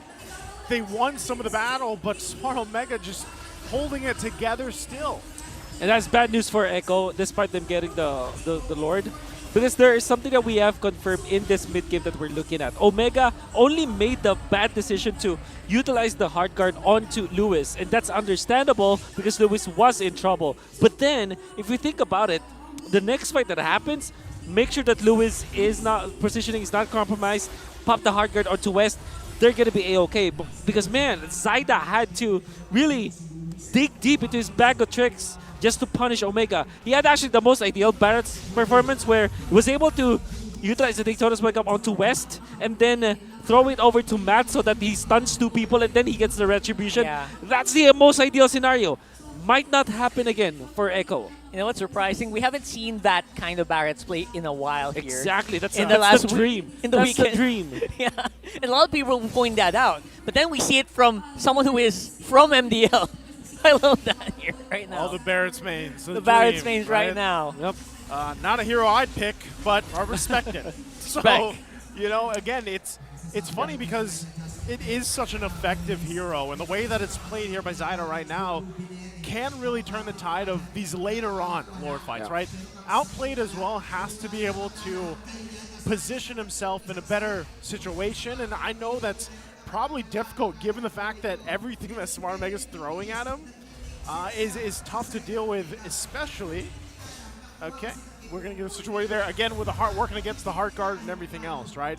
Outplayed's positioning will be crucial here for them, and JP as well has to be able to find the right target with that Divine Judgment. So, 30 seconds away here from that Lord pickup. Smart Omega sticking together. Crucial. Big damage item pickup here for West. Gets the Divine Glaive. Oh, Echo has to really respect what Omega can bring to the table. And it's looking good for Echo for sure. But then again, they're not out of the what's the term? Out of the Not weeds? out of the woods. Woods. Just yet, yeah. Out of the woods. Not out of the weeds? What? Not out of the weeds. I mean, people could hide in weeds. Yeah, for sure. I've seen it happen. Yeah. You can get stuck in weeds. Yeah. You know? For Omega. Not ideal, Wolf. Not ideal. This is their power spike. 100% their power spike. I think Lewis with his oh my goodness. Did I jinx him now? No, you didn't. He's safe. No. He's safe. He's fine. But yeah, with this full damage build up, even endless battle. Bro. Oh. That's a warrior if I've ever seen one. Oh. That is my a God. fighter. A fighter Ruby. What do you call this version of Ruby? Oh. Like, I don't Agree Ruby or Aggro Ruby? yeah, Class Ruby. Ganon. Oh, look at this. Zaida can't really sustain that much. Surprising damage coming out from the Omega members here, but here comes Sanford coming in straight in with the Electro Final Blow, and now they are on the chase for each and every member they can handle here for Echo. But Omega, they're losing out on HP. Sanji making the Star Shatters hit their targets, and now that forces Omega to back off. Again, you know, even that whole exchange, they don't want to go ahead and deal with the Lord just now, but you could see once again the durability of Smart Omega lineup even outplayed. Like, I'm kind of wondering, like, where is that damage that we're so used to seeing with this carry? And part of it is he's just not able to get in the position to get those procs off even. Yeah. So Smart Omega now will go ahead and start this Lord. They've got the Heart Guard ready from Ryle as well. They're going to go ahead and start it up. Yep, starting it up right now. It's going to be Martin. Already used up the split. That might be crucial information here for Echo. As the Omega are wailing in straight onto that Lord. Still getting secured here by West, though. Okay, West gets it. They call it back, but they get the objective here, Wolf. Yeah. That's a great stack for Omega. They only lose their roamer, so that's totally fine. And he's going to be respawned in 30 seconds anyways. Health of the minion wave, it's going to be controlled by Omega, but Echo immediately answers. We have to make the beeline towards top. Let's clear the waves and pop that notification in chat. Clear up lanes. I can tell he uses that a lot in Yes, his ranked sir. games. Like, guys, clear up those lanes, come on! That's true. I have attack the turtle, clear up lanes, and attack the Lord. Top 3. Yep. I don't ever use any of those. What do you use? I just use a thumbs up. That's it. That's all It's I the most use. nice thing I've heard today. Well, top side, look at the battle. Yeah, they're trying to leverage, see if they can use this Lord to make a push happen, though. But now Echo, they are mad. They're showing their fangs. And they're showing they got damage still here. No Zaman Force, but that's a short cooldown anyways. Gonna be up in a few seconds now. So we're waiting. This is funny because we were talking about this earlier, right? The personality of Smart Omega, man. We're nearing the 18-minute mark. I don't even think the Omega timers, I don't know. Maybe you guys can argue with me here. Maybe people in the chat, the diehard Barangay fans can say, you know, they're still Smart Omega timers. Yeah. But right now, it's, I don't know, would you call this a relatively even battle when it comes to these actual skirmish fights? Because another big item is going to be picked up here by Echo for Sanji. He has the Divine Glaive now as well. Yeah, 100%. I think this is a close, very close fight. In fact, even when Echo is leading by 1.2, I could argue that Omega still is leading because this is still their power spike. Although 18 minutes is my own timer for the late game. And we can now say that, yeah, this is now Echo's playing field as well as Sanford's. But I only say that because I wasn't aware that Lewis is actually playing the damage build. Only one defensive item, only one Kiras for Lewis. This is gonna hurt. And that's also the reason why he is able to sustain himself because of the spell vamp. Yeah, and I think that's also the big reason why he's the target of the Heart Guard, because they know that they're going to use Luis for the brunt of the damage instead of West.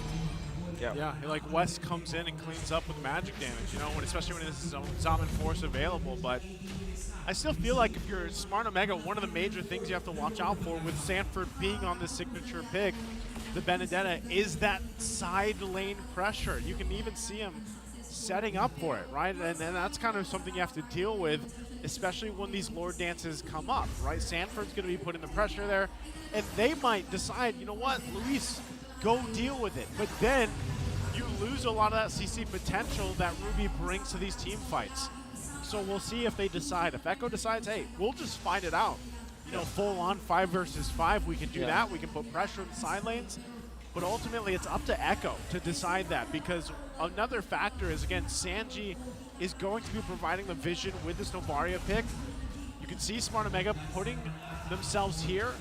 Now, Luis and Ryle can hold down the side lane if they have to, but eventually he's going to have to Heart Guard out of there. Now we're going to see a huge stance here around the Lord area. Omega seems to be trying to use this as bait, maybe.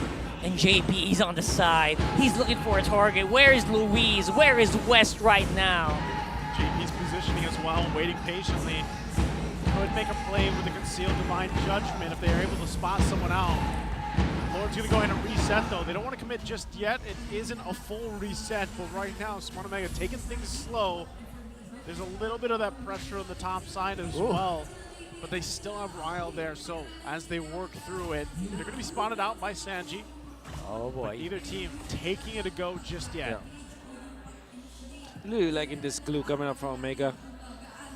Great versus Sanji. Oh. Yeah, they're making it work right now. Going for a concealed play straight up on the Zyda.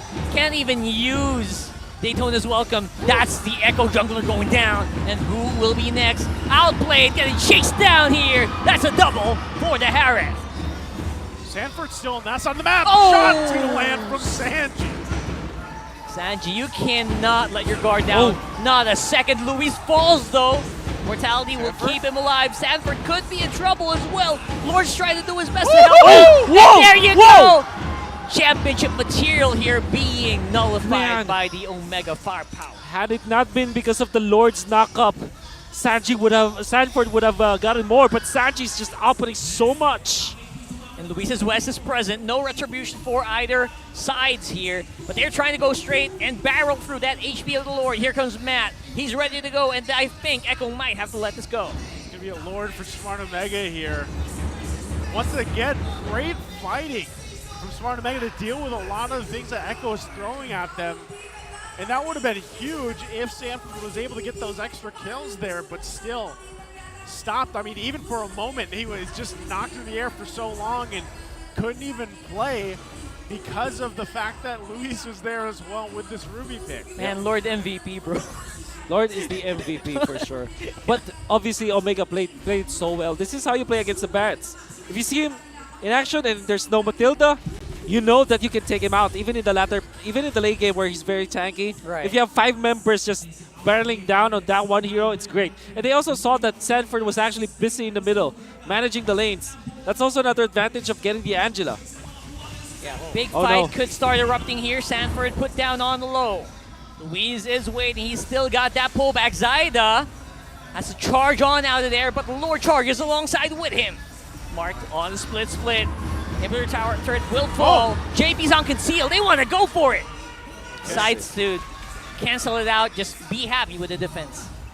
They hold it together. I mean, it looked a little dicey there, right? Smartomega could have pushed it in, but Echo playing it pretty well on the defense there against that Lord, nearing that 23-minute mark. This is quite the longer game here, but in terms of scaling, is Echo going to get that favor the longer this game goes? Will Smartomega continue to be this much of a nuisance for them? So, definitely maxed out. Maybe the next scaling hero should be Sanji, but he's also maxed out anyways. And perhaps, yeah, I think this is probably the power spike of, sorry, not power spike, but the critical mass for both Echo as well as Omega. Yeah, we're seeing a point where maybe decision-making is going to be a factor because we saw earlier Zaida. I think the best time for Omega to fight is when Zaida is channeling the Daytona's welcome, right? No chance for him to actually fight back. So it's going to be all about timings here right now. I think part of this too is Sanford, his decision. Talking about decisions here, is does he actually put the split push to play? You know, and it's kind of hard when you're dealing with an Angelo across from you in the hands of Ryle here. I mean, even looking at the damage, Sanji has it, but there's so much sustain that even if he lands a couple shots, it's very quickly that Smartomega gets back to these healthy health bars, right? Yeah. So it's tough to deal with, and I think when we really talk about decision making, it is down to that, right? Where does Sanford decide to go? And is it more value for him to actually be with the fight and team fight, you know, to land those petrify like the final blow combinations? Yeah. Okay, now real close. Omega only leading by 1,000, but they have the map control. And Sanford is again very preoccupied, taking care of business up top, where the minions are gonna be naturally closing on against Echo because of that. Of the inhibitor turret being down, and Zaida is still far away from. I don't know if it's got the immortality soon, like the cooldown. Oh, look at JP and outplayed.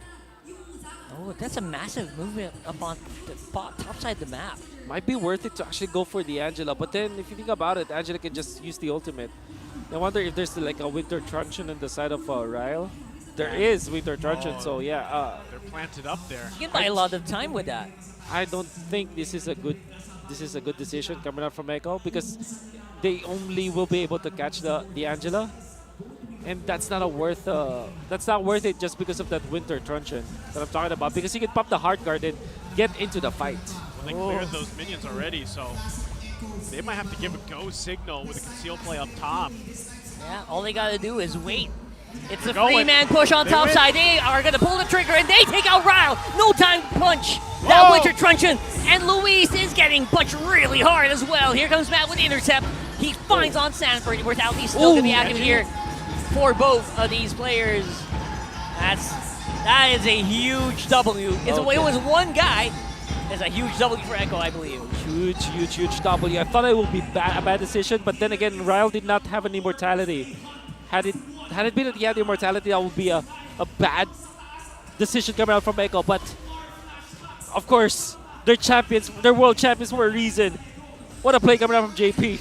Yeah, great play here, but still they have to claim this Lord, and Smartomega's not going to let this go again in 30 seconds. If they stall it out, Wild could just pop in with a hard guard at 8 seconds notice. So Echo goes in. Yeah, it's a 4v5 right now, and Echo knows it. Goes straight for Mark. He goes on split. Here goes Zaida as well. Luis gonna be going down. Immortality going up as well. Matt, it's gonna go crazy here. So many low HP members here, and Luis gonna be coming out on top here. Echo looks like they are very happy to take these fights, and here comes Sanji with a flank. He's flanking with a Novaria of all heroes, and he's hunting down West.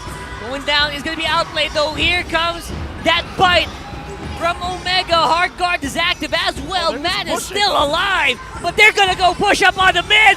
Echo trying to go and straight true to their form and true to their reputation. Barrels down on mid and take the W. Talk about an express decision from Echo there. Some people might have wondered, why was Sanji not firing off in the direction of a team fight, and that's exactly why. Able to get the win there in game 1. Oh man, that play for Ryle had a chance to go to that top spot, and I honestly thought that it would be a bad play, but then I did not take for account that there's no immortality actually for Ryle. Winter Truncheon is not enough because you get ganged up. But you need both Winter Truncheon as well as immortality to survive that play. And that combo that we're talking about, the 1-5 conceal play, position 1 and 5, but with a little bit of a difference from Echo because back then they had their Benedetta too. So it's a 3-man connection up top. That's why they were able to burst down Ryle so easily with that flicker, that conceal plus flicker play. Yeah. And it's great. I mean, that could have been great for the side of Omega had it been that Ryle went for immortality instead. I think, yeah, immortality or not, that, when I asked you guys, scalability and everything else, you mentioned it comes down to decision making. That's exactly what it was, right? I mean, down to that play where they made their way up top just to get Ryle, and they did, and then that kind of resulted in Smart Omega being like, oh man, we actually need to contest this Lord. Yeah. And then the way things kind of unfolded from there. Because I still think if Echo was like, you know what, we have a numbers advantage, let's take the Lord. Yeah. Smart Omega still had a very good chance at winning that fight. So Wolf, I know you have some more to say here. Take us through this game 1. Well, who do you think is the MVP? Well, we talked about so much hype about this guy. And the fact that he got bodied by Lewis so many times in this game, you would think that maybe Sanford has, maybe we can call it quits for Sanford in this particular game. But no, he went back. I mean, there was even a Lord team fight where you can argue that Sanford's positioning was bad. But in that last set of plays, the genes for split pushing as well as the genes for like just making good decisions in the latter portions just rained through for Sanford with that impure rage Benedetta. Let's look at the highlights. So many highlights in this 27-minute bout between Echo and Omega. But up top, you can see that Lewis already is rising to the occasion. Zaida, great outplay. This is the dream scenario for the Barras that we're talking about. He's able to take out West as well as Matt with his play. Eventually was taken out, but he still managed to get the Lord before he went down. And then Omega, piggybacking off of what Lewis is doing, as well as Ryle on this particular game. They have found a lot of openings around the Lord dances.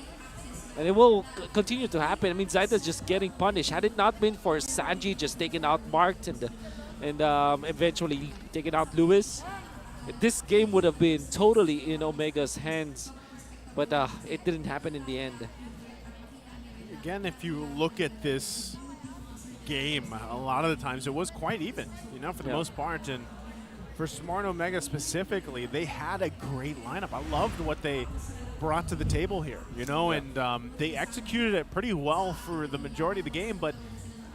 And maybe this comes down to some of that experience, that world stage experience. Yeah. Some of the pressure that came out here from Echo. Yeah, that's sad for the Sanji just flexing their in-game knowledge as well as their resilience as a player. I mean, the championship caliber kind of resilience in this game where already everything is going badly towards Echo, but they recovered. And important items here, Rose Gold Meteor prioritized by the members of Echo. That's actually the Outplayed had to sell it eventually. Yeah. Yeah, but you get the idea. They needed a way to kind of last against Omega, especially because Omega did go for magic damage. And then if you're looking at Lewis with this play, I totally understand why he went for this kind of itemization. Endless battle in the end, and he's outputting the necessary damage as an EXP laner. But then in the end, they lost. I want to highlight how good Sanji played there in the last part of that. Obviously, Yes. they already did like immaculate, very creative Yeah. decision making on the top side, but the way Sanji flanked, Yeah. when have you seen a Novaria flank from the back? Exactly. What's that about? It's amazing place. Yeah. And that's what I'm saying, like, even at times in that last team fight exchange, Insane, man. Sanji had to make his own decisions. Like, do I drop, you know, the damage down the line through the mid lane so that eventually, if this team fight goes in our favor, we could potentially push into the mid lane. Like, that alone was a decision that he had to make, because it would have been very beneficial. If you look back at that team fight, the last one especially, if Sanji had decided, you know what, I'm going to go ahead and fire off into this team fight, it probably would have gone better, you know, Yeah. for them in terms of winning that team fight. But again, that shot call to just run it down mid, essentially, Yeah. you know, and trust in the rest of us. Yeah, bring the Express down the mid lane. That's exactly what helped them win that game 1. Yeah, it was creative decision making, Yes. and the caliber of gameplay that you can expect from obviously a team with JP in Yeah, it as well. I think the Omega really devised this properly. I think that their draft was great. They picked up the Harith, we were looking for, then the Angela, and then the Glue as the roamer. It's great coming out from Omega actually. Well, let's go ahead and throw it over real quick to our host. They're out there with a fan from, it looks like, somewhere else.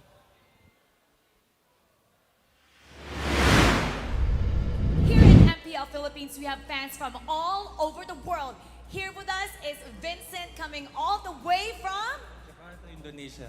Jakarta, Indonesia. Vincent, I know that, you know, it's been an amazing series and an amazing day so far, but who are you rooting for? Who? Omega or Echo? The Orcas. Echo. Echo, of course. Oh, Echo. Lots of fans right at the back. Favorite player from Echo? Carl TZ. Okay, what is your role then? I know it's Carl TZ, but what's your favorite hero in jungle? Fredrin. Fredrin. So you're from Jakarta, Indonesia. What are you doing in the Philippines? Work here. And how long have you been living here? 5 years. 5 years. Is this your first time in the MPL? Not really. I watched MPL before in the previous season. So Oh. Right, let's try to list it down, because I feel like he's familiar with the game already. Season 11. Did you watch? I forgot. All right. Season 12. Season 12. M5. And M5. Okay, you're here for M5. I'm really curious, who were you rooting for? Indonesia or Philippines? To be honest, ONIC, but I always look up to everyone who have a good teamwork. Like, Everyone has a good teamwork, but yeah. who, And who do you think has better teams, and players? Right.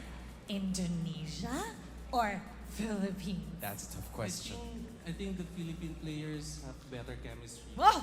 Okay. I see it. Better chemistry, and he's gonna leave it at that. Yeah. Okay, now Echo is over there. They're about to put on their headsets. What do you want to tell them right now? Make it 2-0. Make it 2-0. Do you guys agree? If you agree, complete the sentence. Echo loud. Echo proud. Thank you so much, Vincent. You Thank have you. fun. And now we're gonna go back to our casters for the second match. Casters, paso. Thank you very much again to Vincent, coming all the way over here, of course, from Indonesia. And again, Hans Amara there. Now, you know, before we move on to game number 2 here, we do want to go ahead and mention to all our viewers out there that we are assembling you guys for our own community tournament. Be a part of the E-Project Esports for everyone and show the world your impeccable esports prowess. Man, so many advantages you can get. You can get free tournament mode access, free in-game items, diamonds, and so much more. All you gotta do is register with the QR code down below. Well, isn't that amazing, Wolf?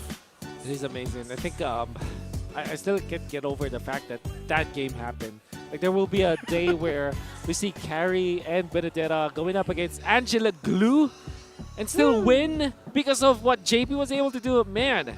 Well, you know what?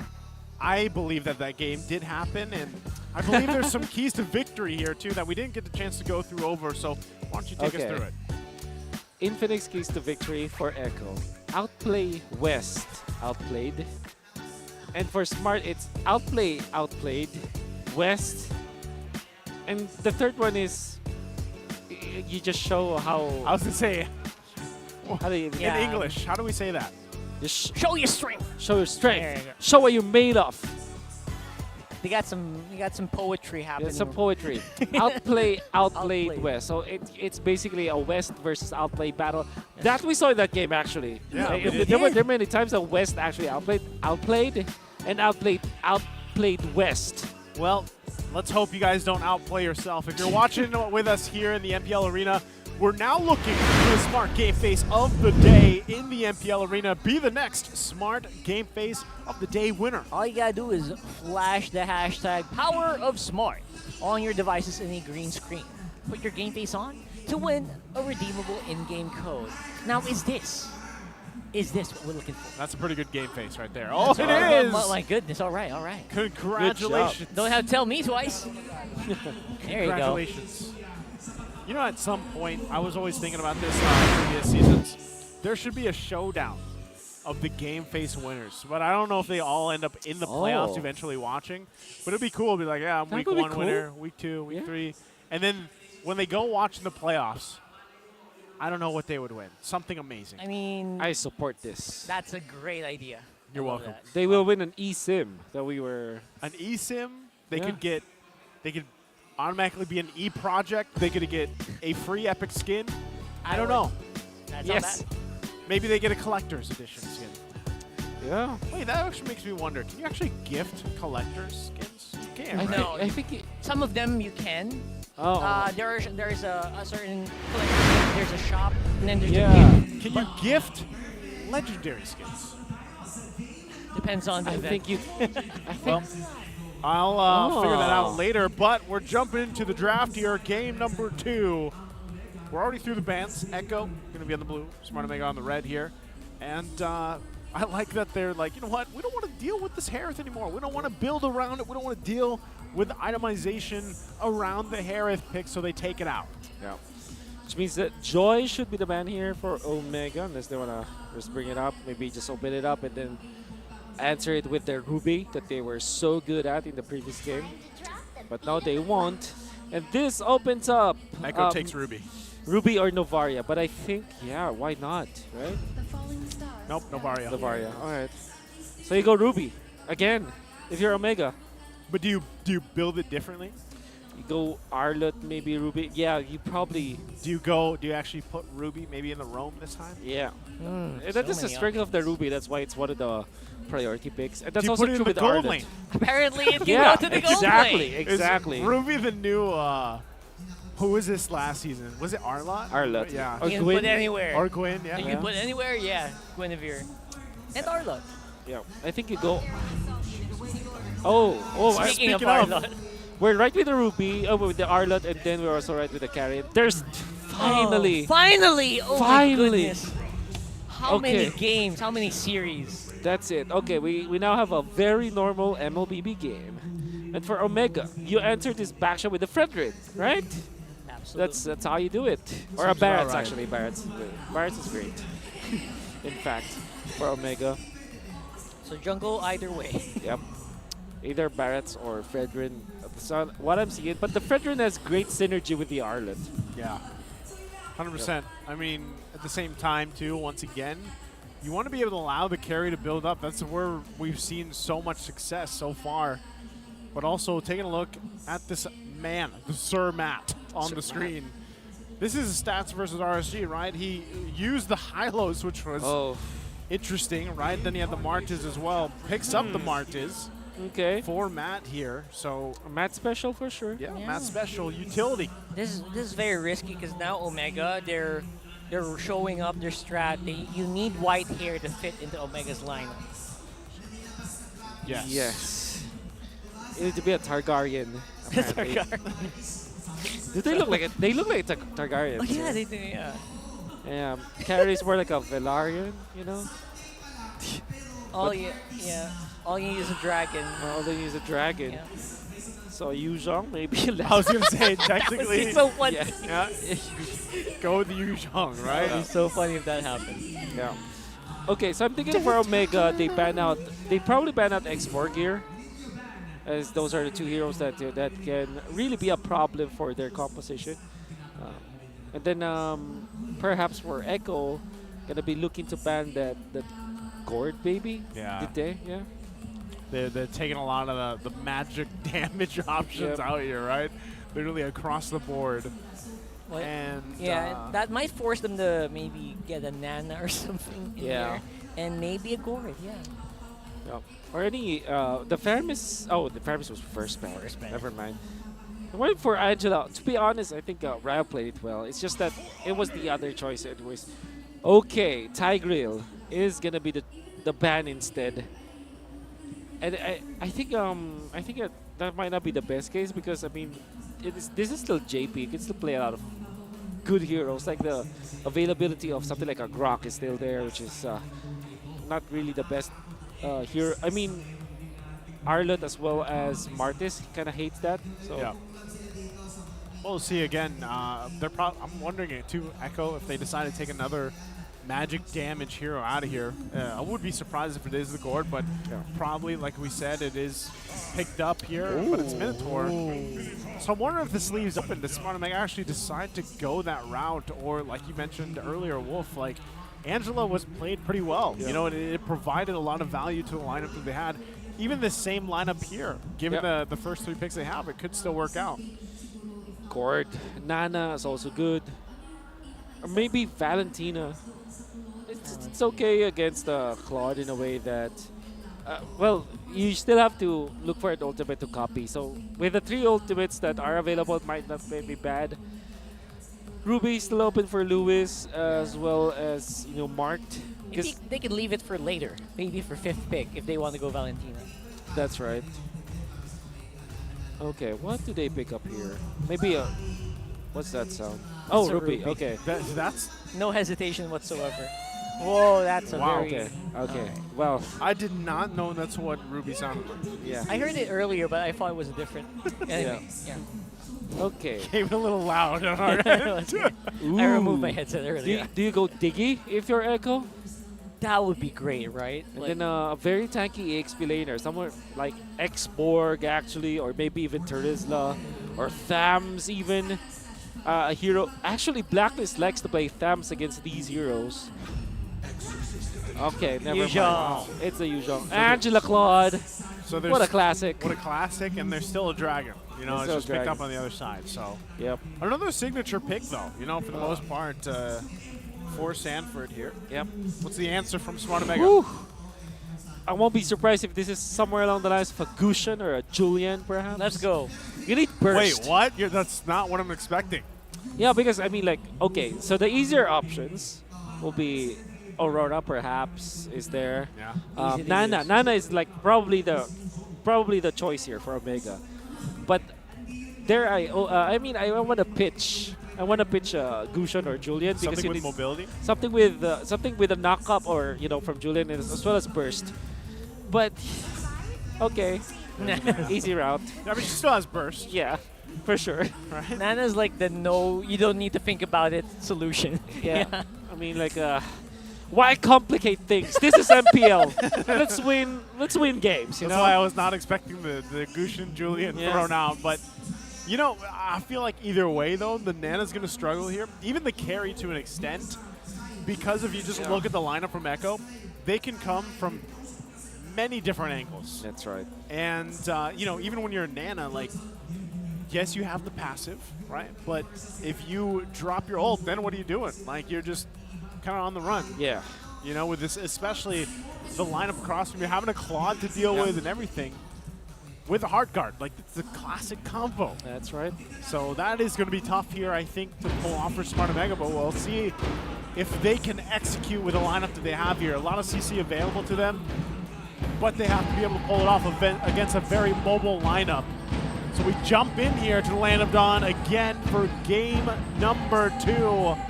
Match point right now for Echo. Game 1 was very close if you missed it.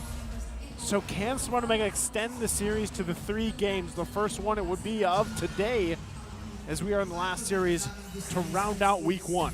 I mean, Omega did show earlier that they are very much willing to take many of these fights, even if some of those fights don't always look like they are the ones who are going to come out on top. Yeah. You have to admit that. You have to admire that for Yes. Omega.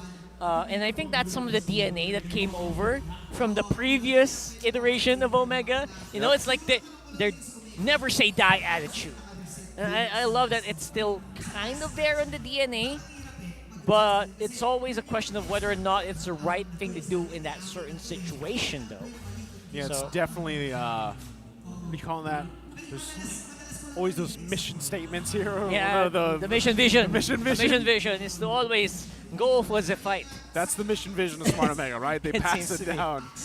And the thing is, though, they're still essentially the way that they play. It is kind of scrappy, but it's a little more refined right now, at least with this lineup.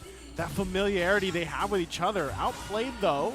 Yeah, they can capitalize on that familiarity here, but obviously the BMI battle mirror image still present here for Outplayed. And they just want to make sure that, you know, Echo is reminded of what they're capable of. That they've got that kill potential.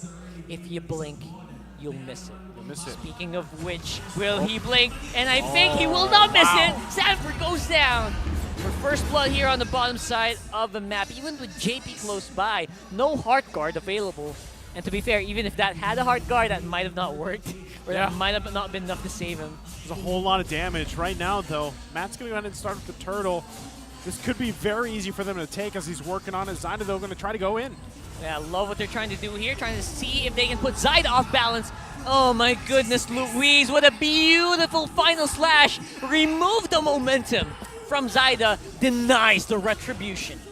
Again, a great play there. Great just decisiveness from this lineup of Smart Omega right now.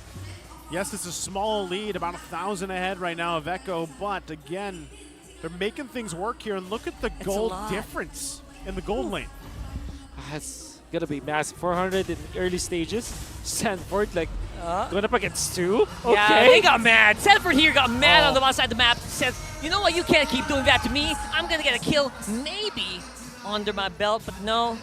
Yeah, of course, Omega survivability aspects, survivability, what do you call that, techniques, whatever. Meanwhile, on the top side of the map, Omega still wants to keep going, and Outplayed is the first victim there in that fight. Matt could still be in trouble here, but Sanji, look at him, doesn't have mana. Zyda, though, makes sure to clean it up. Wow. Actually, pretty good for Zyda. Pathing in the... But then again, Outplayed getting taken out up top is going to be bad for Echo. By the way, Brave Smite Claude. Yeah, for sure. Yeah, yes, sir. Fighter Claude. Learning from carry. From the carry. You know, how I wonder if we're going to see a different build path here at all, or just the normal, the typical, what we see from Claude. But I was surprised, too, even off cam, like Sanford went down, right? Now, I believe... He had the heart guard. Yeah, it almost looked like he would have got those kills down there, but like we said, the passive of this Nana helped out, and they kind of went with that. So right now, Smart Omega still with this little bit of lead that they have here. Echo looking to find what they can across the map. Now, big part of this, too, is allowing Outplayed to farm up what he needs to. Sanji as well needs the scaling. So, you know, in terms of damage department, they're not going to be there just yet. Yeah. And I think for Omega, one thing that you have to really bank on is because of this lead that they have, they can use this so that they snowball. And that is actually what you do with the Martis, right? And you also have Arlott and Ruby. So much potential for that one because that combo is almost like a Fredrin plus the Arlott combo where you have unlimited dashes because of your unlimited crowd control. And non-stop crowd control is something that they're trying to flex here. And Omega have been very much willing to take these fights. Here comes Sanford, though, fighting with the Black Dragon form. That they have knocked up. Hard guards available as well. Wow. Sanford's looking like a beast here for Omega. So difficult for them to answer. Echo might not be done, will be forced to disengage. It's a good thing with the Angela pick coming up from Echo. There's a lot of vehicles for that one. You have Zyda with the backshot, you have Sanford, and in the late game it should be Outplayed, who is outplaying West now. That duel up top, ooh, stuff of legends. Love being JP Sanji. here. Sanji's there too to help out with the sandwich play. West should be fine though. He's going to hold down his own. Meanwhile, Mark's going to make his way up here to the top now. That scary Rube that we're talking about here, getting some damage onto Sanji, but here comes JP discouraging more action from Omega.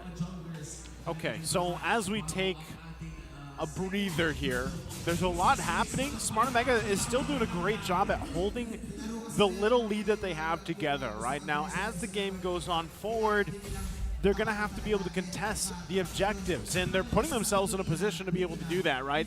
The fact, too, that they have West continuously just farming up, as long as he doesn't go down, can continue to build up, the rest of the team will help him kind of scale into that mid to late game here. Meanwhile, Echo's trying to do the same thing with Outplayed, right? We saw some action there, 1 versus 1 in the gold lane, but ultimately nothing able to happen for either of the gold laners just yet. So the main thing for Smart Omega is how do we play around JP having Miss Angela like we saw in the previous game, but this time it was in Smart Omega's hands. So they have to play around that, and that's why they're babysitting West so much here, right? They don't want him to go down. And also that's the reason for Echo to kind of slow down in this game. Just, you know, look for those objective fights and just fight around those objectives. Don't do something extracurricular if you're Echo, because you don't have the luxury of that since you're playing JP in a support role. So this is technically a double support role. Come late game though, that is where Echo now really can be really strong because of the strength of the Claude Angela, and then you also have Novaria, right? Yep. So what I'm trying to say here is, Echo, they can play this long game for sure. That's what they're going for right now. That was already a conceal being used by Smart Omega, looking to make a play in the bottom side. They're not going to find it though. Mark has the information he needs. Zyda's going to go ahead and take on this turtle. Dragon form going to be popped. Looks like it might just go in the hands of Echo. They're going to be happy to give it up. Yeah, there's just a lot of surprise factor from Omega that they're not able to utilize just because Sanford is beating them to the punch. And this is a 0-2 Yu Zhong, by the way. Yeah, that's how much trust Sanford has in his hero, and that's how much trust Echo has within their players, right? So this is a Yu Zhong that struggled in the early stages, but still does the job. Yeah, it doesn't matter how strong of a dragon you have, it all depends on how you use it. And he's using it to a very, very optimal timing and optimal positions. Oh my goodness, Wes! Wow, he ate all the bullets here coming in from the Claude, and he also used the flicker. And look at this, Zyda's in pretty much the middle of everything. And he has the hard guard, but I don't think he can survive it still. Now it's Outplayed who was taking a huge amount of damage from Omega. Man, the power of those Brave Smites. Yeah. There's 3 over there for Smart Omega. Holding it together. I mean, Sanji's trying to get the shots off, but he's not able to connect. Whew. Matt is going to find him. Oh! Is it in range? Not really. Going to go for over the wall. Love waves, man. With the Flask of the Oasis, you saw how much that can do. And this is a lot of healing. Yeah. Yeah, we're back up. That's something that healing is something that Omega now sorely misses, considering that only the Ruby has that lifesteal or that spell vamp compared to the last game, which is obviously it's a lot more deceptive. That's right. Now they also have to contest with Echo's hard guard.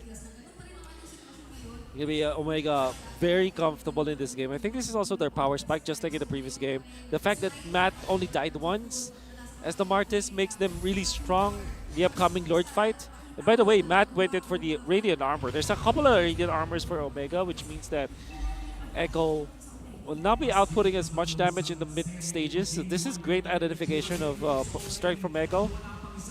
But they're not that prepared for Outplayed. Outplayed is actually not that far off of carry anymore. Yeah, he's doing all right. Not only that, too, but we're going to see both teams kind of wait for these battle spells to be up a little bit longer for Sanji to have that Purify.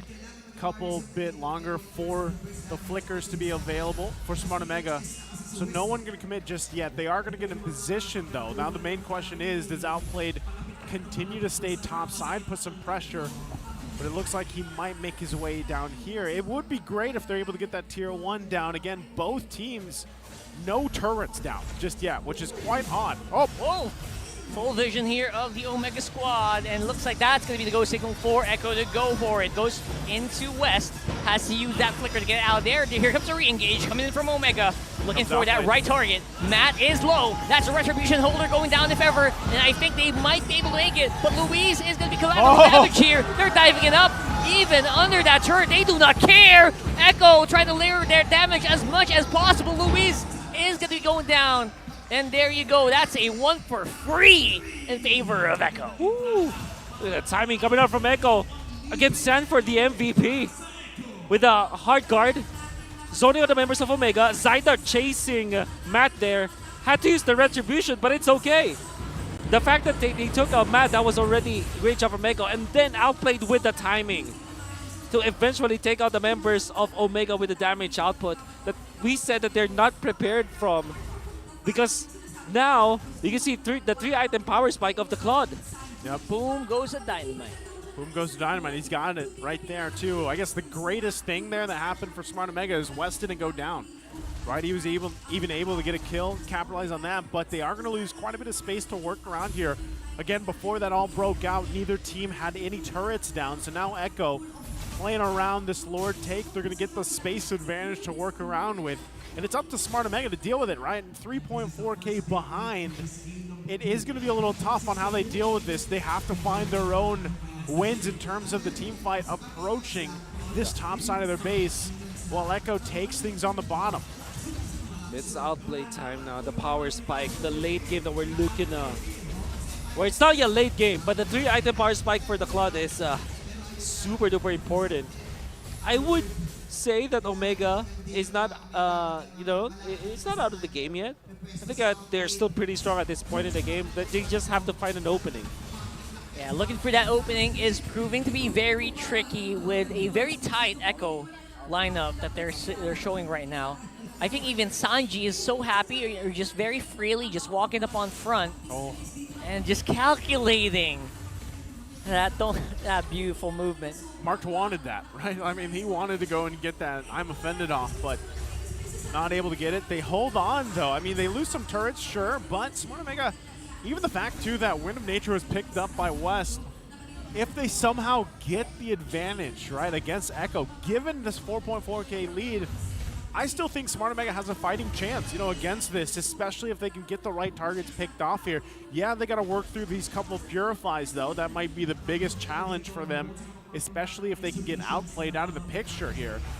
But right now, Echo obviously in control. They're going to go ahead and kind of settle down just a little bit before we're about 40 seconds away from this Lord. That'll be a big test for Smart Omega coming up for them if they actually want to contest that and deal with it. Now Sanji's cut, his job is cut out for him. He has to whittle them down if he can. But right now, Smart Omega doing a pretty good job so far. Defensive items now coming up for Omega. With the fact that they have completed those items, it's go time now for Omega. Really to fight. But the fact that Sanji is this confident up against some artists, that's quite concerning. Now Matt with the helmet. They definitely need to go now for Omega. They've picked it up and now they've heard me. Going for it. Here comes the conceal. He already activated everything on the side. They're throwing everything but the kitchen sink straight onto the Baksha, and they get their target. Here comes the re-engage though. Sanford alongside the hard guard. They are showing who's boss. They're whittling down the Omega lineup. West is slowed by Lois as well. That was a very, very early recall here. He's going to get punished for it. And Luis could go down as well, using a flicker to get away. Whew. And that was a very much understandable clash for Omega. Even I said that they should go, and they did. That was the right timing. Best case scenario. Best case scenario. But Sanford was just in the right spot, right time. Again, paving the way for Outplay. It seems like Sanford is laying the carpet, and Outplay just gets into position at the right moment. I like the decision coming out from JP, though, to go for Sanford instead of trying to save Zyda. Yeah. Zyda's MO back then was, okay, I'll just survive maybe a second more or 2 seconds more, allow Sanford to be there, hard guard intact, Sanford nails the Petrify, or sorry, the combo against the members of Omega, and then it was already the problem for Omega in the end. Well, right now their problem is going to be dealing with this Lord. Full force of Echo, running it down mid, Lord on the top side. Smart Omega trying to defend their base, trying to hold on to these base turrets if they can. Again, expect some pressure even against these walls from Echo. Ooh. And the shots from Sanji showing as well. They drop down the vision. The turret's going to fall on the top side. And Sanji will plant himself on that side of the map. They go in. Here comes the collapse coming in from Echo. West is the target. Matt's up on front. Lewis ready with a final slash. And they're trying to whittle down that Lord as much as they can. They're waiting and clearing for these minions, and that might be a successful defense here from Omega. But can they take more? Still a Nana. Great at defense. Great at defense. The lineup that Smart Omega has can actually defend quite well. Even longer. Like, yeah, they lost the 2 base turrets, but if they find themselves in a position again where they're defending against a Lord push, they have actually great tools to deal with it. So it's up to Echo, even with a 9K gold lead, to deal with this. The biggest thing, too, is if they somehow get West out of the picture, that'll cap it off for them to end the series here. So West has to be able to stay alive. His positioning is going to be crucial. We saw it earlier. Sanji planting himself on that outer edge of the base, just forcing the pressure with those shots. Yeah, man. I mean, that is tough to deal with. This is basically a big test for West and making sure he's a cut above the rest. I like it.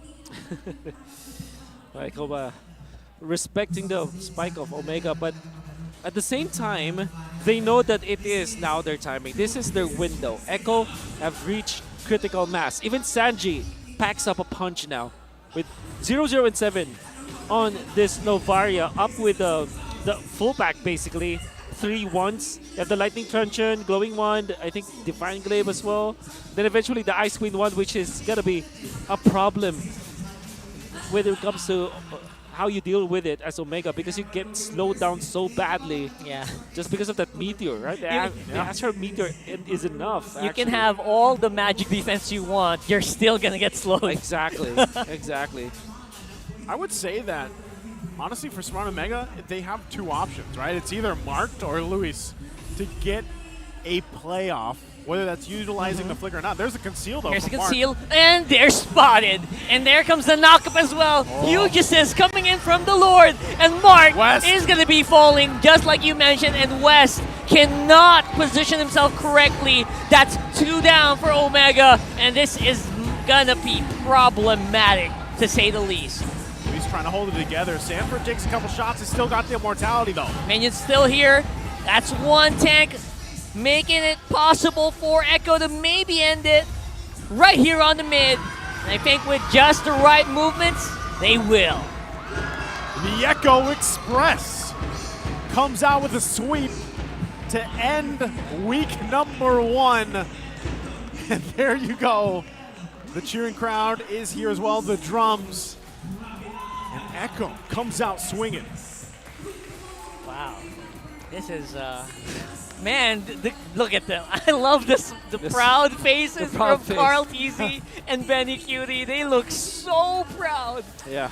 I love that. At a certain point, Sanji was auto-attacking his opponent. That's how confident he was. I mean, like, typically the Fire just gotta be sitting back, launching all of those Astro Spheres. But he was auto-attacking his opponent from a relatively long distance. That's how confident they are. But man, Echo just really off of Sanford as well as JP. It's particularly Sanford. I think that Sanford saved this game so much, and I'm saying that because he started 0-2.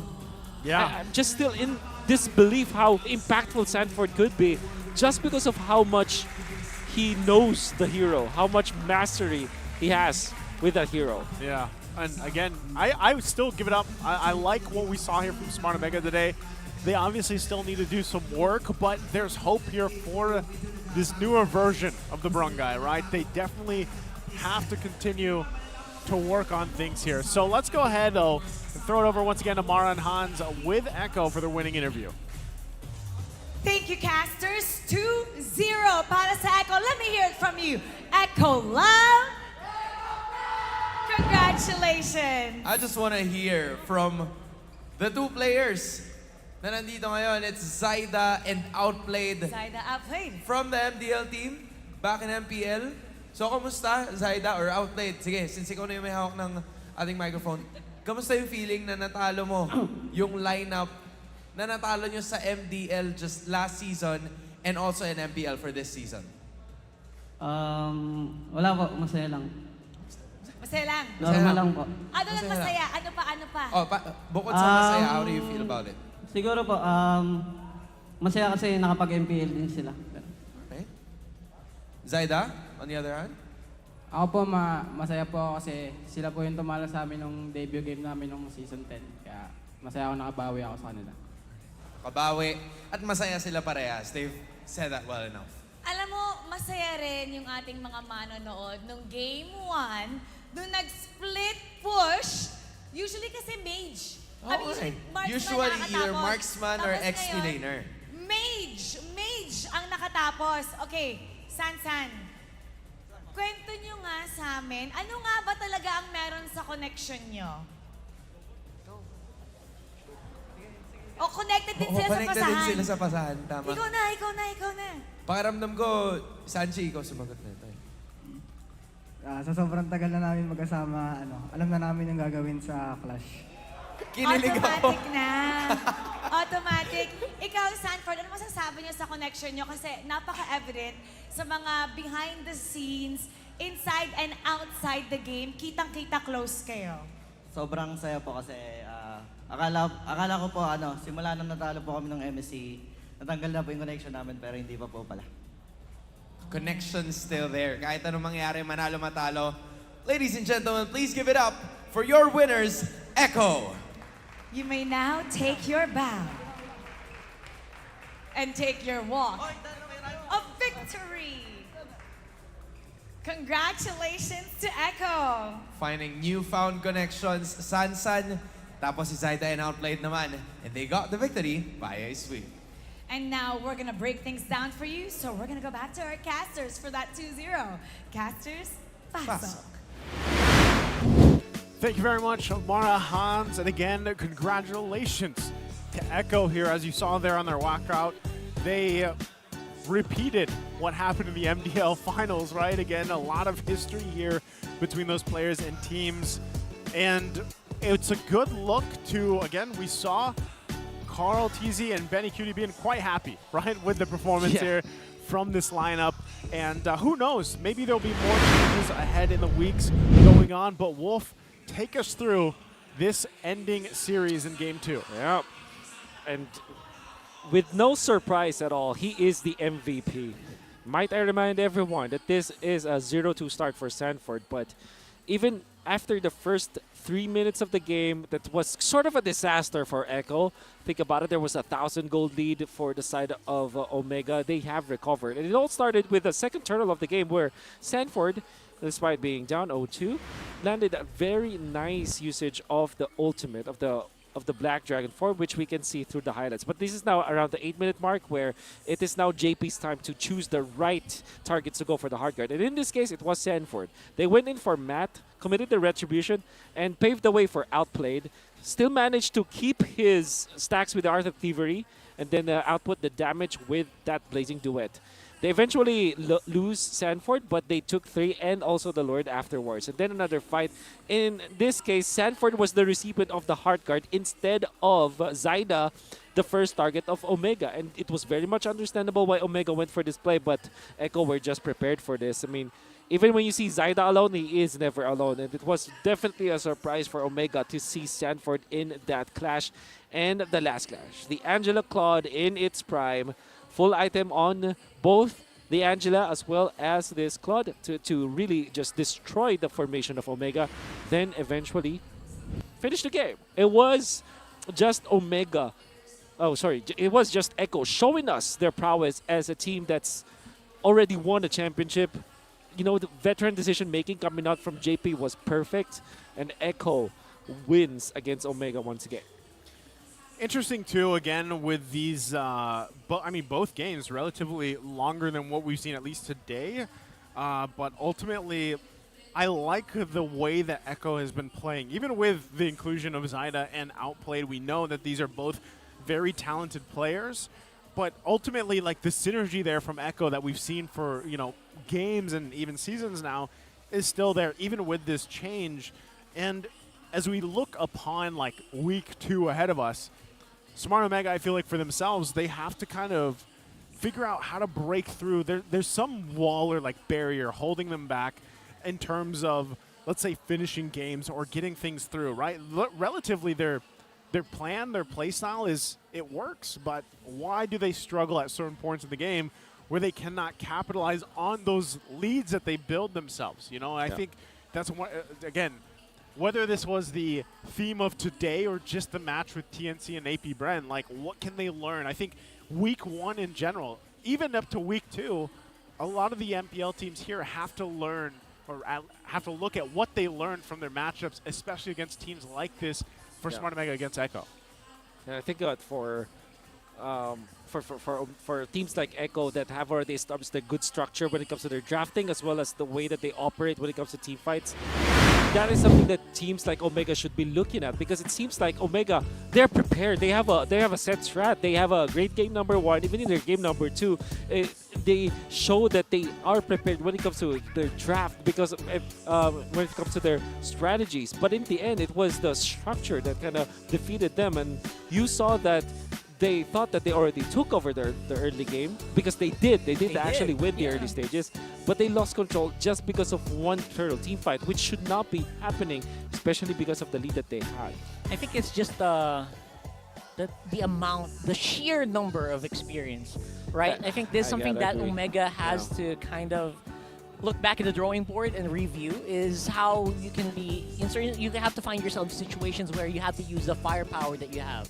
I think that was very apparent in game number 1. In game number 2, it was just, I think it was just Echo, just knowing when to fight back, even at a deficit.